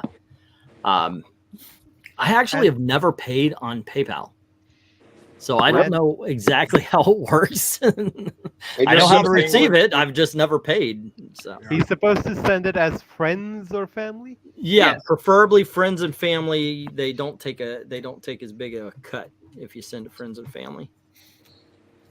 So there you go. Where are you moving to, Englentine? Indiana. Okay, so we need to figure out a day to meet up. Exactly. Before we go, I've been given permission to go to BOMA. Okay. So absolutely. And by that, I mean, that's a restaurant Gail doesn't like. She doesn't think that she's going to like anything because she's just not a big on spicy foods. And so she said, yeah, go without me. Because otherwise I like to go to Disney restaurants with Gail. I'm trying to think about my next payday because money's obviously a little tight. I don't know. Dude, I bought a collection before the freaking auction. I've been panicking all freaking day to see if I can make me that plus extra money to feed and gas and the whole 9 yard. Not to mention the fact that Thursday is MegaCon. Yeah, I'm going to MegaCon too. Y'all going to MegaCon? Yep. Nice. I'm probably only going to go unless next Friday is successful. Hopefully, I'll be able to get the books. If we got the money tonight, I'm going to try to buy them tonight. So maybe they could get them to me before Friday, and I'll put out a collection. Let me read off what I've got in this collection. The big dog books we have from 1941, Ace Comics, and this is a comic book series from the Golden Age. Obviously, all of them had short stories and everything. This one has like the Katzenjammer Kids as well as stuff like the Phantom and so forth and so on. So I wanted to get it. I saw it was Golden Age. It's 1941. But yeah, I'm going to try. I got it at a price that is not going to break the bank. Captain America Annual number 5, Dell Giant number 35 from 1960. It's a Huey, Dewey, and Louie back to school. King Comics number 97 featuring Popeye. And then Sparkler Comics 49 featuring the Katzenjammer Kids. And then we have a collection that I picked up because, gosh darn it, I need a collection. It's got some 1980s Detective Comics. What else am I looking at here? Night Mask, some Teen Titans, both new Teen Titans and Teen Titans Spotlight, some Ren and Stimpy. We got some Flash, some Golden Age, not some Golden Age. I'm looking at Green Lantern. I said Golden Age. We've got Justice League from the early 1980s, Battlestar Galactica, Zen the Galactic Ninja, Vampirella from Harris, a couple of Wizard halves like Lady Rawhide. Looks like Lady Rawhide versus Phantom Girl. Then we got some Generation X, some Tomb Raider, some Witchblade, some King Spawn coming in this collection that we've got, some Bloodshot. So really? You're not lactose intolerant because that sounds like some cheesecake. Yeah, it looks like 0, 1, and 2 there, bub. Really? Pokemon comics. Austin Powers. I didn't even know he had one. There's an Austin Powers through Wizard. Groovy, baby. Sergeant Rock, Starbrand, New Mutants. Yeah, a whole bunch of Wizard halves, it looks like. And Maestro and Spawn. So yeah, those are some of the titles. Obviously, when they come in, I'll do an unboxing unless they come in on Friday and I don't have time. But yeah, dude, if they had a Mario comic in it, I probably wouldn't have been able to afford it. Definitely that. Yeah, that one where he's flying is the first appearance of Mario in comics. Holy shit! That's like that goes for like 70 or higher from what I've seen. So. All righty, Phil, you have a good night. Thanks for stopping in. Hope you enjoyed. And every Friday night, 8 p.m. Eastern, we're going to do this until we get a second car, basically. New trailer to check out. Monkey. Oh, by the way, Monkey Man looks fun. I did see that. That looks fun. Talking about the Roadhouse. Dalton doesn't strike first. The whole point, he says, be nice until it's time to not be nice. But in the movie, it's like, okay, he's hitting people first all the time. Well, wait, no. That's not Dalton. Who are you playing here, dude? Dalton the Authenticator? That's what I was thinking. That's what I thought. Have y'all never seen Roadhouse? Yes, of course. Never saw. Never saw. Really? Dude, your man card is not revoked. It is suspended. It's No, you can okay. have it. It's been revoked like 3 times this week. It's okay. Yeah. Well, and the whole thing is, and one of just the dumb things, and it was great that somebody pointed out, is go look at this beachfront resort place, and they're calling it a Roadhouse, which is absolutely freaking ridiculous. Yeah, Down the Florida Roadhouse. Keys. Yeah. I mean, the whole thing about it is, Ryan Gosling, he'll be fun. Conor McGregor looks like he's chewing scenery, which will be good, but the rest of it looks like absolute trash. Yeah, it's not Ryan Gosling. That's Jake. It's Jake Gyllenhaal. Gyllenhaal, yeah. I'm in Florida. I've been to the Keys a couple of times. There is no Roadhouse in the fucking Keys. I'm sorry. It is they have signs back to back that say welcome to, and you're falling into the water. There's not enough fucking room to have a Roadhouse bar in.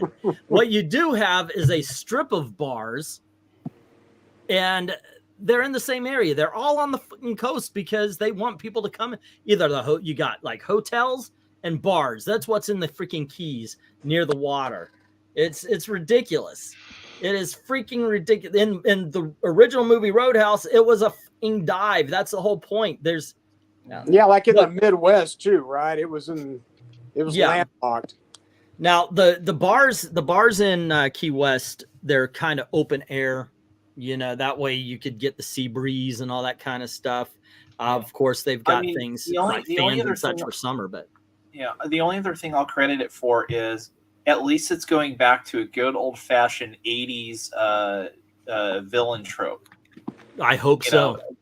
Well, it seems like it's the classic thing of, well, the bad guy's doing this because he wants the land so he can build a development. And I'm like, okay, so this is exactly like Ski Patrol, Better Off Dead, One Crazy Summer, and any other of like a half dozen films where the John the Candy's big Summer Rental, by the developer way, love it.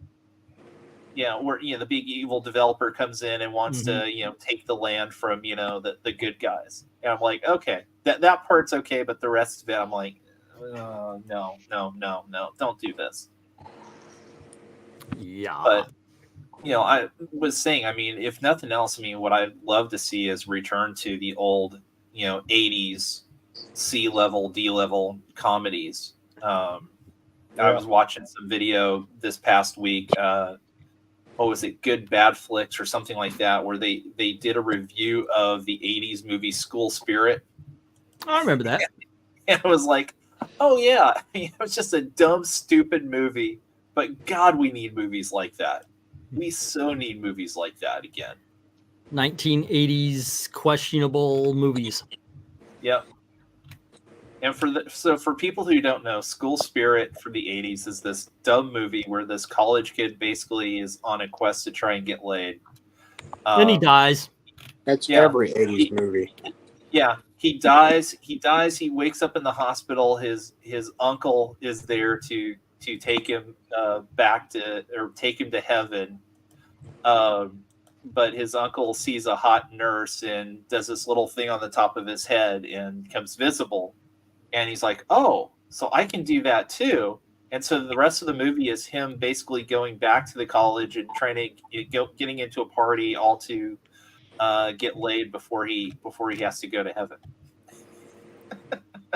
That is the most 80s thing I've ever heard. It is, and it's awesome. And I haven't looked to see if it's streaming somewhere, but I want to see it again. But yeah, it was. is. I saw it about 10 years ago. Was the last time I saw it. Yeah. It's stupid. Like they say, but they even say it's a good bad movie. It really focused on the bad message in that. Yeah, but I mean, it's in that same realm as, if you remember, Zapped and all of those. Zapped was Daphne Zuniga with Scott Baio. And Willie King. It was Charles in Charge, the prequel. Well, to me, Daphne Zuniga, she's the girl from Spaceballs. Everybody knows her from Spaceballs. Mm-hmm. Yeah, she was. What's her name? Gosh darn it. She was the hot chick before what's her name came along in Career Opportunities. I forget her name, but she's big. She was in Top Gun, Maverick. Jennifer Connelly. Jennifer Connelly, yeah. Yeah. Well, guys, I'm fading. I'm taking off. I had fun. But Zapped was stupid. Have a good one, Jay.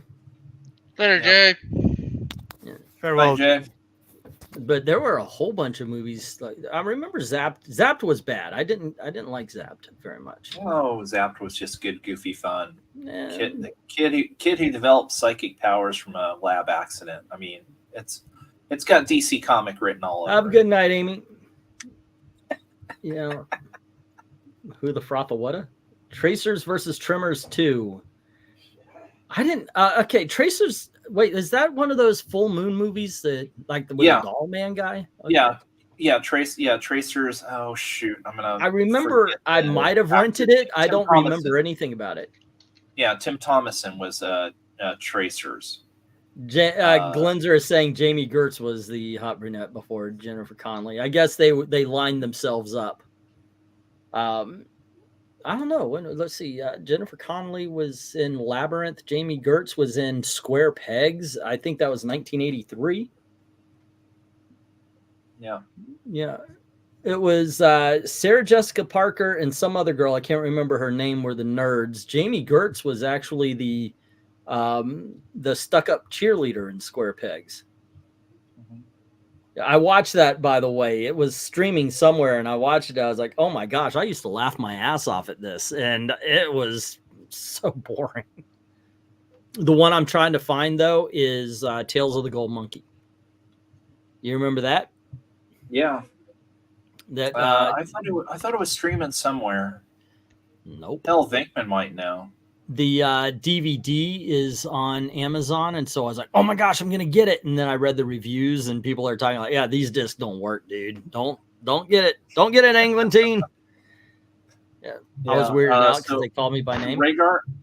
Oh yeah, I've definitely seen the original Wicker Man. In fact, I've got I think it might be either the 20th or 25th anniversary DVD that came in the wooden box on my. What is being somebody, and I know we've got old farts in the audience, being as old as you are, what is the weirdest box set that you got? Weird. So I guess you have to define weird. I mean, okay, the one I was thinking of as I was saying is I used to own the Argyle sweater Ed Wood collection. Okay. They made the box like an Argyle sweater because Ed Wood. Yeah. Yeah. Well, I mean, I have the Heather's box set that basically came like in a metal pencil box. Okay. That would be one I could think of off the top of my head. Let me look here. I've got the first 9 Fast and Furious movies. They all came in like this tire. Uh-huh. So there's that one. I used to own the freaking hell, Evil Dead with the Necromicon. Like it was like a rubber a rubber face book, so it felt like they tried to make it feel like flesh and everything. So I used to have that one, and I had an Iron Man, the 2008 Iron Man movie that was just his face mask. So those are cool. I want the DVD Maranya has. I didn't know they did that. The most quirky packaging for a DVD that I have is Get Smart Movie. It's a fold-out shoe phone. Oh, that's so cool. I did not know they did that. I would pay money for that. I love Get Smart. The shoe phone was I do great. believe Jim is correct here. Yeah. Well, let's see. I've also got the Office Space one that came in the cardboard file cabinet. Never saw that one. Oh. I mean, I went to a thrift store a while back, and I ended up selling it on eBay. But I got one of those big Disney box sets. It was Mary Poppins. It was like freaking huge. It came with a making of and all that sort of stuff. Got a pretty. I've got a big collection of all the Lord of the Rings and Hobbit movies, where like half of it is just bonus features. Oh yeah, the unedited thing. Yeah, the extent. Oh yeah, gotta be the extended. You could spend like 15 or 20 hours watching that. Shoot, I make a week out of it. Oh, that's pretty cool. Oh yeah, I remember that set. The special edition with flair, and if you pull open the cabinet, there's everything that's in there. So this is the red stapler, and you've got. I still have the mug, the original wrapping, and it came with shit. TPS report notepad. That is and funny. Probably pins that are probably dead, and like a cheap mouse pad. Oh, and the magnet. Rhaegar, Fast Times at Ridgemont High is the famous movie she's in. Oh, I've got something. Hold on, I'll be right back. Since you're showing off, so I've got that, and then let's see, I've got a new page here somewhere.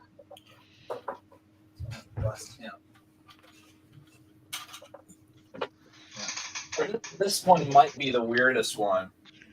So this is the Blade Runner. How the fuck did this happen? All right. So I don't know if it's marked. Blade Runner briefcase. I don't know if this is marked, but this pouch came with Casablanca. I got a box. Oh, you're singling. Oh yeah, sorry. So, yeah. The Blade Runner briefcase. Oh, dude, that's pretty cool. I did not get the Blade Runner briefcase, but I did get the one with. It does it have like every version of Blade Runner? Oh yeah. Well, the thing about this one too, this is the HD DVD version of the briefcase. Oh, so it's basically useless now. No, I still have an HD DVD player that runs.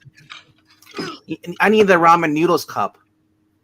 This is my Lego name tag. I've got an extensive collection of hairnets and name tags. I don't know how this got tangled, but it's like your this came with Casablanca. It was in a big old it was in a big box, and it had like luggage tag. Oh fuck. It had luggage tags and all sorts of stuff. I don't even know what I have in here. Oh, that's right. I forgot about that. I've got a Disney pin in it. Hey, birdie. Hey, come on. Come Pin on. the birdie. Come on, boy. Here's you go. Here's you go. No? Okay, you're going to sit on Beta Ray Bill. Don't shit on Beta Ray Bill. All righty. But I took this when I went to Thailand because it could hold my passport. And yeah, here you go. The movie had a passport holder, and so I was like, oh, okay, I'll use that. And yeah, I was able to take it. That was really cool. I haven't opened this in 10 years. Hold up, you went to Thailand? Once I did. Don't they stamp it when you do something like that? Only when they pay.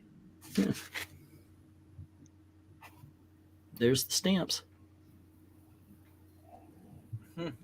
Yeah, a lot of fun. But I thought this was really cool to have it's kind of just like a wallet, but I used it to hold the passport and everything. I was kind of weirded a little bit because I was like, I don't even know what's in here anymore. And turns out that also because I am a nerd and I do actually like me some Pixar, and I thought it would be kind of cool to carry on my journey to another country. The Ellie pen. Yeah. Grape soda? Yeah, well, at the very least, Professor Pixel gets the reference, right? Ellie pen, yes, indeed. This is the Adventurers Club from from Up. From Up, yeah. So Russell gets his Ellie badge, and that is the most. That is the best pen that he has. Yep. And that adventure is out there, so I thought that would be kind of cool to carry that along. Okay, what the freaking hell's going on here? Oh, I got some. Ow, shit! Now I've got tetanus. I got my Gale pen. Happy birthday, Gale! And of course, I showed you the Lego name tag. Happy birthday for Aaron. And then some older stuff. This is from 1999, the Christmas party that they had here. Yeah. Oh, okay. Oh, and the 100th anniversary. That predates you there, Professor. Yes, it does. That's old. That's all. That 1999 is just as old as you, right? But there you go. That is. I'm 1998, actually. So there you go. But yeah, that 100th anniversary. Yeah, that might actually. I think that is older than you. There you go. Cool stuff. Cool stuff in the life of Eglantine. My Iron Man DVD has a slipcase of the armor with a hole to reveal the arc reactor. Yeah, I know which one you're talking about there. The other DVD that is special that I have is Speed Racer in the credits. It's the Wachowski brothers. I'm still going to call them the Wachowski brothers. They want to live like women. That's cool. Do your thing. But that's right. Since Pixel is here, I get the opportunity to ask. So what did you think of the Doctor Who episodes? All right, I'm going to bed. Doctor Who is immediate conversation killer. Yeah. Oh, hey, there's 12 people still on the screen. Yeah, but Man in the Box is only meant for when you're going to bed. Yeah. Well, you can go put yourself to sleep over there. I think they're solid episodes. They're great. Seriously? Yes, seriously. Okay. Well, to each their own. Okay, Pistachio, the world Pistachio. I did like the Neil Patrick Harris. That's the one I watched all the way through. Was the Neil Patrick Harris one? Which one? Oh, the Doctor Who. Doctor Who, yeah, the Toy Maker. I think he was really good. You Toy Maker. I also have a Back to the Future box set Blu-ray collection. It comes with a mini magnetized hoverboard. That's cute. I want to get that because it's got the ride from Universal. I do not have the ride from Universal, and I've got a box set, but it was one of the original ones. The bird is actually chewing on my hat. Yes. He is, like I said, he's younger than Twiddles is, so he's more aggressive. He looks more green. He is. Twiddles was, he had a red crest. And yeah, so that's the big difference. He's green all the way down his back to the blue. But Twiddles had blue tail feathers as well. But he had a red crest. Should have got a flying squirrel. And a moose. Mm-hmm. No, you'd fucking do. Moose and squirrel. Yes. Hey, you leave the glasses alone. They're already way broken. There you go. This is why I can't have nice things. I don't know. He's cute. There is something ASMR about Pistachio chewing on the bill of the hat. Maybe I should just set up a camera for him. He's got a nice cage. We could He's- put a light box around him. He got a little nervous when you shook your head.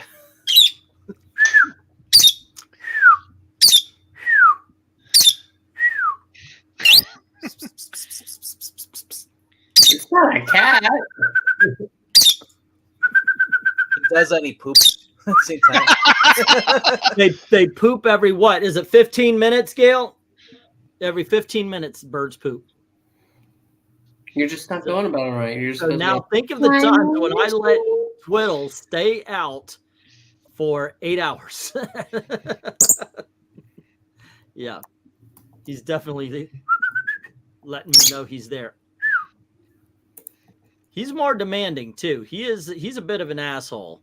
Like I said, Twiddles was far more. He'll bite me rather than jump on the finger there before. Yep. No. There. No. Okay. All righty. Okay. He didn't. I'm pretty impressed. Okay, that's enough. We've got a microphone here.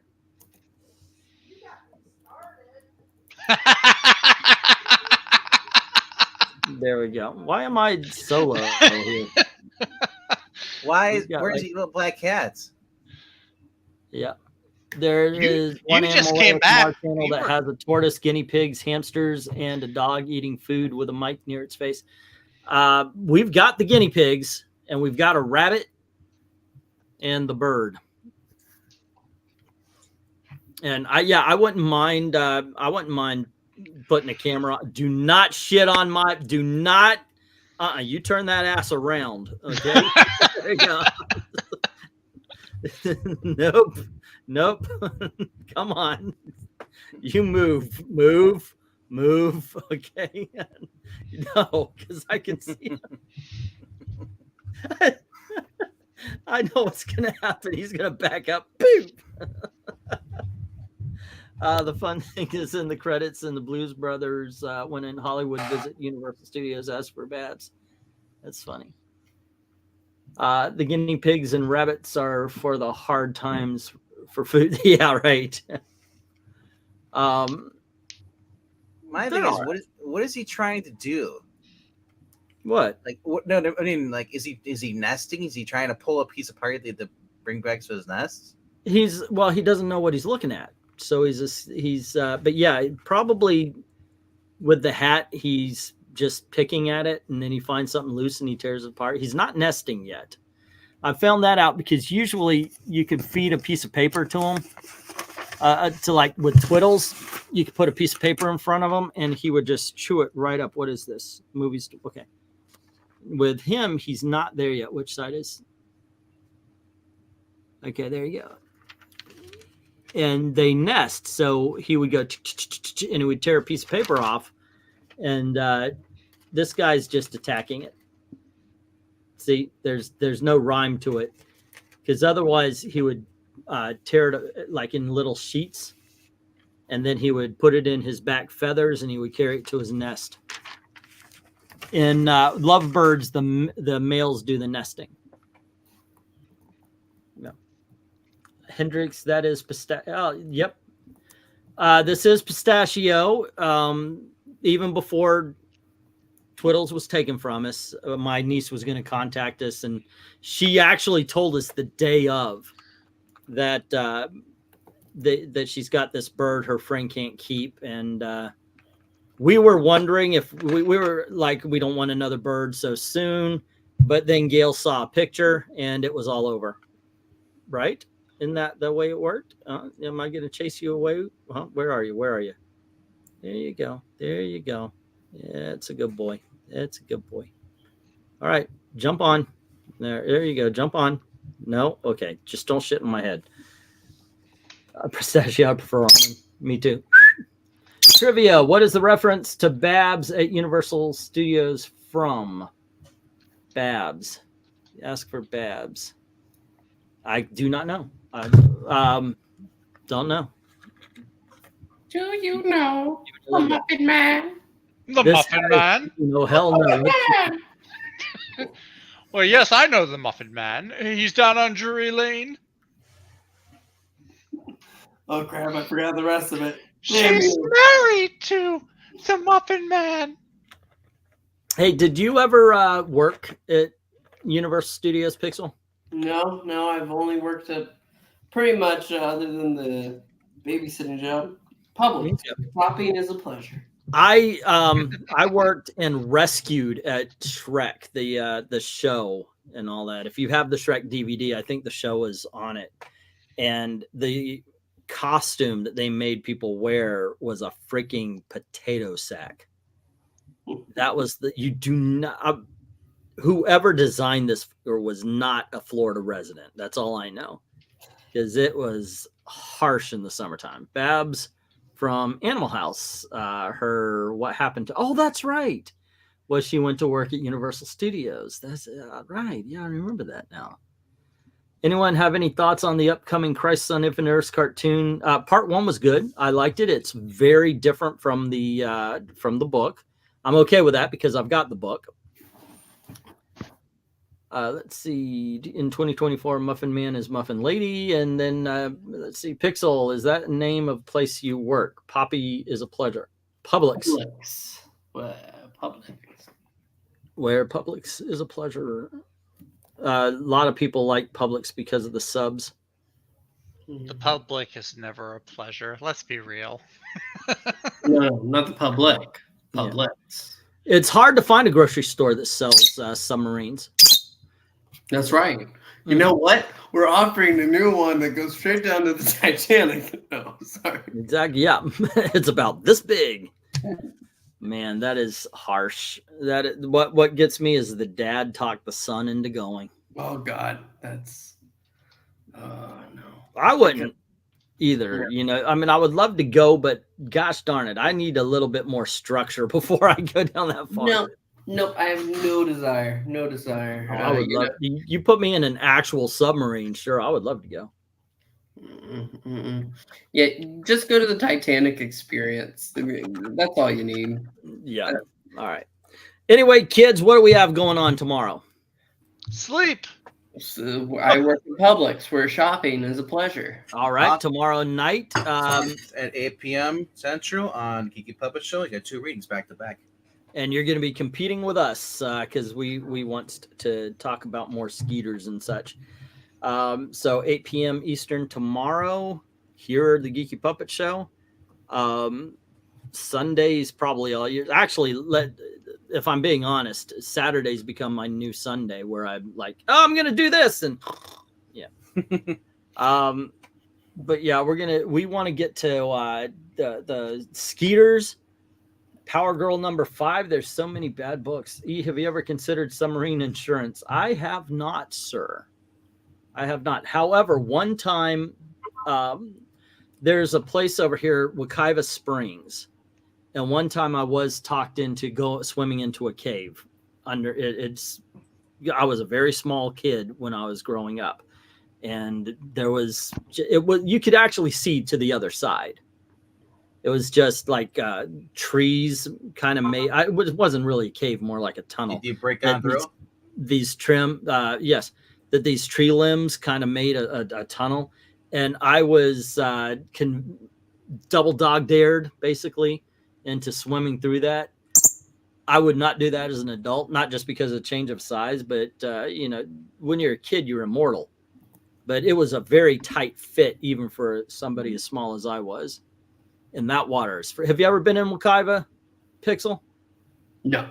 That water is freaking freezing. Hey, England teen, did you hear they're making a Blob remake? If they make it like the 90s one, that's awesome. I actually thought the remake of the Blob from the 1990s with Kevin Dillon was actually better than the original. Damn, you guys are over fast for me anyway, says Darkness. Well, this is a 5-hour live stream. Yeah, we've been on here for 5 hours. You came late. Every Friday at 8. But hey, if you see something that didn't sell, by all means, speak up. You see something fair. I remember those auctions with Darkness, and because those were the ones where Darkness and I would drop money, and those did run typically a lot later. Mm-hmm. So that may be what he's comparing. Yeah, it could be. That being said, Darkness on Tuesday, I may be doing a dark stream. So remember, a drunk stream. So remember late at night to come in and try to kill me. Actually, I want to see the dark stream. The dark stream, yes. We don't see it all. You know, I saw one channel is just a guy sleeping. It's a live stream of him sleeping, and people are actually giving him money. Okay, if you want to pimp on my channel, go ahead. That, If I could ever be paid to sleep, I would be a very rich man. That's the job I want. Why do they keep remaking stuff? I don't know, man. Well, you know, I saw an interview with John. What? To you too. With John Waters, the dude who did Hairspray and weird films like that. And he said something I got to agree with. Yeah, he says, why are y'all remaking the good movies? There's so many bad movies that need remaking. They suck. So redo those, you know, redo the Day of the Triffids or something. Why are you remaking freaking Casablanca when it's perfect? They aren't remaking Casablanca. Yeah, I just use that as an example. Okay, I was about to say. Man, I was about to throw a table. Yeah, Can't and there's a remake great Casablanca. there's a great Day of the Triffids. It's a British BBC miniseries, or maybe it's ITV. Yeah. From so back in the 90s. What's the greatest movie that they've remade that you're like, The why? Well, I mean, greatest? you could go for the shot-by-shot Psycho by Gus Van Sant for one. That was completely unnecessary. Yeah, well, the guy's thought process behind it was basically making it like treating it like theater, because they do the same thing every time. You're just seeing it live. So he thought he could do that with movies. He could not. There was that time James Cameron did the remake of Fern Gully. Yeah, but I'm talking. I'm talking serious though. Psycho's a good example of it. Like, why the hell would you remake Psycho? But I get it. You're right. He wanted to do it like a theater. It was an experiment thing. But it's like some movies just. Why are you remaking that when the first one, the original, was so perfect? Unless you can improve upon it somehow. I mean, some people probably would think, why are you remaking The Thing? The original was awesome. I'm still waiting for the reboot of Titanic. What do you mean? Haven't you ever seen Titanic 2? Yeah. Oh, well, no. Titanic. Horrible sci-fi. Another great example is Total Recall, the Colin Farrell movie. That is completely unnecessary. They decided with that one, okay, I can almost see that one because they said, let's go for the book. Yeah. Let's go for the story rather than the movie, and it was boring as hell. It was horrible. The True Grit remake was actually really good. See, that's sometimes, and Glenzer's bringing up West Side Story, which I loved. I liked the remake better than I did the original. Carpenter's Thing, that was one thing. It was the original was a classic, and so I know a lot of people are like, "Why are you remaking The Thing? We already have it. It's perfect." Sometimes it works out. Yeah. Sometimes you get Charlie and the Chocolate Factory. Yeah. Well, since somebody mentioned Titanic, there's not a Titanic remake per se, although you could argue that. Well, there was you a could live argue, that Titanic is a remake of A Night to Remember, but there's Poseidon and the Poseidon Adventure. We did not need a remake of the Poseidon Adventure. The new one, the remake was actually so good though. I like both. I liked it. I got to agree with Venk. Whatever. I did like it, but it was not necessary. The original still holds up. Why did they do they did our actual real life version 2 as well that imploded. Yep. Red Dawn sucked. The remake of Red Dawn, that was just bad. I didn't like that at all. You redo plays because their live movies are recorded. You can see the same ones whenever you want. So there's way less reason to remake movies. I can't wait till they make the remake of On Her Majesty's Secret Service. I've got one. I really hate the fact that they remade Planet of the Apes. And I love the fact that they remade Planet of the Apes. They're really good. They are really good movies. I Yeah. love these Planet of the Apes movies. Now that Tim Burton piece of shit 20 years ago, you know, it's the Mark Russell one. Mark Wahlberg. Mark Wahlberg. Yeah, Wow. I did not like that. I'm nice. Mark Russell. I'm done. Yeah, he was with his comic piano writer. and he was going around the Planet of the Apes singing political songs. Yeah. Yep, with Paul Giamatti in the background. The Thing was a prequel, but still pointless. Oh, that's right. That's right. They remade it in 20. You were just here, you dumbass. Don't That's talk his, to me he that was way. looking for his people.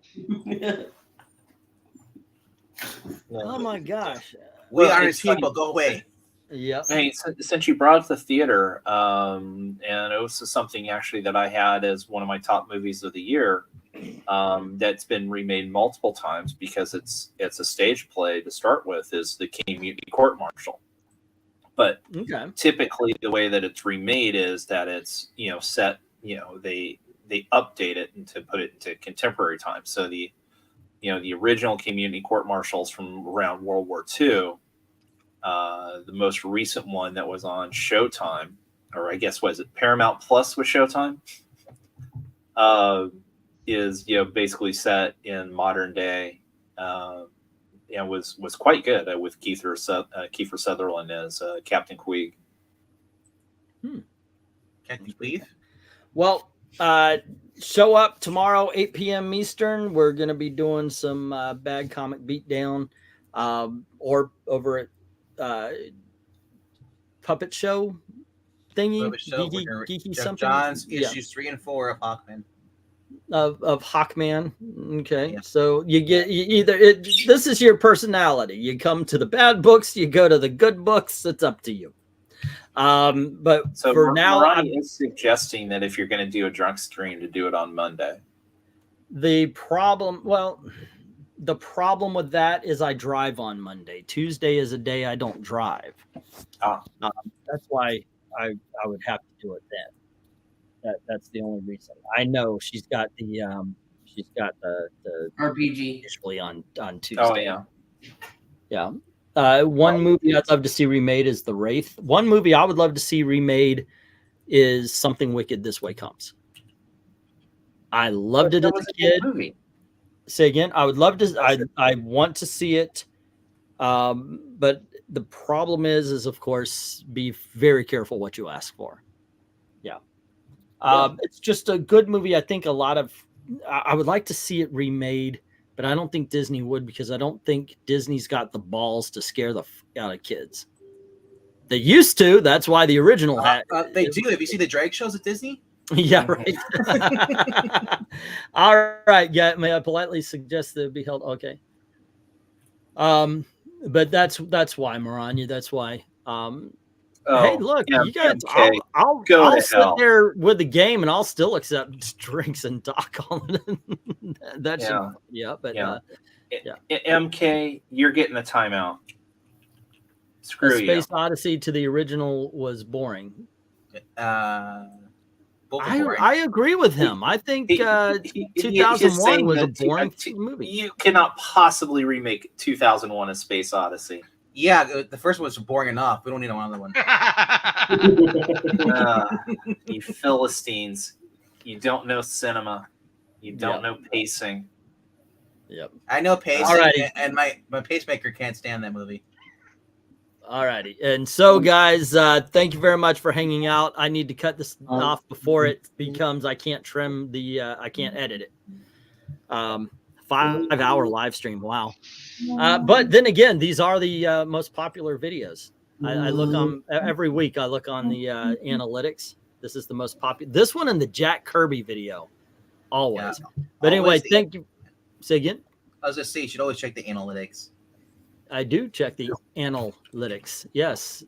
Analytics. Her name's Anal. Say again. I said her name's Anal. Get it right. Good night, everybody. Yeah. On that note. Guys, have a good day. We'll see you later. Bye bye now. Bye. What a shitty way